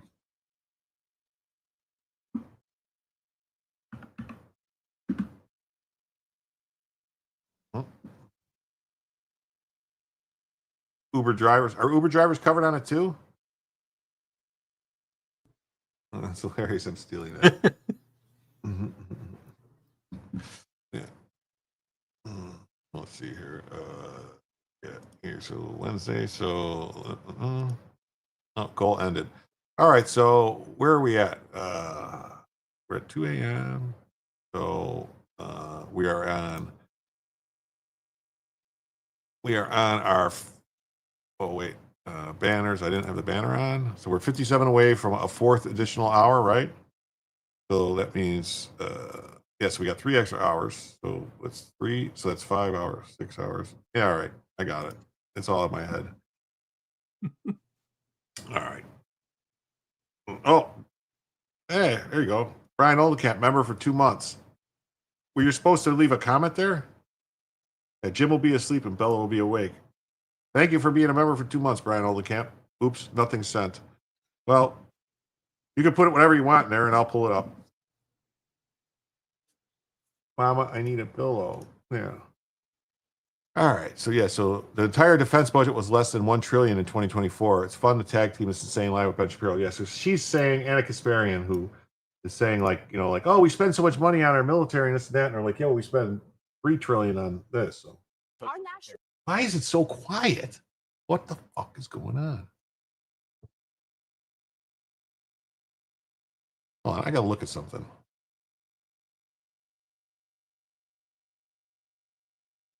Doesn't say 100%. Debt shot up significantly after 9/11, after we started invading countries in the Middle East. You should look at a chart. Now we're at 30. In We're spending hundreds of billions of dollars on Israel, on Ukraine. I mean, honestly, these foreign conflicts have a lot more to do with our national debt as opposed to us paying into You think Israel is a bigger portion of our budget than Social Security? I think we spend way too much money on military aid for foreign countries. You think Israel is more? They're kind of laughing at her. Social security is more of an issue compared to how much money we just shell out for conflicts abroad. As a matter of expenditures and math, yes. Both entitlements and defense. Our national debt shot up significantly. So yeah, I bet you Anna, the last time Anna was tag teamed, it didn't look like that. Let's be clear. What she's really upset is that we support Israel. She hates Israel. In 2024, the United States spent approximately $17 billion on military aid to Israel. I'll compare that to the entitlement spending and tell me which is a bigger contributor to the debt. Yeah, and I always like to point out, Social Security should not be listed as an entitlement or expenses. It's the money of the people who are forced to pay into it, not a tax. It should be separate budget all on its own. Yes. Also, we should let the people invest and it should be paying in. The rest is your point is correct. But yeah, but the problem is that they took the lockbox. It was the Social Security lockbox Yes. for all those years, and they just I cracked remember. that bitch open and spent all the money. Yeah. Put IOUs in there. And Yeah. now they just got rid of that completely. They don't even track it. They just put everything into the general fund and spend it, and it's whatever. And they don't want to give the IOUs back. So Social Security doesn't make any money. You took all our money. Come on, pay your IOUs. Yeah, and I just put out that that the money that Israel basically, that the $17 billion that they say we give them, is basically just a discount on the weapons they buy. Because they spend about 70 or 80 billion on weapons that they pay us for, and they don't pay retail. They want wholesale prices. Well, Jim, think about who they are. I know, that's what I'm Begins saying. with a J. So they're haggling. Discount, yeah. Yeah, they want a discount. They want a discount.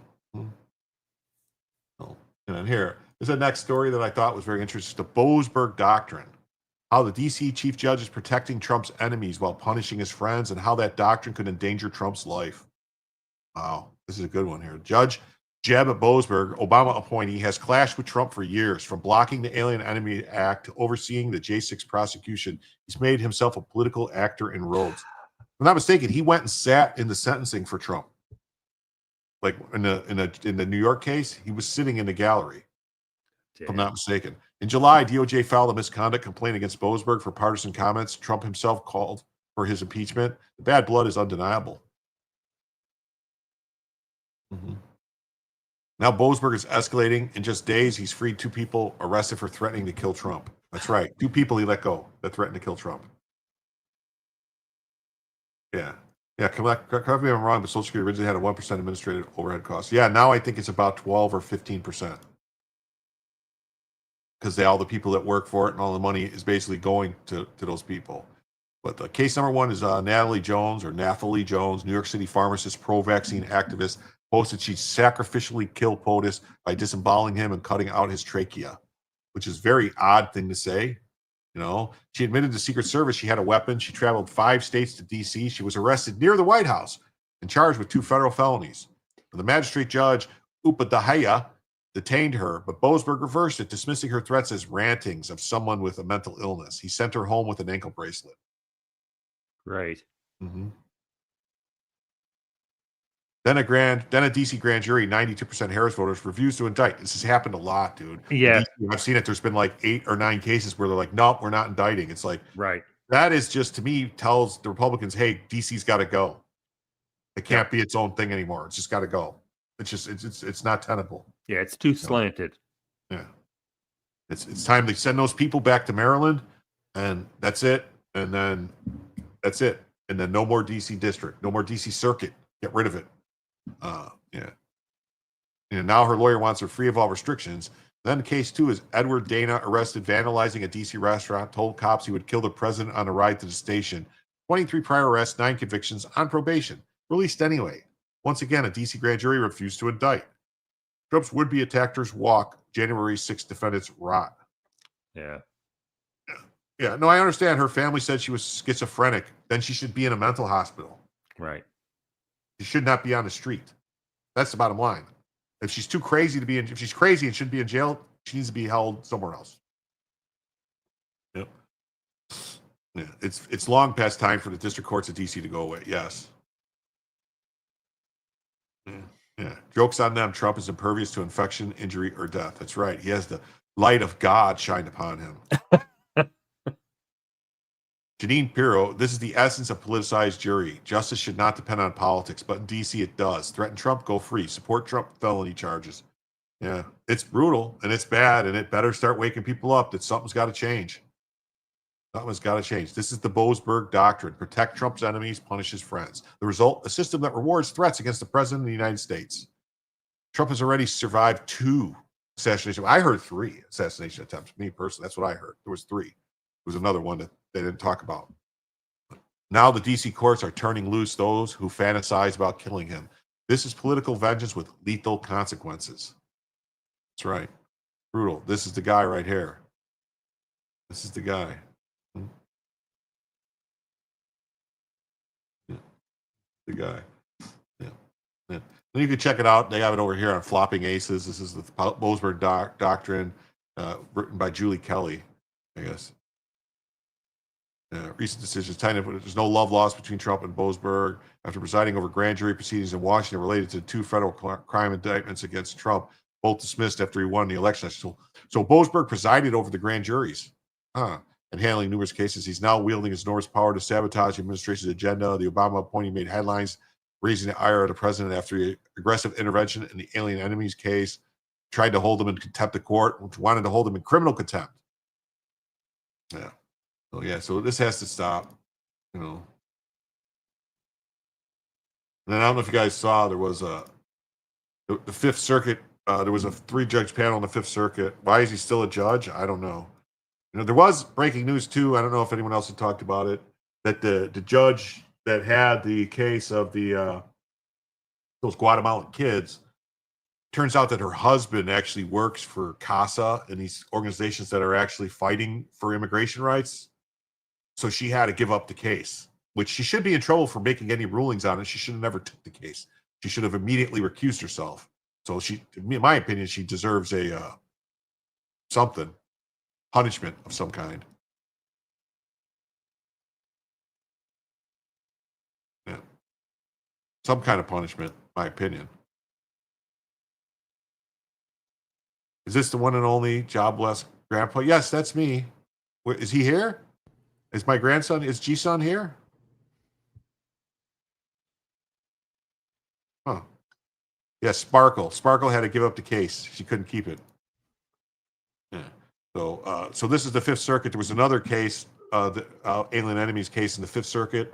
And so a 3-judge panel, Joe said me casa, Jew casa. Oh, that's cool. And then, so a 3-judge panel, a Biden appointee and an Obama appointee said that, Trump couldn't use the alien enemies case because he didn't specify how there was an incursion or what the predatory invasion was, or he didn't do something right. And then there was an opposition to it. And then the entire Fifth Circuit said, whoa. Bring it here. We're taking it.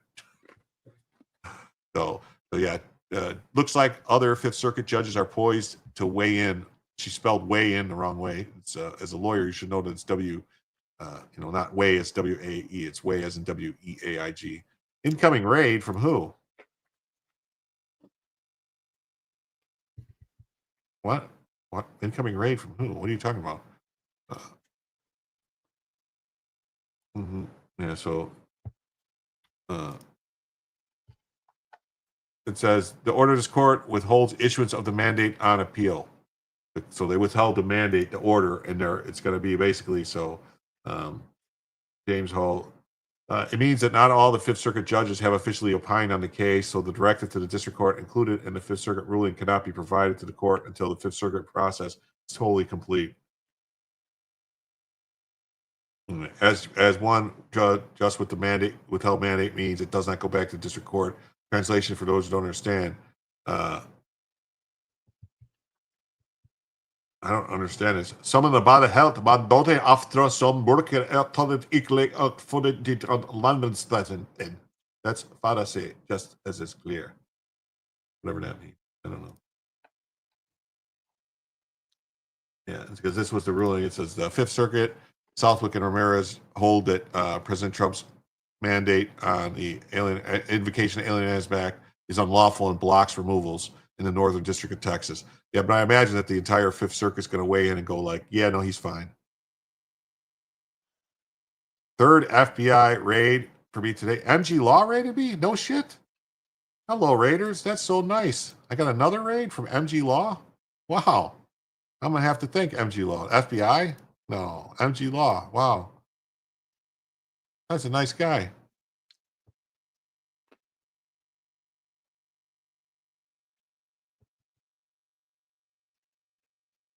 What do you know? Thank you, MG Law. I'm going to have to thankionize him. Welcome, Raiders. If you haven't been here before, please hit the like button and please subscribe to the channel. I do these shows just about every night a week from 10 p.m. Eastern time until whenever we end. We go, and as long as people want to, I do a thing where it's 75. I do 2 hours for free, and then nice bot post. What do you mean? Anyway, there was a bot in the chat. Well, get rid of the bot if there's a bot in the chat. What's next? Latin translation? Yeah, I don't know. But and basically for every $75, we extend the show by an hour. That's how it works. Memberships, chats, Rumble rants, Cash App, PayPal, you name it. We have it all. And we do that, and then every $75 total that comes in across all those things, we add it all together, and then we add an hour. Right now we are $57 away from a fourth additional hour. I think that's correct. And I'm not going to be doing math right now because that's weird, but I think so. Oh yeah, yeah. So the Fifth Circuit rejects 2-1 rejects Trump's invocation to Alien Enemy Acts. The court says POTUS did not adequately outline any invasion or predatory incursion. He said that they came in. So, yeah. Oh, the X post that we couldn't read. Yeah, I tried to read it, but it didn't work out. Yeah, yeah. So, appeals court rejects that. And so, here we got this guy's going to explain. Rod D. Martin's going to explain it perfectly. He's going to say that why the Court of Appeal says Trump can't use the Alien Enemies Act to deport Venezuela's Tren de Agua, but they're wrong in the facts and the law. TDA isn't just a gang, it's a foreign-sponsored military incursion. And Trump is absolutely right to treat it as one. See? Look at him. They're all working together. Over Labor Day, the court claimed that there was no invasion or predatory incursion. Really? Tell that to the families terrorized by this light brigade of trained armed Venezuelan operatives deployed inside our country. Yeah, look at this. Colorado has zero tolerance state for illegal activity. Taking over buildings has no place in Colorado, and I'm confident the city of Aurora shares this basic value and will enforce the law if it is being violated there. I urge them to do so quickly and in a thorough manner. Over the last month, I have been in regular contact with the city of Aurora and the Aurora Police Department, and I've offered any and all state assistance to support their efforts if requested. The state has been ready for weeks to back up any operation by the Aurora Police Department needed to make Aurora safer. Because this is when Tren de Aragua was taking over apartment buildings, charging people rent, going door to door, kicking in doors, and yeah. That happened. Then the media said, well, it was just, remember, it was what's her face, Martha Raddatz told J.D. Vance. It was just a couple of apartment buildings. Yeah. It's not like it matters, Jim. Come on. It's just like 3 or 4 apartment buildings. It wasn't like a lot. Nothing. You know, well, for those people that live there, I think it was a big deal to them. But here's the law written in black and white. The president may act in cases of any invasion or predatory incursion perpetrated, attempted, or threatened by any foreign nation or government. Aurora Boring Polis, yeah. I could send MG Law the link. Who knows, he might join for a minute. You know what I could? You know what I will? I will. How's that sound? Give me a minute. You go to messages. See if hold on. Let me go to this. MG Law. Oh, we do follow each other. Okay. Well, I'll message him and I will say, hello. Hello. If you want to join the stream, and I will give him the link.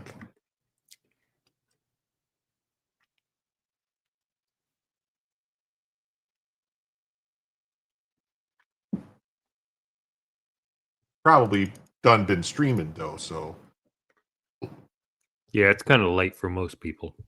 yeah.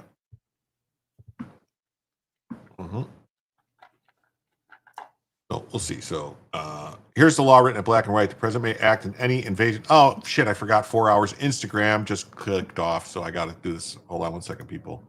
So I have to remove Instagram. There's a 4 hour. Sometimes it's 4 hours. Sometimes it's 2. And I'm going to say goodbye to X too. Goodbye, X. Goodbye, X. If you want to come back, see Jim tell you some news, come over to Rumble, YouTube, or Facebook. People on X. See you tomorrow, X. Bye-bye, X. Yeah. I prefer that like that. So save those changes. And I got to do this. Go here and hit end video. Instagram. Okay. All right. Now, this is exactly what happened. Invocation of the Alien Enemies Act. Okay, it's right there. It says, regarding the invasion of the United States by Trinidad and Tobago. It says right there, invasion by Trinidad and Tobago. What was that guy talking about? They didn't specify the invasion. It was right there. Intel is clear. Former CIA officer Gary Bernsen confirms that Venezuela trained 300 TDA fighters, gave them weapons and sabotage training, deployed them in the U.S. to wreak havoc. This isn't immigration, it's infiltration and invasion. Oh, it's crazy. Look at these two. Is Trinidad and Tobago a military incursion? I'll say yes. What sabotage?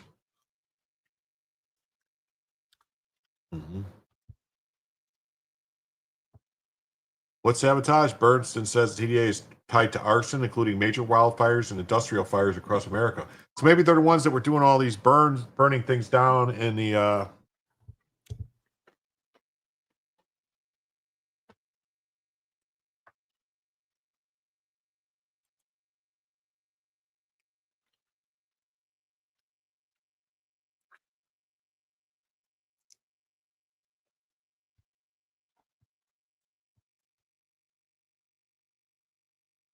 Sorry. I'm talking to MG Law. All right. Is he coming? No, he said he's got to get up early in the morning. Yeah, the food processing plants. Remember all those food processing plants that were burning and the different things? I wonder if that was TDA. Could be. Yeah, over 300 billion fire damage last year alone. That's guerrilla warfare, not random crime. Let's see. Yeah, maybe they said all these, like a lot of these things. Remember, they were getting arresting the people that were starting fires. Some wild video. Check out this fire NATO. It was captured. Wait, we just saw. Wait a minute. LA in the Palisades Hey, fire. something else. This was last night about You watched? 10:45 local time. This one's been all over social media. Unbelievable. Yeah, you get big pressure changes, big temperature changes, and you can see those. It's a real thing. There's actually been an EF3 fire NATO that happened in the past. I'm trying to remember which fire it was from. It was several years ago, but just the point is you can actually get these actual tornadoes that have fire in them that can get pretty strong. It's more like a dust devil than an actual tornado, which would come out of a supercell. But my goodness, you want to talk about a contrast in what we've seen across the country over the last couple of days. And you can see this time of year, you know, December, January, you can get Santa Ana winds events that lead to fires. Of course, fires of this magnitude, it's historic, and it's something that all those people are never going to forget. I'm never going to forget covering it as far as my career goes, because this is it's just been incredibly wild and memorable. What's it say? Another time. Welcome to the Liveyverse. Okay. You're welcome.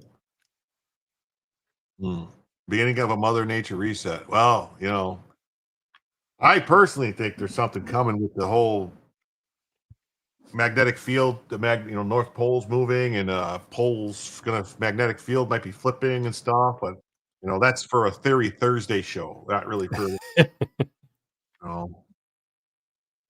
So what's this say? Mr. K says that's tiny in comparison to our Black Friday meters tall. That's crazy. It is.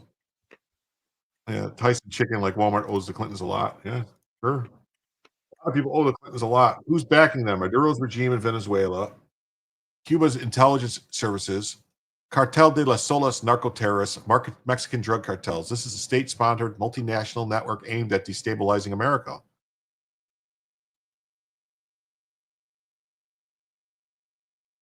Obviously, climate Armageddon. Oh, sorry, that's the 2026 label. No problem. Yeah, we are floating around like pizzas in a space. That's right. And there's a good documentary coming out from, well, actually, you know what? We can do this. Hold on.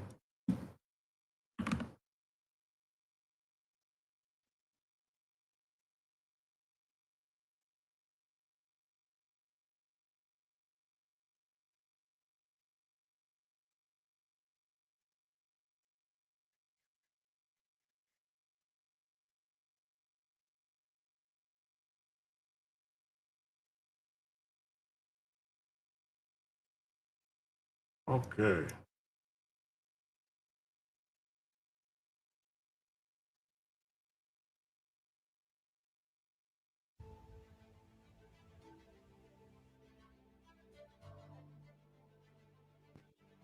Good morning, folks. Welcome, observers. Today we're going to see several space weather items. We'll see the new microwave sound or images from the ESA. There's a new doctoral thesis out signaling the solar forcing player entering the game, and an anomaly from the solar storm we just had. We are starting here with the last 24 hours on our star, and we find that things were very calm indeed. Peripheral pops, northern filament snaps, but no significant solar flares or eruptive events towards the Earth. Well, because I realized today it is Thursday right now. So let's go to the sunspot. I have missed this. I've missed this guy, Jim. Right? Yeah. Sparsely placed umbral cores incoming from the left. They will indeed need to develop a bit more to make significant flaring events. Meanwhile, as the solar wind and geomagnetic unrest from the solar storm 2 nights ago drops out, we look to the next solar wind worker, this massive coronal hole.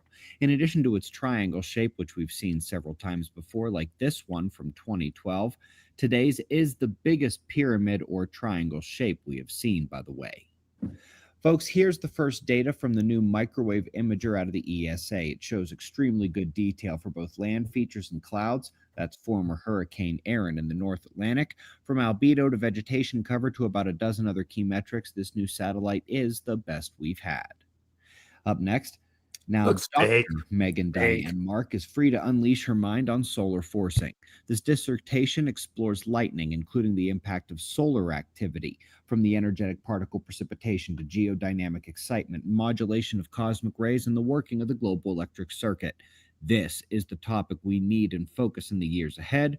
Hopefully, Megan is up to the challenge. Lastly, folks, while the solar storm from the last couple days wanes back to calm, we're getting another sign that something isn't right. Purple auroras.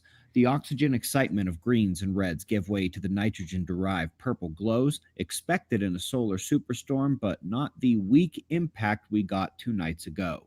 Why are we still seeing extreme auroral displays from moderate to minor space weather? Well, it's because they're able to impact Earth more than they should with our weakening magnetic field. Folks, our documentary on this event, The Weakening of Earth's Protective Field and the Ongoing Magnetic Pole Yes, Shift, documentary's is about coming. 2 months away. Oh, yeah. Our Wait, 2 sponsor, months away. goldobservers.com, is the reason it's Everything going is to be for terrible, everyone to people. watch. Remember, And like, remember, share, you subscribe. should be way Exactly. into the deeper levels of your prepping at this point, which means gold and silver stocks should be in focus. For economic safety Yes, now, prep, barter people, potential prep. in the decline, or the antimicrobial and energetic shielding in the aftermath, there is a major survival boost for those who can stack silver or gold or both. goldobservers.com. That's right. So buy gold from Gold Observers.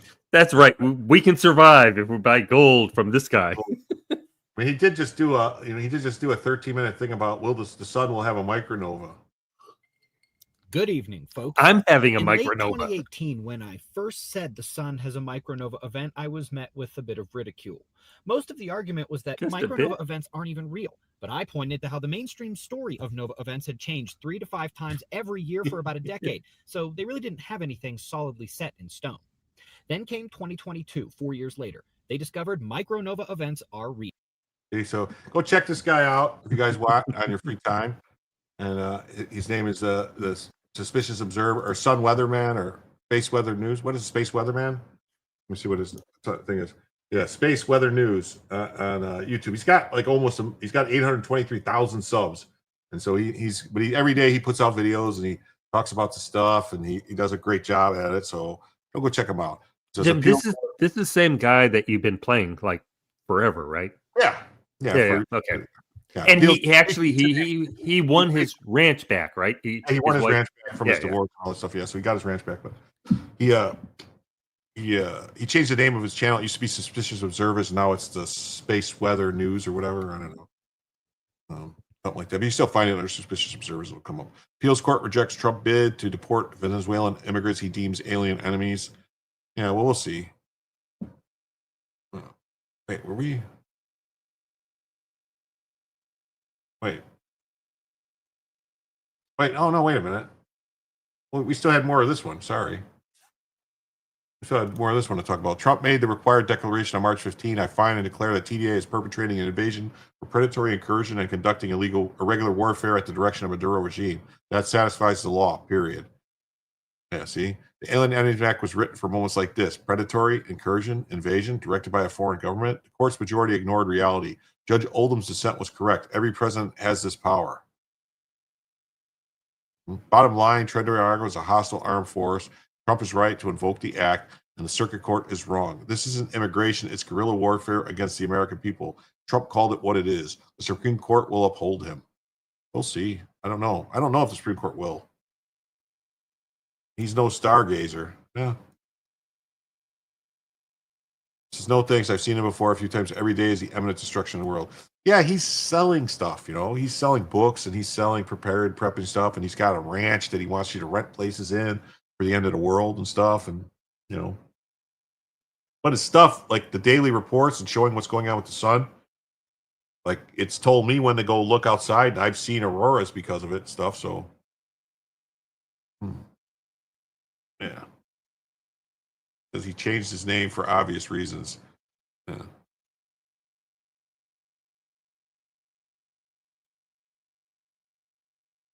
Yeah, Nicole says, I always wondered how I was going to survive the solar shooting at Earth, setting all the land ablaze. It's good to know buying his gold will save me. Well, I think you need to dig like all those people building bunkers for some reason. Mm-hmm. And if you look at throughout history, we're finding all these tunnels and stuff, the underground stuff, that labyrinths where people were living. Like, what would have caused people to go underground like that? I mean, it's possible it was the weather. Maybe it was because it was super cold. The Ice Age. I don't know. And they came out of those tunnels in New York just a year ago or so. Yeah. Yeah. They were digging tunnels. Yeah. Joe's people. All right. Now we're going to talk about a little Epstein stuff because the Epstein survivors were on Capitol Hill today. So an Epstein survivors claim President Trump was Jeffrey Epstein's biggest brag during Tom Massey and Rep. Ro-Khanna's news conference. Epstein surrounded himself with the most powerful leaders of our country and the world. He abused not only me, but countless others, and everyone seemed to look away. The truth is Epstein had a free pass.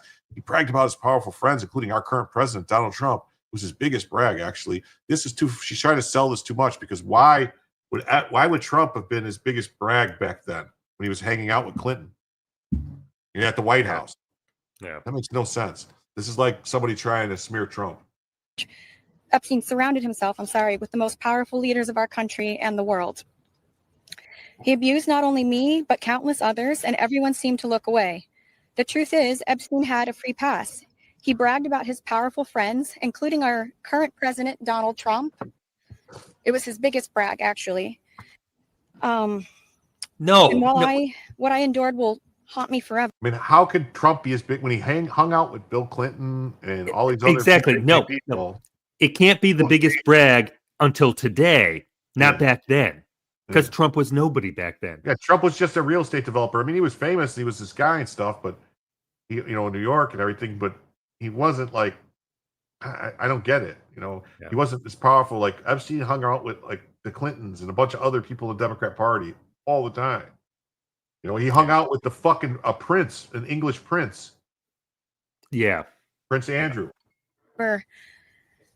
I live every day with PTSD. I live as a mother trying to raise my child while distrusting a world that has betrayed me.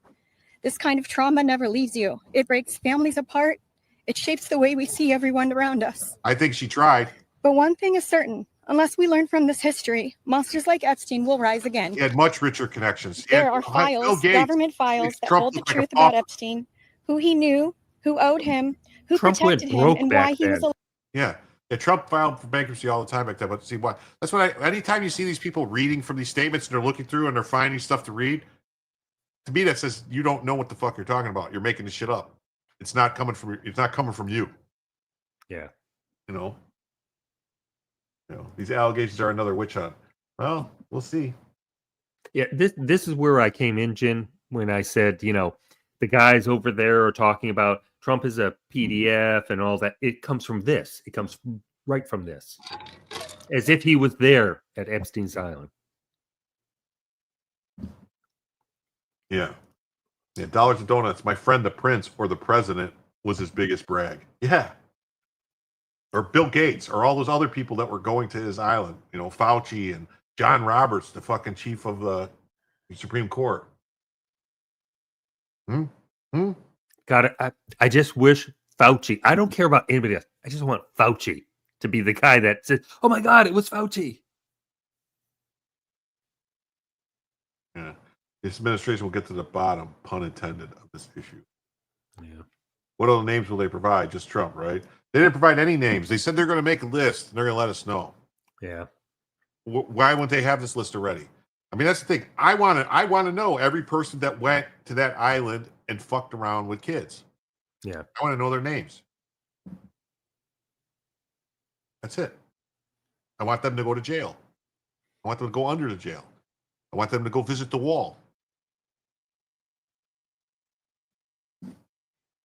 Yeah, Trump never went to the island. Yeah. Nobody's ever claimed Trump did anything untoward, except for that one crazy, goofy lady with the goofy eyes that said, "Yeah, Trump came to the office to see him, and he said, oh, she doesn't look this age," and yeah, so yeah. There's another money grab attempt they did with AJ Circus Trail, yeah, which definitely, that's my point. Allowed to operate for so long without consequence. Why was Maxwell the only one held accountable when so many others played a role? Why does the government hide this information from the public? This secrecy is not protection, it's complicity. And as long as the truth is buried, justice will remain out of reach. That is why this bill matters. Passing it will, bless you, ensure that the suffering of survivors is not in vain. Passing it will bring accountability, transparency, and prevention. It will help protect the next generation of predators who seek to place themselves above the law through wealth, influence, and connections. This is not just my story. It is about every survivor who carries invisible scars. It's about the weight we live with daily. Yeah, but it's not just It is about the families broken and the future Republicans going stolen. along with this.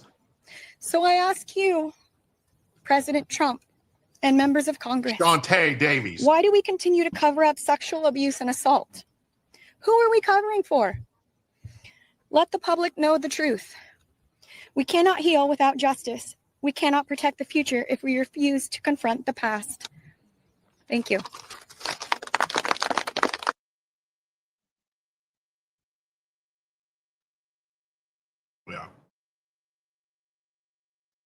Yeah.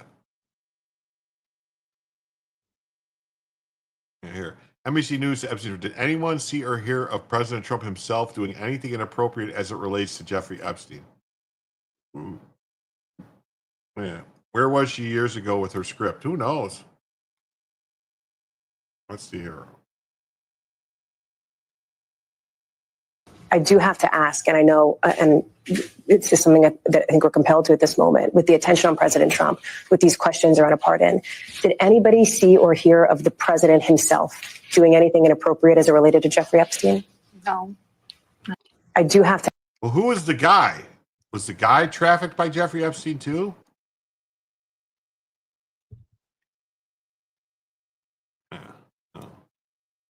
No. Did anyone see him do anything? No. And Johnson, did anyone see Trump do anything? No. It would have been nice if they went past the no. Did anybody see? No. What's next? Why didn't they say more than that? She convinced me I'm going to find out the names of the people she already knows and the names of immediately, so she doesn't have to tell anyone the names she already knows. Yeah, right? Why don't they name the names? Name names. They're afraid that Jeffrey Epstein's going to come back from the grave and get him. Am I the only one who feels like if you have to read it, it doesn't mean that much? It's less impactful than speaking from the heart, especially when you hear the page turning. That's how I feel. I mean, if it's something that happened to you, you wouldn't need to read it off the paper. You would just let it flow, you know? Yeah. Ever see a panel like this concerning Clinton, Gates? Total BS. Yep, that's how I feel. Epstein survivors announced that they will compile their own list of abusers who frequented his island and plane. Why the fuck haven't they done this in the past 30 years? You already have the list. You know? Oh, thanks. No problem. I'm trying. Yeah. We know the names. Many of us were abused by them. We will compile the names we know were regularly in the Epstein world. We do? Transparency is justice. Release the files and the secrecy and stand with us in declaring that no one, no billionaires, Who no is this guy? He's the politicians, same guy not that was in the world other leaders is above video. the law. He's claiming he was abused by Epstein now? It seems very bullshitist. And let me announce now, several of us That I am- survivors have been discussing creating our own list of names. Oh, wonderful. Yes. And she wasn't probably even there. We know the names.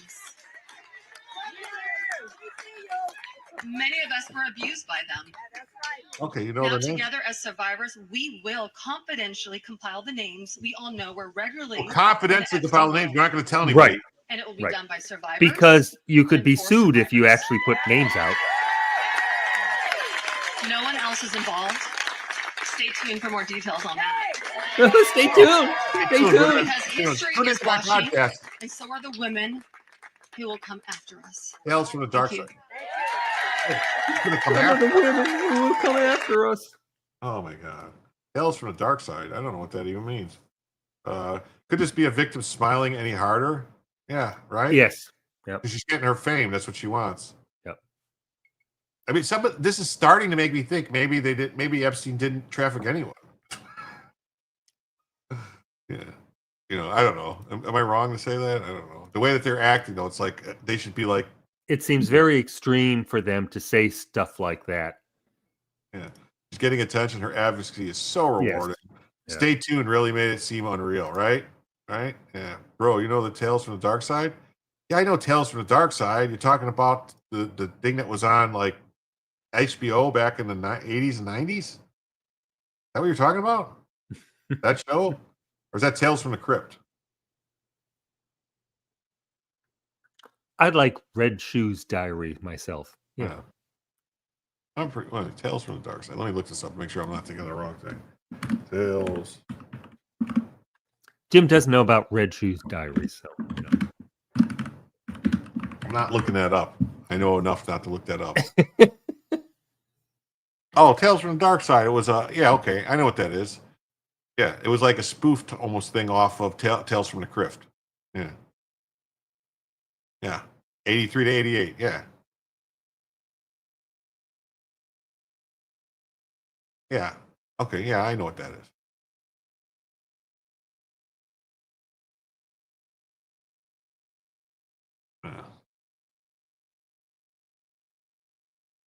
It's the brother of, damn it, I forget her name. She just deleted. Yeah, they just want to attach themselves to any award if something ever materializes. Totally.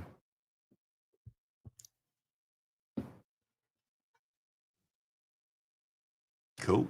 So I am all for maximizing justice for victims of abuse. Full stop. But justice has to cut both ways. Our system is built on a principle that the accused has the constitutional right to be confronted with the witnesses against them. The idea of a secret list of names released without context or cross-examination sounds a whole lot like the old believe all women mantra. Yes. This is not a sound principle of justice. No innocent person's life should be destroyed by an untested allegation or a distant recollection, even in pursuit of a righteous cause. I agree. I agree. Especially that smile. So after decades, they want to write a list of a bunch of names. For what reason? Wouldn't it be more productive for them to file criminal charges against their abusers? Yes. Very many trigger words and catchphrases being used. It doesn't seem genuine. I think so too. That's what I'm saying. Doesn't have to be this way. There's a discharge petition for releasing information. But releasing what information? The discharge petition doesn't mean shit. If all the stuff is in, if they don't have it in the files, if it's in the like grand jury transcripts and stuff they're looking for, they can't release that stuff. Yeah. The stinks of the Clinton Foundation. Yeah. And Jeffrey Epstein was the one that handled all the Clinton Foundation. He helped set up the Clinton Global Initiative. He was the money man behind it. There you go. Here's what the newly released Epstein files. We used AI to process the entire release. Just 9 days prior to Jeffrey Epstein's reported suicide, Bureaus of Prison reported that he was not a suicide risk. The first document was a report on investigation in the facility in which Jeffrey Epstein was held, in which he died. The executive summary outlines the findings of the Justice Department Inspector General into the Federal Bureau of Prison's handling of his custody. It highlights systemic failures, including staffing shortages, inadequate supervision, and policy violations, particularly leading up to Epstein's death by suicide. The report notes that earlier suicide attempt on July 23rd, inconsistencies in jail cell checks, and insufficient adherence to suicide watch protocols. I don't think he killed himself. That's just my opinion. The report details days leading up to his death, highlighting significant lapses in prison protocol, including a failure to assign him a new cellmate, falsified logs, and inadequate monitoring. I mean, why would they do all this stuff, falsify logs and all this stuff, if it was just, him killing himself?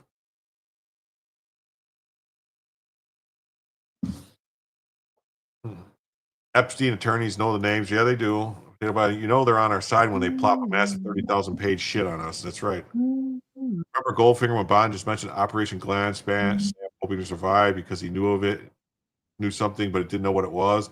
That's what this press conference was. Yeah. Great poll, too. Great movie. I wish there was some pussy galore around here.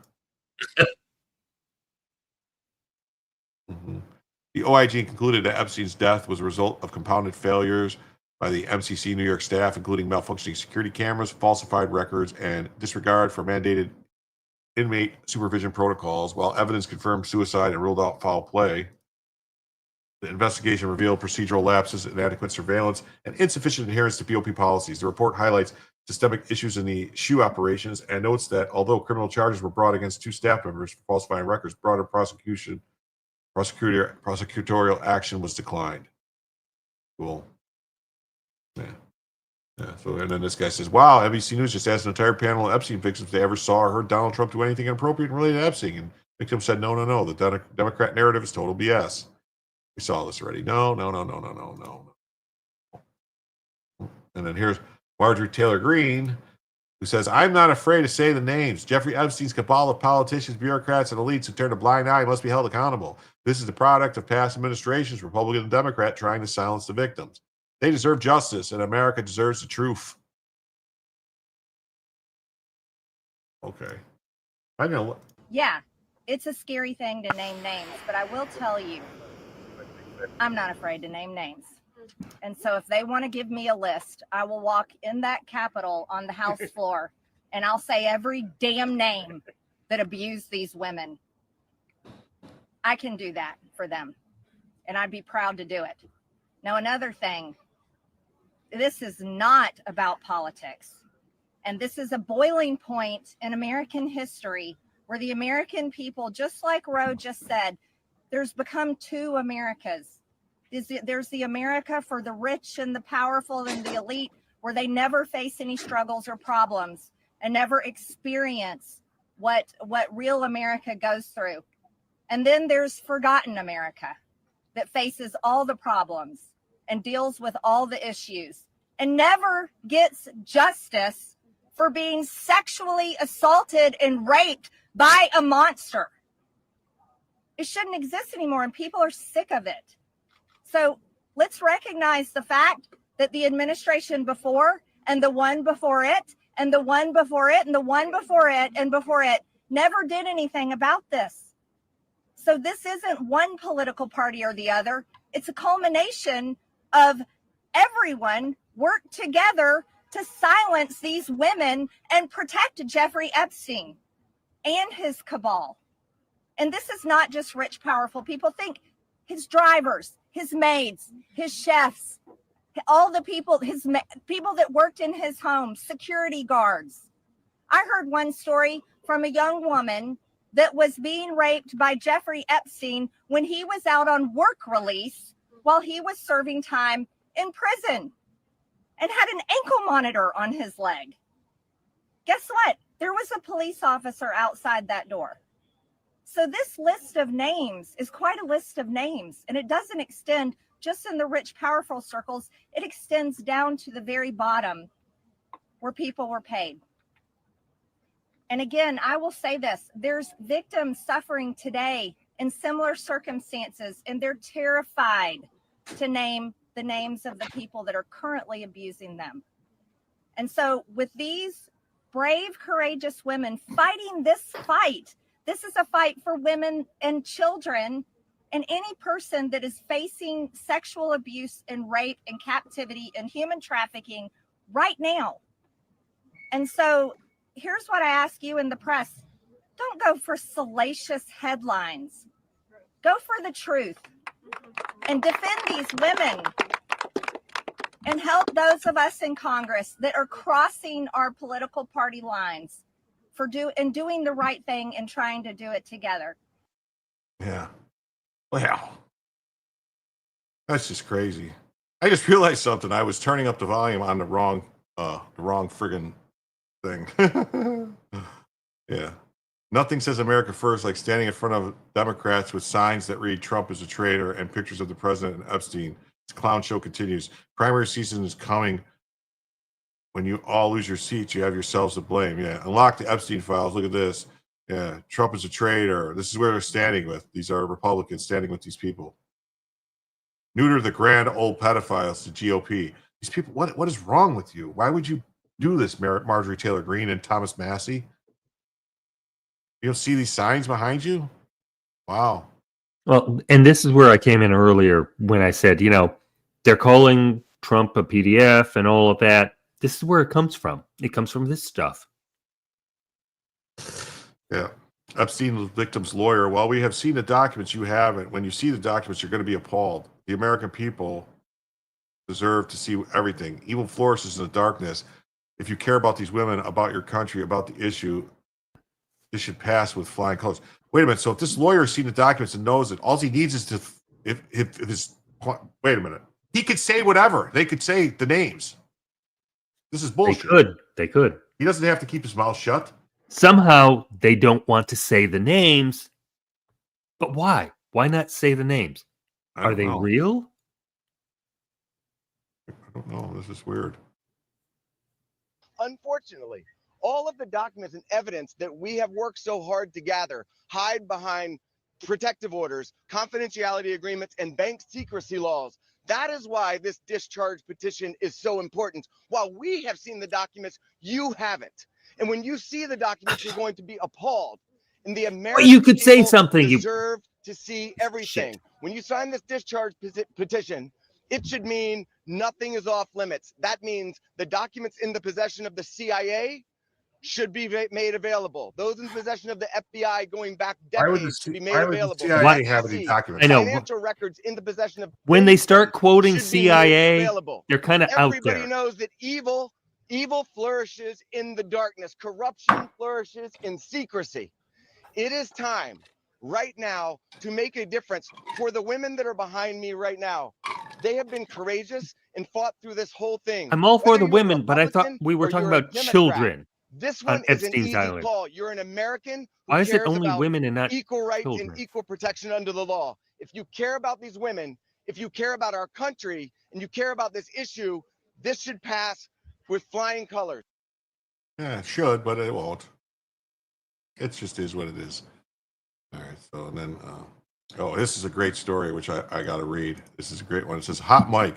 Xi Jinping and Vladimir Putin were caught talking about organ transplants extending life to 150 years.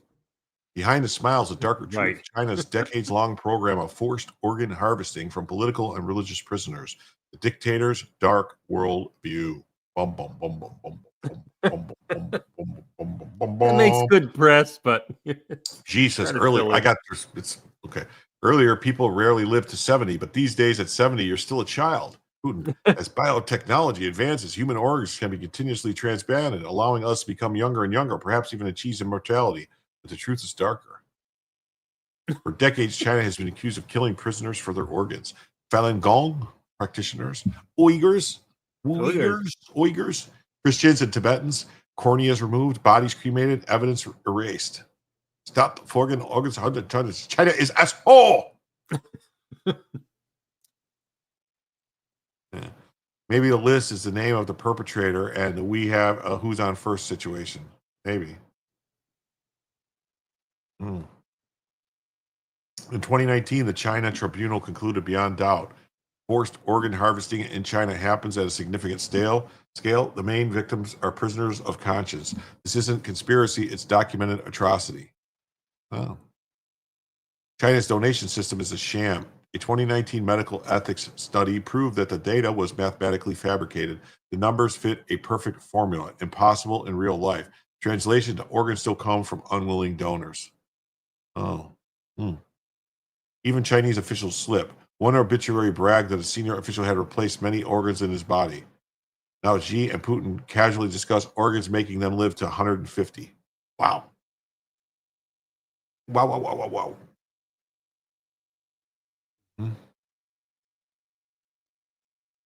House Speaker Mike Johnson is right. It's not about medicine. It's about power, control, and treating humans as spare parts. We've heard horrific stories. If leaders are talking about it, it should alarm us. America must act. Bottom line, Xi and Putin's hot mic wasn't just a small talk. It was a window into the regime that sees its enemies as spare parts for its elites. America must lead. Stand with the persecuted. Punish the butchers and stop organ harvesting by tyranny. Xi Jinping and the Communist Party murder 600,000 people every year to steal their organs. What? Is that true? Can that be true? Could that be true? Could that be true?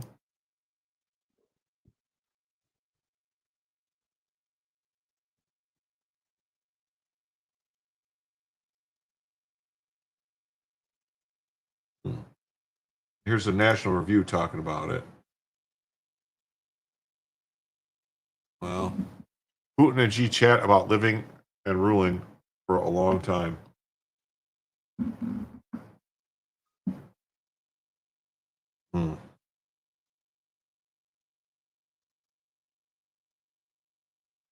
Earlier today, from atop the Gate of Heavenly Peace in Beijing, Chinese dictator Xi Jinping presided over a 70-minute parade to mark the end of World War II, flanked by two other menaces to peace and stability, Russian dictator Vladimir Putin and North Korean dictator Kim Jong-un. It was basically a board of directors meeting for the Axis of Devils. I just wanted to pronounce those names exactly how they would be pronounced in their native tongue. That's what I did. Perhaps most intriguingly, there are reports online that a hot mic picked up a snippet of a conversation between Putin and Xi at the parade. The exchange translated to, people rarely lived past 70 before. Now at 70, you're still a child. Putin. To read the full story. What? You bastards. You tricked me. I gonna trick you. You got to pay for it, Jim.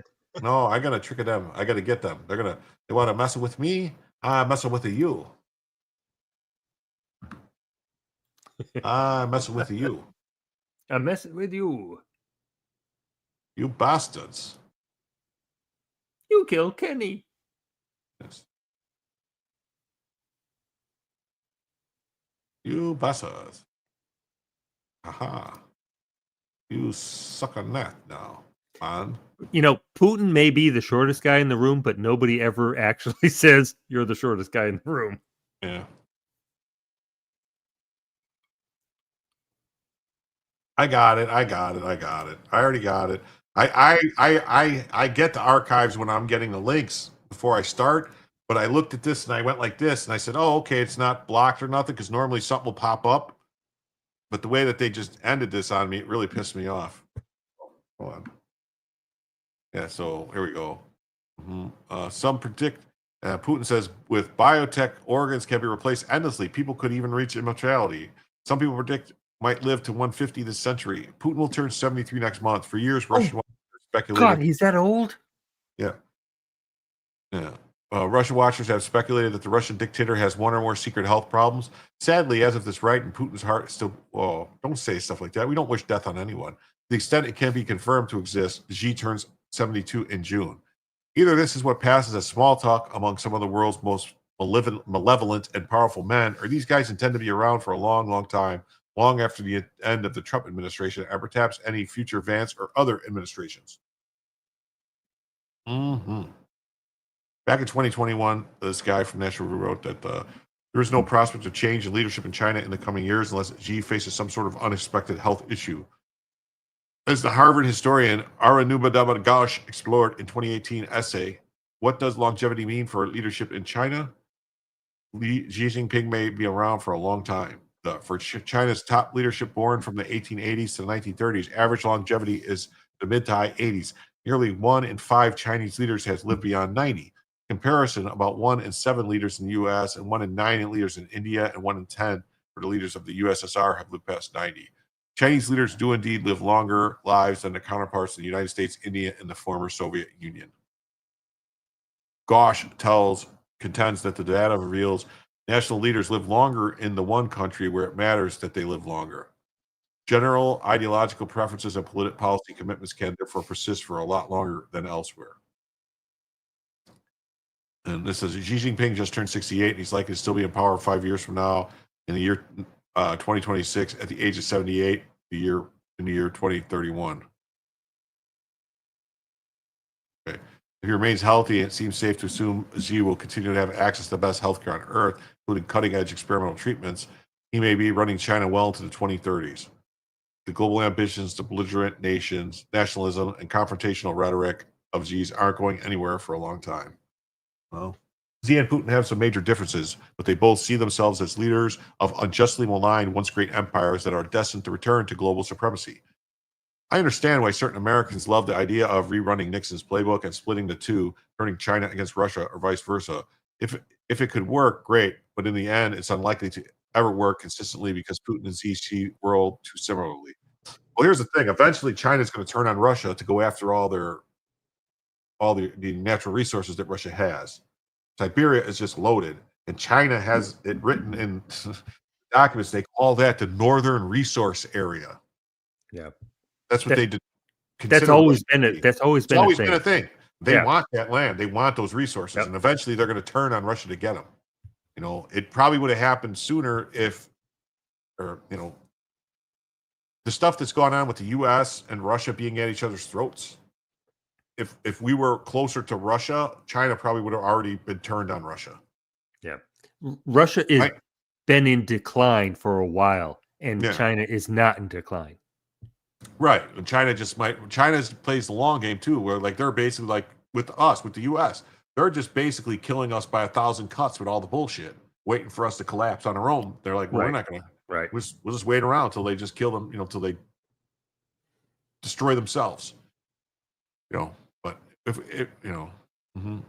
but in the end, it's unlikely it'll work because Putin, they see the world too similarly. Might makes right and strong dominate the weak. The U.S. allies like Taiwan and Ukraine and perhaps other countries of Asia and Europe had better get used to it and start bowing and scraping. Well, Ukraine's not our ally. Taiwan is.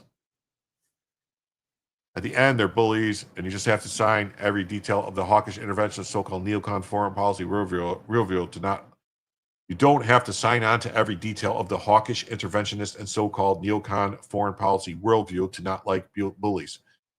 And think American policies ought to help others stand up for themselves against the world bullies. Both Putin and Xi see the United States of America as a decadent, weak, internally conflicted former superpower that is doomed to decline. Of course, they're eager to help our decline accelerate with their own propaganda, foreign influence operations, and gray zone warfare. They're not going to be won over by student visas or fancy summits. Well, Xi's father was killed by the CCP? Really? Yeah, China would be speaking Japanese. That might not have been a bad thing. Just saying. The way things have turned out. Just saying. Just saying. Mm-hmm.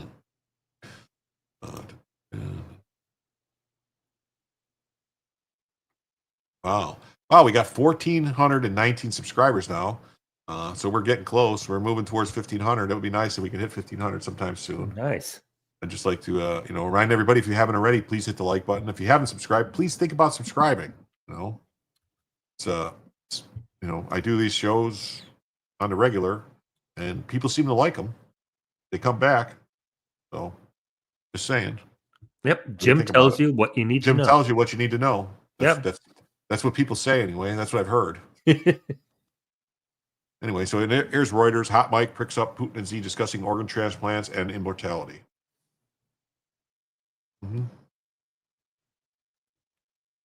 Yeah, if you subscribe, Well, then again, if you're in the chat, you are subscribed because I got a subscriber thing. So when Russian President Putin walked shoulder to shoulder with Xi on Wednesday, a hot mic caught him discussing organ transplants and the possibilities that humans could live past 150.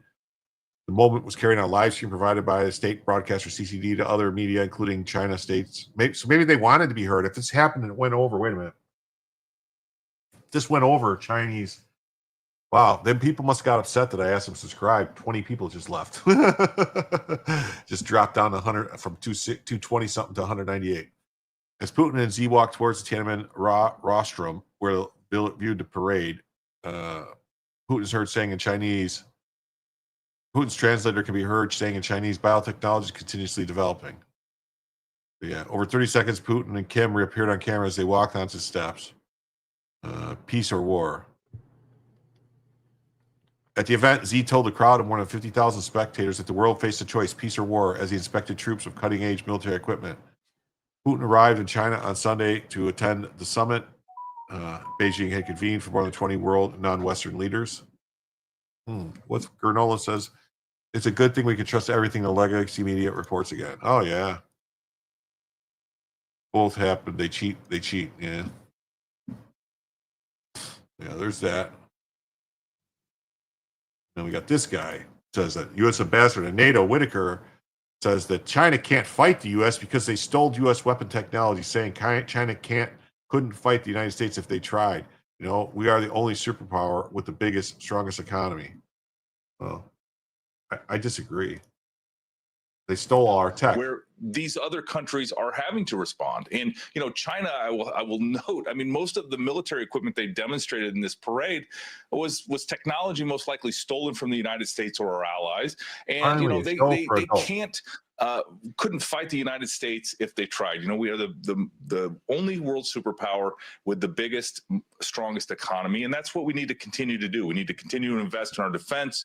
And we also need to make sure that we continue to protect the American dream and the American entrepreneur. Really? Now, where these other countries are having to respond. And, China, I will note, most of the military equipment. I don't, I enjoy watching some stuff, I'm into some stuff. Showing your dad the picture you drew in kindergarten today. Look. That's funny. And then I saw this and I had the story popped up. I have ground news, so every time something will pop up, I'll be like, oh, what's this? So this story says Russia says it will help China overtake the United States on nuclear power. State Corpatino Rastam Alexei Lakevich attends meeting with President of Egypt Abdel Fattah al-Sisi. Russia will help China overtake the United States as the world's biggest producer of nuclear power, the chief of Russia's Rosatom Nuclear Corporation said on broadcast TV in Beijing.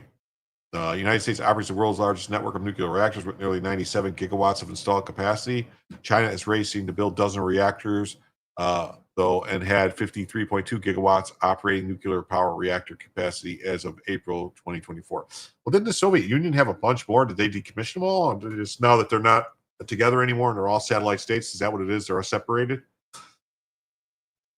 So China has ambitious plans for developing atomic energy. Task has been set to catch up and surpass the United States in installed capacity. It means reaching a capacity more than 100 gigawatts. Asked if Russia would help China, Lekhavichev said, "Of course, we will help. We are already helping." Russia's already helped build 4 nuclear reactors, and China is building 4 more. That China needs a large amount of uranium and nuclear fuel for its ambitious plans. Chernobyl and second to split the atom.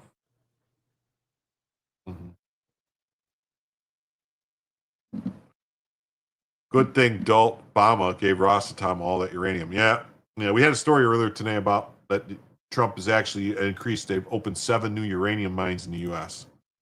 So,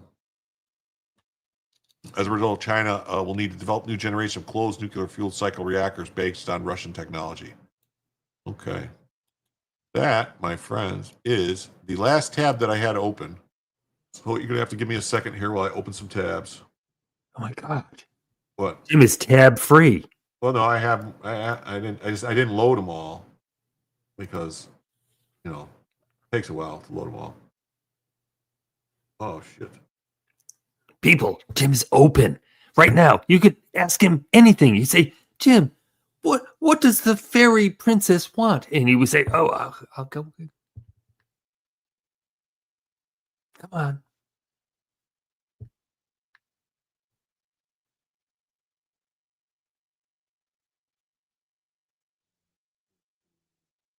He's looking. Observe the predator. Oh, here we go. Here we go. Boom. Boom. Tab soda. The only thing my sister could drink years ago. A couple of seconds here. I'm opening tabs. Couple seconds. Tabs.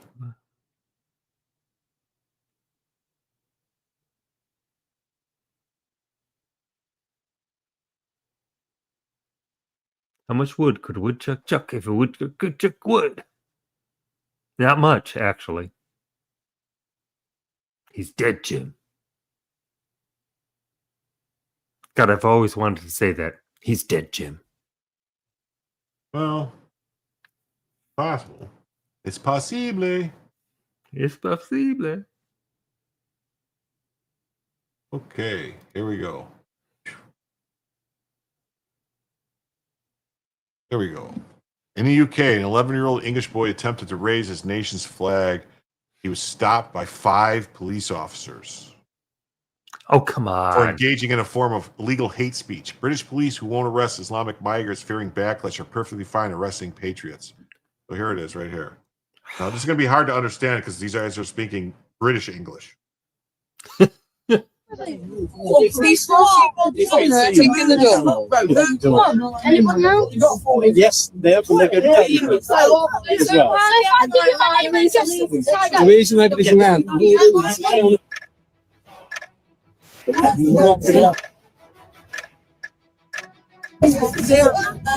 Some kind of Are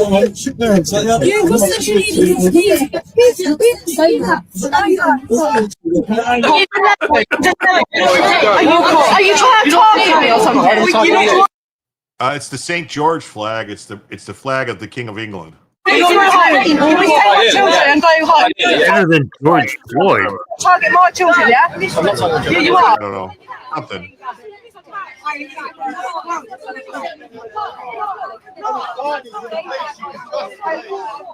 Oh no.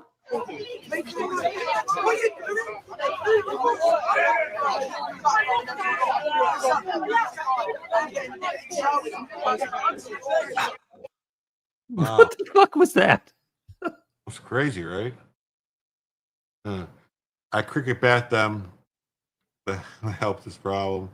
Keir Starmer, look at him. This is the Yeah. guy who's tweetler. He's going to get you if you tweet. Yes. And here, look at Anthony Cumia says the UK is disgusting. Tommy Robinson says the British police encircle terrifying children, make them give their details as they fly the flag. Crazy, right? Yeah. Crazy. And then we have this right there. This just happened. Graham Linehan, the comedian arrested over gender-critical tweets, is to sue the Metropolitan Police for wrongful arrest and breach of his free speech rights.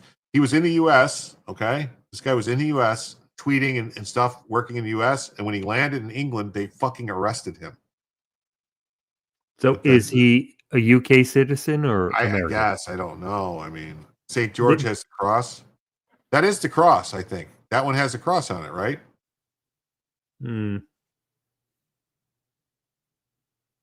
I think that one had the cross on it. I think. Anyway.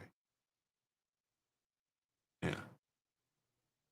So this is from some MP. It says, I've written a Home Secretary about Graham Liam's treatment and the increasing weaponization of the criminal justice system for political goals. Enough is enough. Dear Home Secretary, I am writing you in regard to the arrest of Graham Linehan by armed officers at Heathrow, and the growing public concern over the way in which our police system is increasingly being used to target political opponents.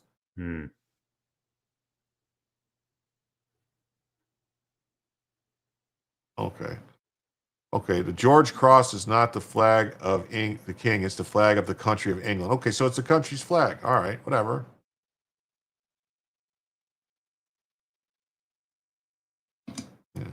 They arrested a grape victim because their rapist was an illegal immigrant, and even worse, they sentenced her to spend more time in jail than him. Yeah.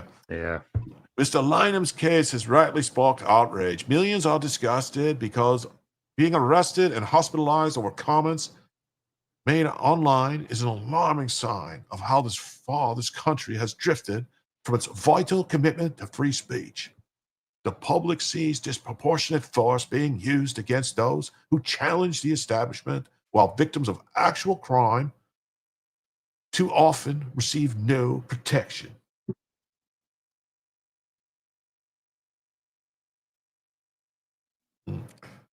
Says the white and red flag is the cross of St. George, and the blue and white flag with diagonal cross is St. Andrew diagonal. Okay. I must also put on record that I myself was subject to a raid by armed police at my home following false allegations from Reform's Zia Youssef and Lee Anderson.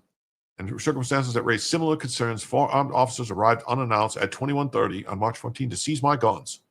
The officers stayed until 23:38. Is this efficient use of police time? I think not. They took his guns away. That's crazy. We all see the increasing weaponization of criminal justice system for political ends, particularly from the Met Police and Sadiq Khan's watch. The public deserves clarity and assurances. It's vital that the application of incitement and hate speech laws is reviewed urgently, with a clear line drawn between genuine threats of violence and lawful right to offend, criticize, or dissent. On a wider point, incitement laws are clearly not fit for purpose, and I will be pushing in Parliament for a fundamental review of how they've been used to crush dissent. So yours sincerely, Rupert Lowe, Minister of Parliament. Yeah. Ha ha ha. The king would sell it to UK as fast as he was asked to by the WF. The England flag is for English people. Yeah, the king is a douche. Here's Ed West says, Graham Linehan's arrest is not an isolated incident. Take, for example, the story of a singer called Louise Distrust who was arrested by the police and questioned about comments she made on a GB News about trans right extremists. According to the Mail story, officers appeared at her door and proceeded to take fingerprints and DNA. Yeah. I mean, they hired Khan!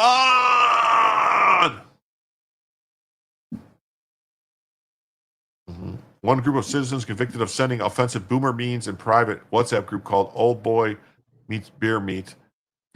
Private message deemed to be too outrageous for a fragile public to see for themselves. They were lucky to escape jail last year. Another British citizen was sentenced to 20 weeks in prison for sending offensive jokes in a WhatsApp chat with friends. What? Wow. Or consider the case of the police coming to a man's home to arrest him for posting a video on Facebook criticizing migrants in his area of London putting up a Palestinian flags. He had no criminal record or links to extremist groups or politics. Yeah. Or the case of police in Edinburgh turning up to the home of a parent who had complained to the school about a teacher being allowed to impose her gender ideology on a classroom of kids. Or the teenager prosecuted for posting the lyrics of a rap song on her Instagram in tribute to her dead friend because the music in question included the N-word. The 18-year-old girl who has Asperger's was given an 8-week curfew and had to wear a tag. What? Yeah. Then again, shit's happening here in America too. You know. Jim is so angry he's going to say the N-word 6 times in the next. And then Mike Benn says this is an international incident. He made those tweets in America, and the Brits arrested him on his flight out. There must be hell to pay. We'll see. Rob Schneider says, I'd like to thank the flatulent and utterly incompetent British government for the free promotion of our studio, Friendly Fire Studio, and our Grand Linehan's newest TV show, Tenure, being filmed this fall. Stay tuned. Nice. Very nice. I like a wake-up call. Of course, sir, you're a effing liar and loathed by the entire nation. Turns out Grand Linehan was targeted by an ex-police officer, Alex Horton, who transitioned into Lindsay, who has spent his life bringing petty cases before the courts ever since he left Plod. Okay. Okay. Wow. But that got through. That got through. Yeah. Proportionate to arrest him? According to Zach, Grand Linehan has posted totally unacceptable tweets. According to Zach, people should be arrested for posts he disagreed with. Well, this is the new deputy of the Green Party he boasts about. Yeah. This guy, Zach, oh yeah, so this guy. These are totally unacceptable tweets. I think it was proportionate to arrest him. Zach Polanski, Green Party leader, on the arrest of comedy writer. My grandson is crying. I hear him. I will play this, and then I will be right back. Graham Linehan, because the only thing the police have said is that they've acknowledged a man was arrested on suspicion of inciting violence. That's why the police say they turned up. What's your view, Mr. Polanski? These are totally unacceptable tweets, and I accept that people who are in politics, we get lots of abuse, but let's also face we shouldn't get abuse, and I certainly recognise that women... No, we shouldn't get abuse, no, ever. Anti-Semitic abuse. Yeah. I'm one of a few Jewish leaders that have been in British politics. Today, I've been in British politics, oh yeah. I've seen the amount of Islamophobia he gets. We also know that for all of those groups, trans people have been in the sights of the nastiness and the toxicity for a lot. No, not trans people. Proportionality of police response. Why is nobody in this video actually good looking? Oh no! I think it's proportionate to arrest him. I think there's a English people are not pretty. Well, that's the bit that I don't understand why they were armed. And again, I'd need to hear about the police response. And why there were 5, presumably. For sure. Oh, for sure. But he proportionate to arrest him, according to Zach Graham. Lions posted totally unacceptable tweets. According to Zach, people should be arrested for posts he disagreed with. Well, this is the new deputy of the Green Party he boasts about. This is, yeah, so. Win for the people of Gaza who have been We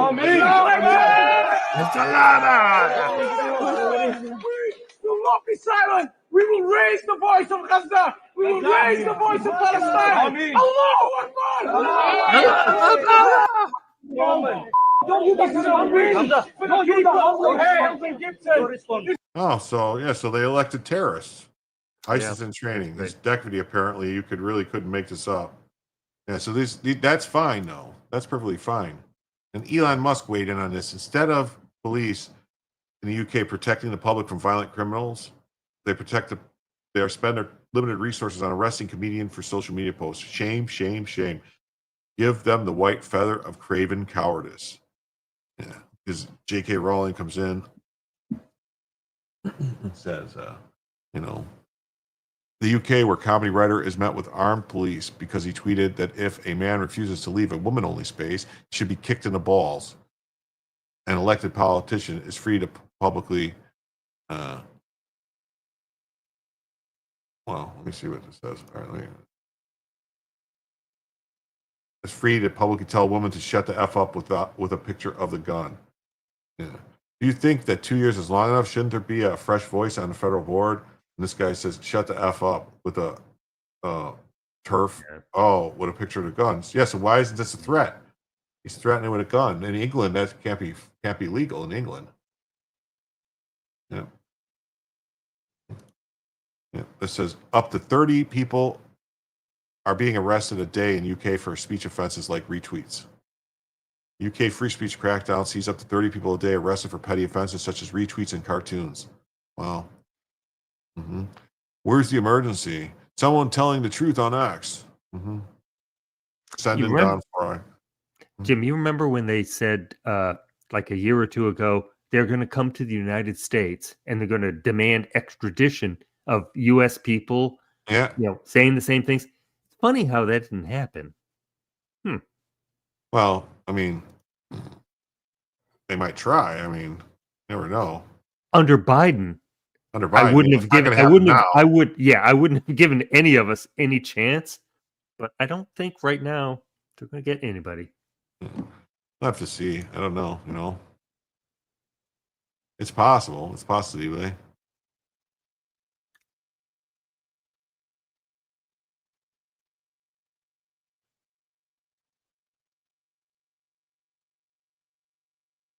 We'll see. Mm-hmm. And then this is the police chief of the UK who will arrest you for memes. So just so you know that this is who's coming for you. All right. This is who it is right here. I was looking for this is Deputy Chief Constable Rachel Swan, the Derbyshire Police. This is who will come for you. You post anything online, or you say anything, this meme is going to come and arrest you. They literally have a meme to arrest you for posting memes. I mean, look at that hair. Jesus. I don't even know what's going on there. I'm trying to figure it out. Like.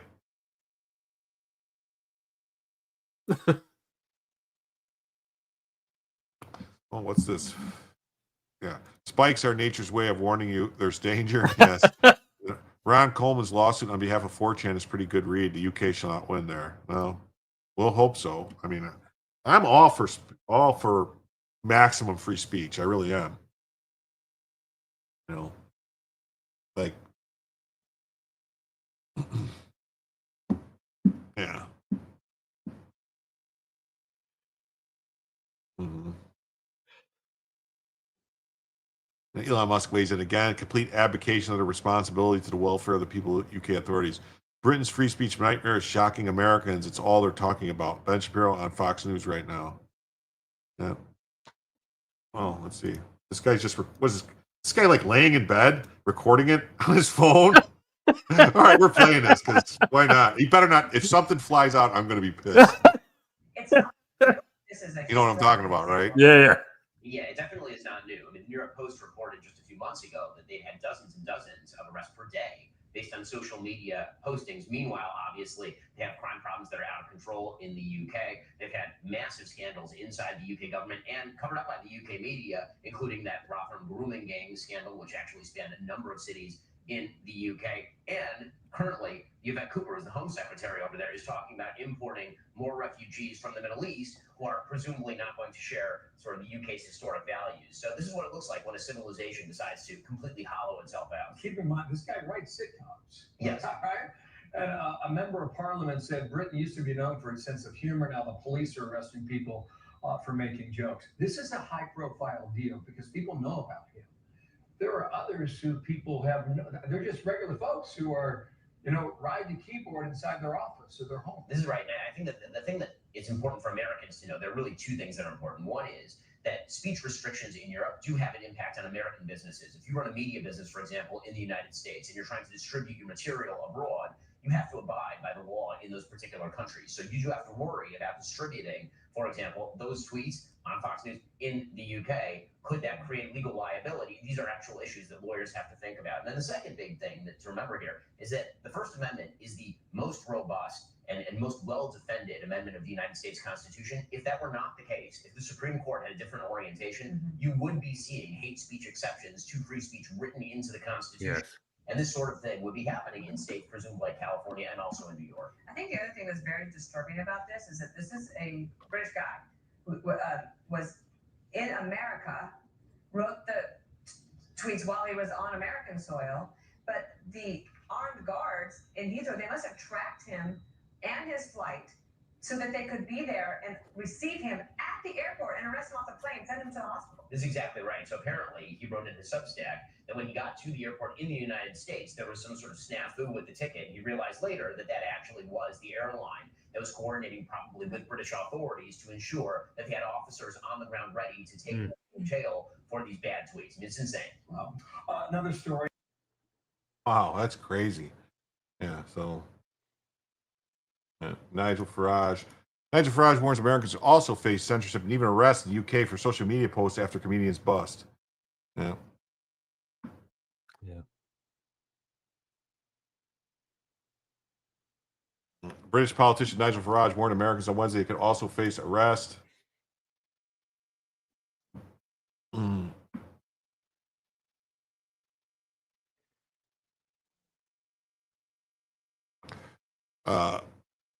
For social media posts just by stepping foot into the UK. At what point did we become North Korea? Farage questioned while testifying before the House Judiciary Committee. I think the Irish comedy writer found out 2 days ago this is generally worrying, concerning, and shocking. Farage, a member of the British Parliament whose right-wing Reform Party has been gaining support, was referring to Irish comedian Graham Linehan, who was cuffed at Heathrow in London Monday for his posts. He's not even a British citizen. He's an Irish citizen. Farage pointed out this could happen to any American man or woman that goes to Heathrow. Right. It said things online. So this guy wasn't a British citizen. He was an Irish citizen. Okay. He just happened to land in Heathrow, and so they arrested him. He could be any of us. I mean, yeah. Whatever happens, sticks and stones. Yeah, I don't know. If a trans-identifying male is in a female-owned space, he committed violence, abusive act. Make a scene, call the cops, and if all else fails, punch him in the balls. Yes. Okay, I don't understand why he got any problem for that. I don't understand it. You know, Powerball jackpot. Yeah, just so everyone knows, the Powerball no one won, so it's 1.7 billion now for Saturday. Wow. Local police in a statement had claimed a threat of violence against a protected group prompted the confrontation. Wasn't a threat of violence. Holy shit. Protected group. Yeah, that's the thing. Group. Anytime that people say protected group, that's what we got to go away from, because that just gives them their that's animal farm. Some animals are more better, more better than other animals. We're pigs, but we're better than the other ones. Yeah, we're better than everyone else. Yeah. So yes, we got to do something about this. This is crazy. Why was he hospitalized? Europe's threat to American speech and innovation. U.S. lawmakers consider legislation and action to curb foreign encroachment. Yeah, what needs to happen is the State Department needs to start sanctioning these people. Okay. Oh, you're a politician of Britain and you pass these laws? Okay, you're sanctioned. Yeah, lottery's a total scam, but just saying. Snowball. Fellow Reform Party member Zia Youssef has claimed that it was written broadly enough to allow government to determine what speech social media companies must censor. It's crazy. Called the legislation dystopian. Free speech in the UK is not absolute, with several provisions of the Human Rights Act of 1998, which Farage also opposes, and other laws prohibiting so-called hate speech and words that defame, threaten, or call for violence. It's weird that speech has been around forever, and it was all this free speech stuff before, and then it wasn't until 1998 that Britain all of a sudden started saying you couldn't say things. Yeah. So maybe maybe they're wrong. Just saying, maybe they're wrong. Both inside and outside of government, lead up to the 2020 election that resulted in a post bombshell being censored on tech platforms. So yeah, all that stuff is happening. Well, everybody, we didn't hit the goal for the 5th additional hour, or 4th additional hour, whatever it was. I'm sorry, 4th additional hour.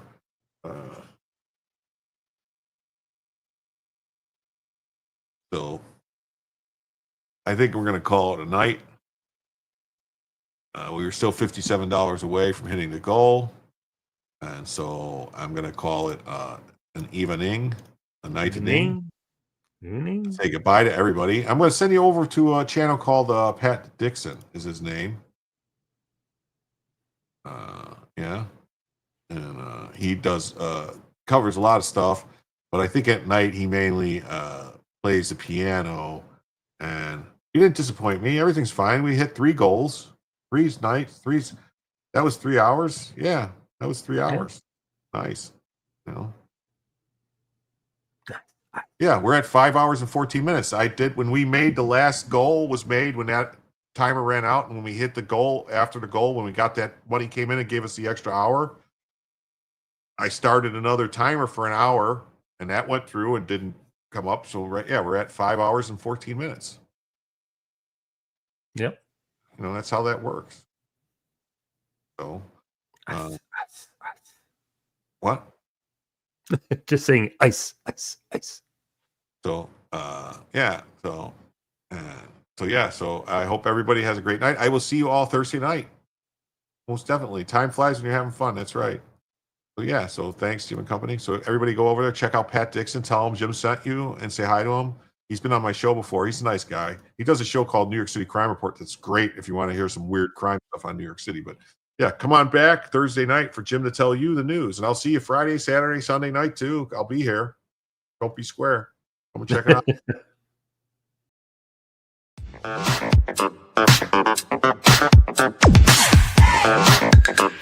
out.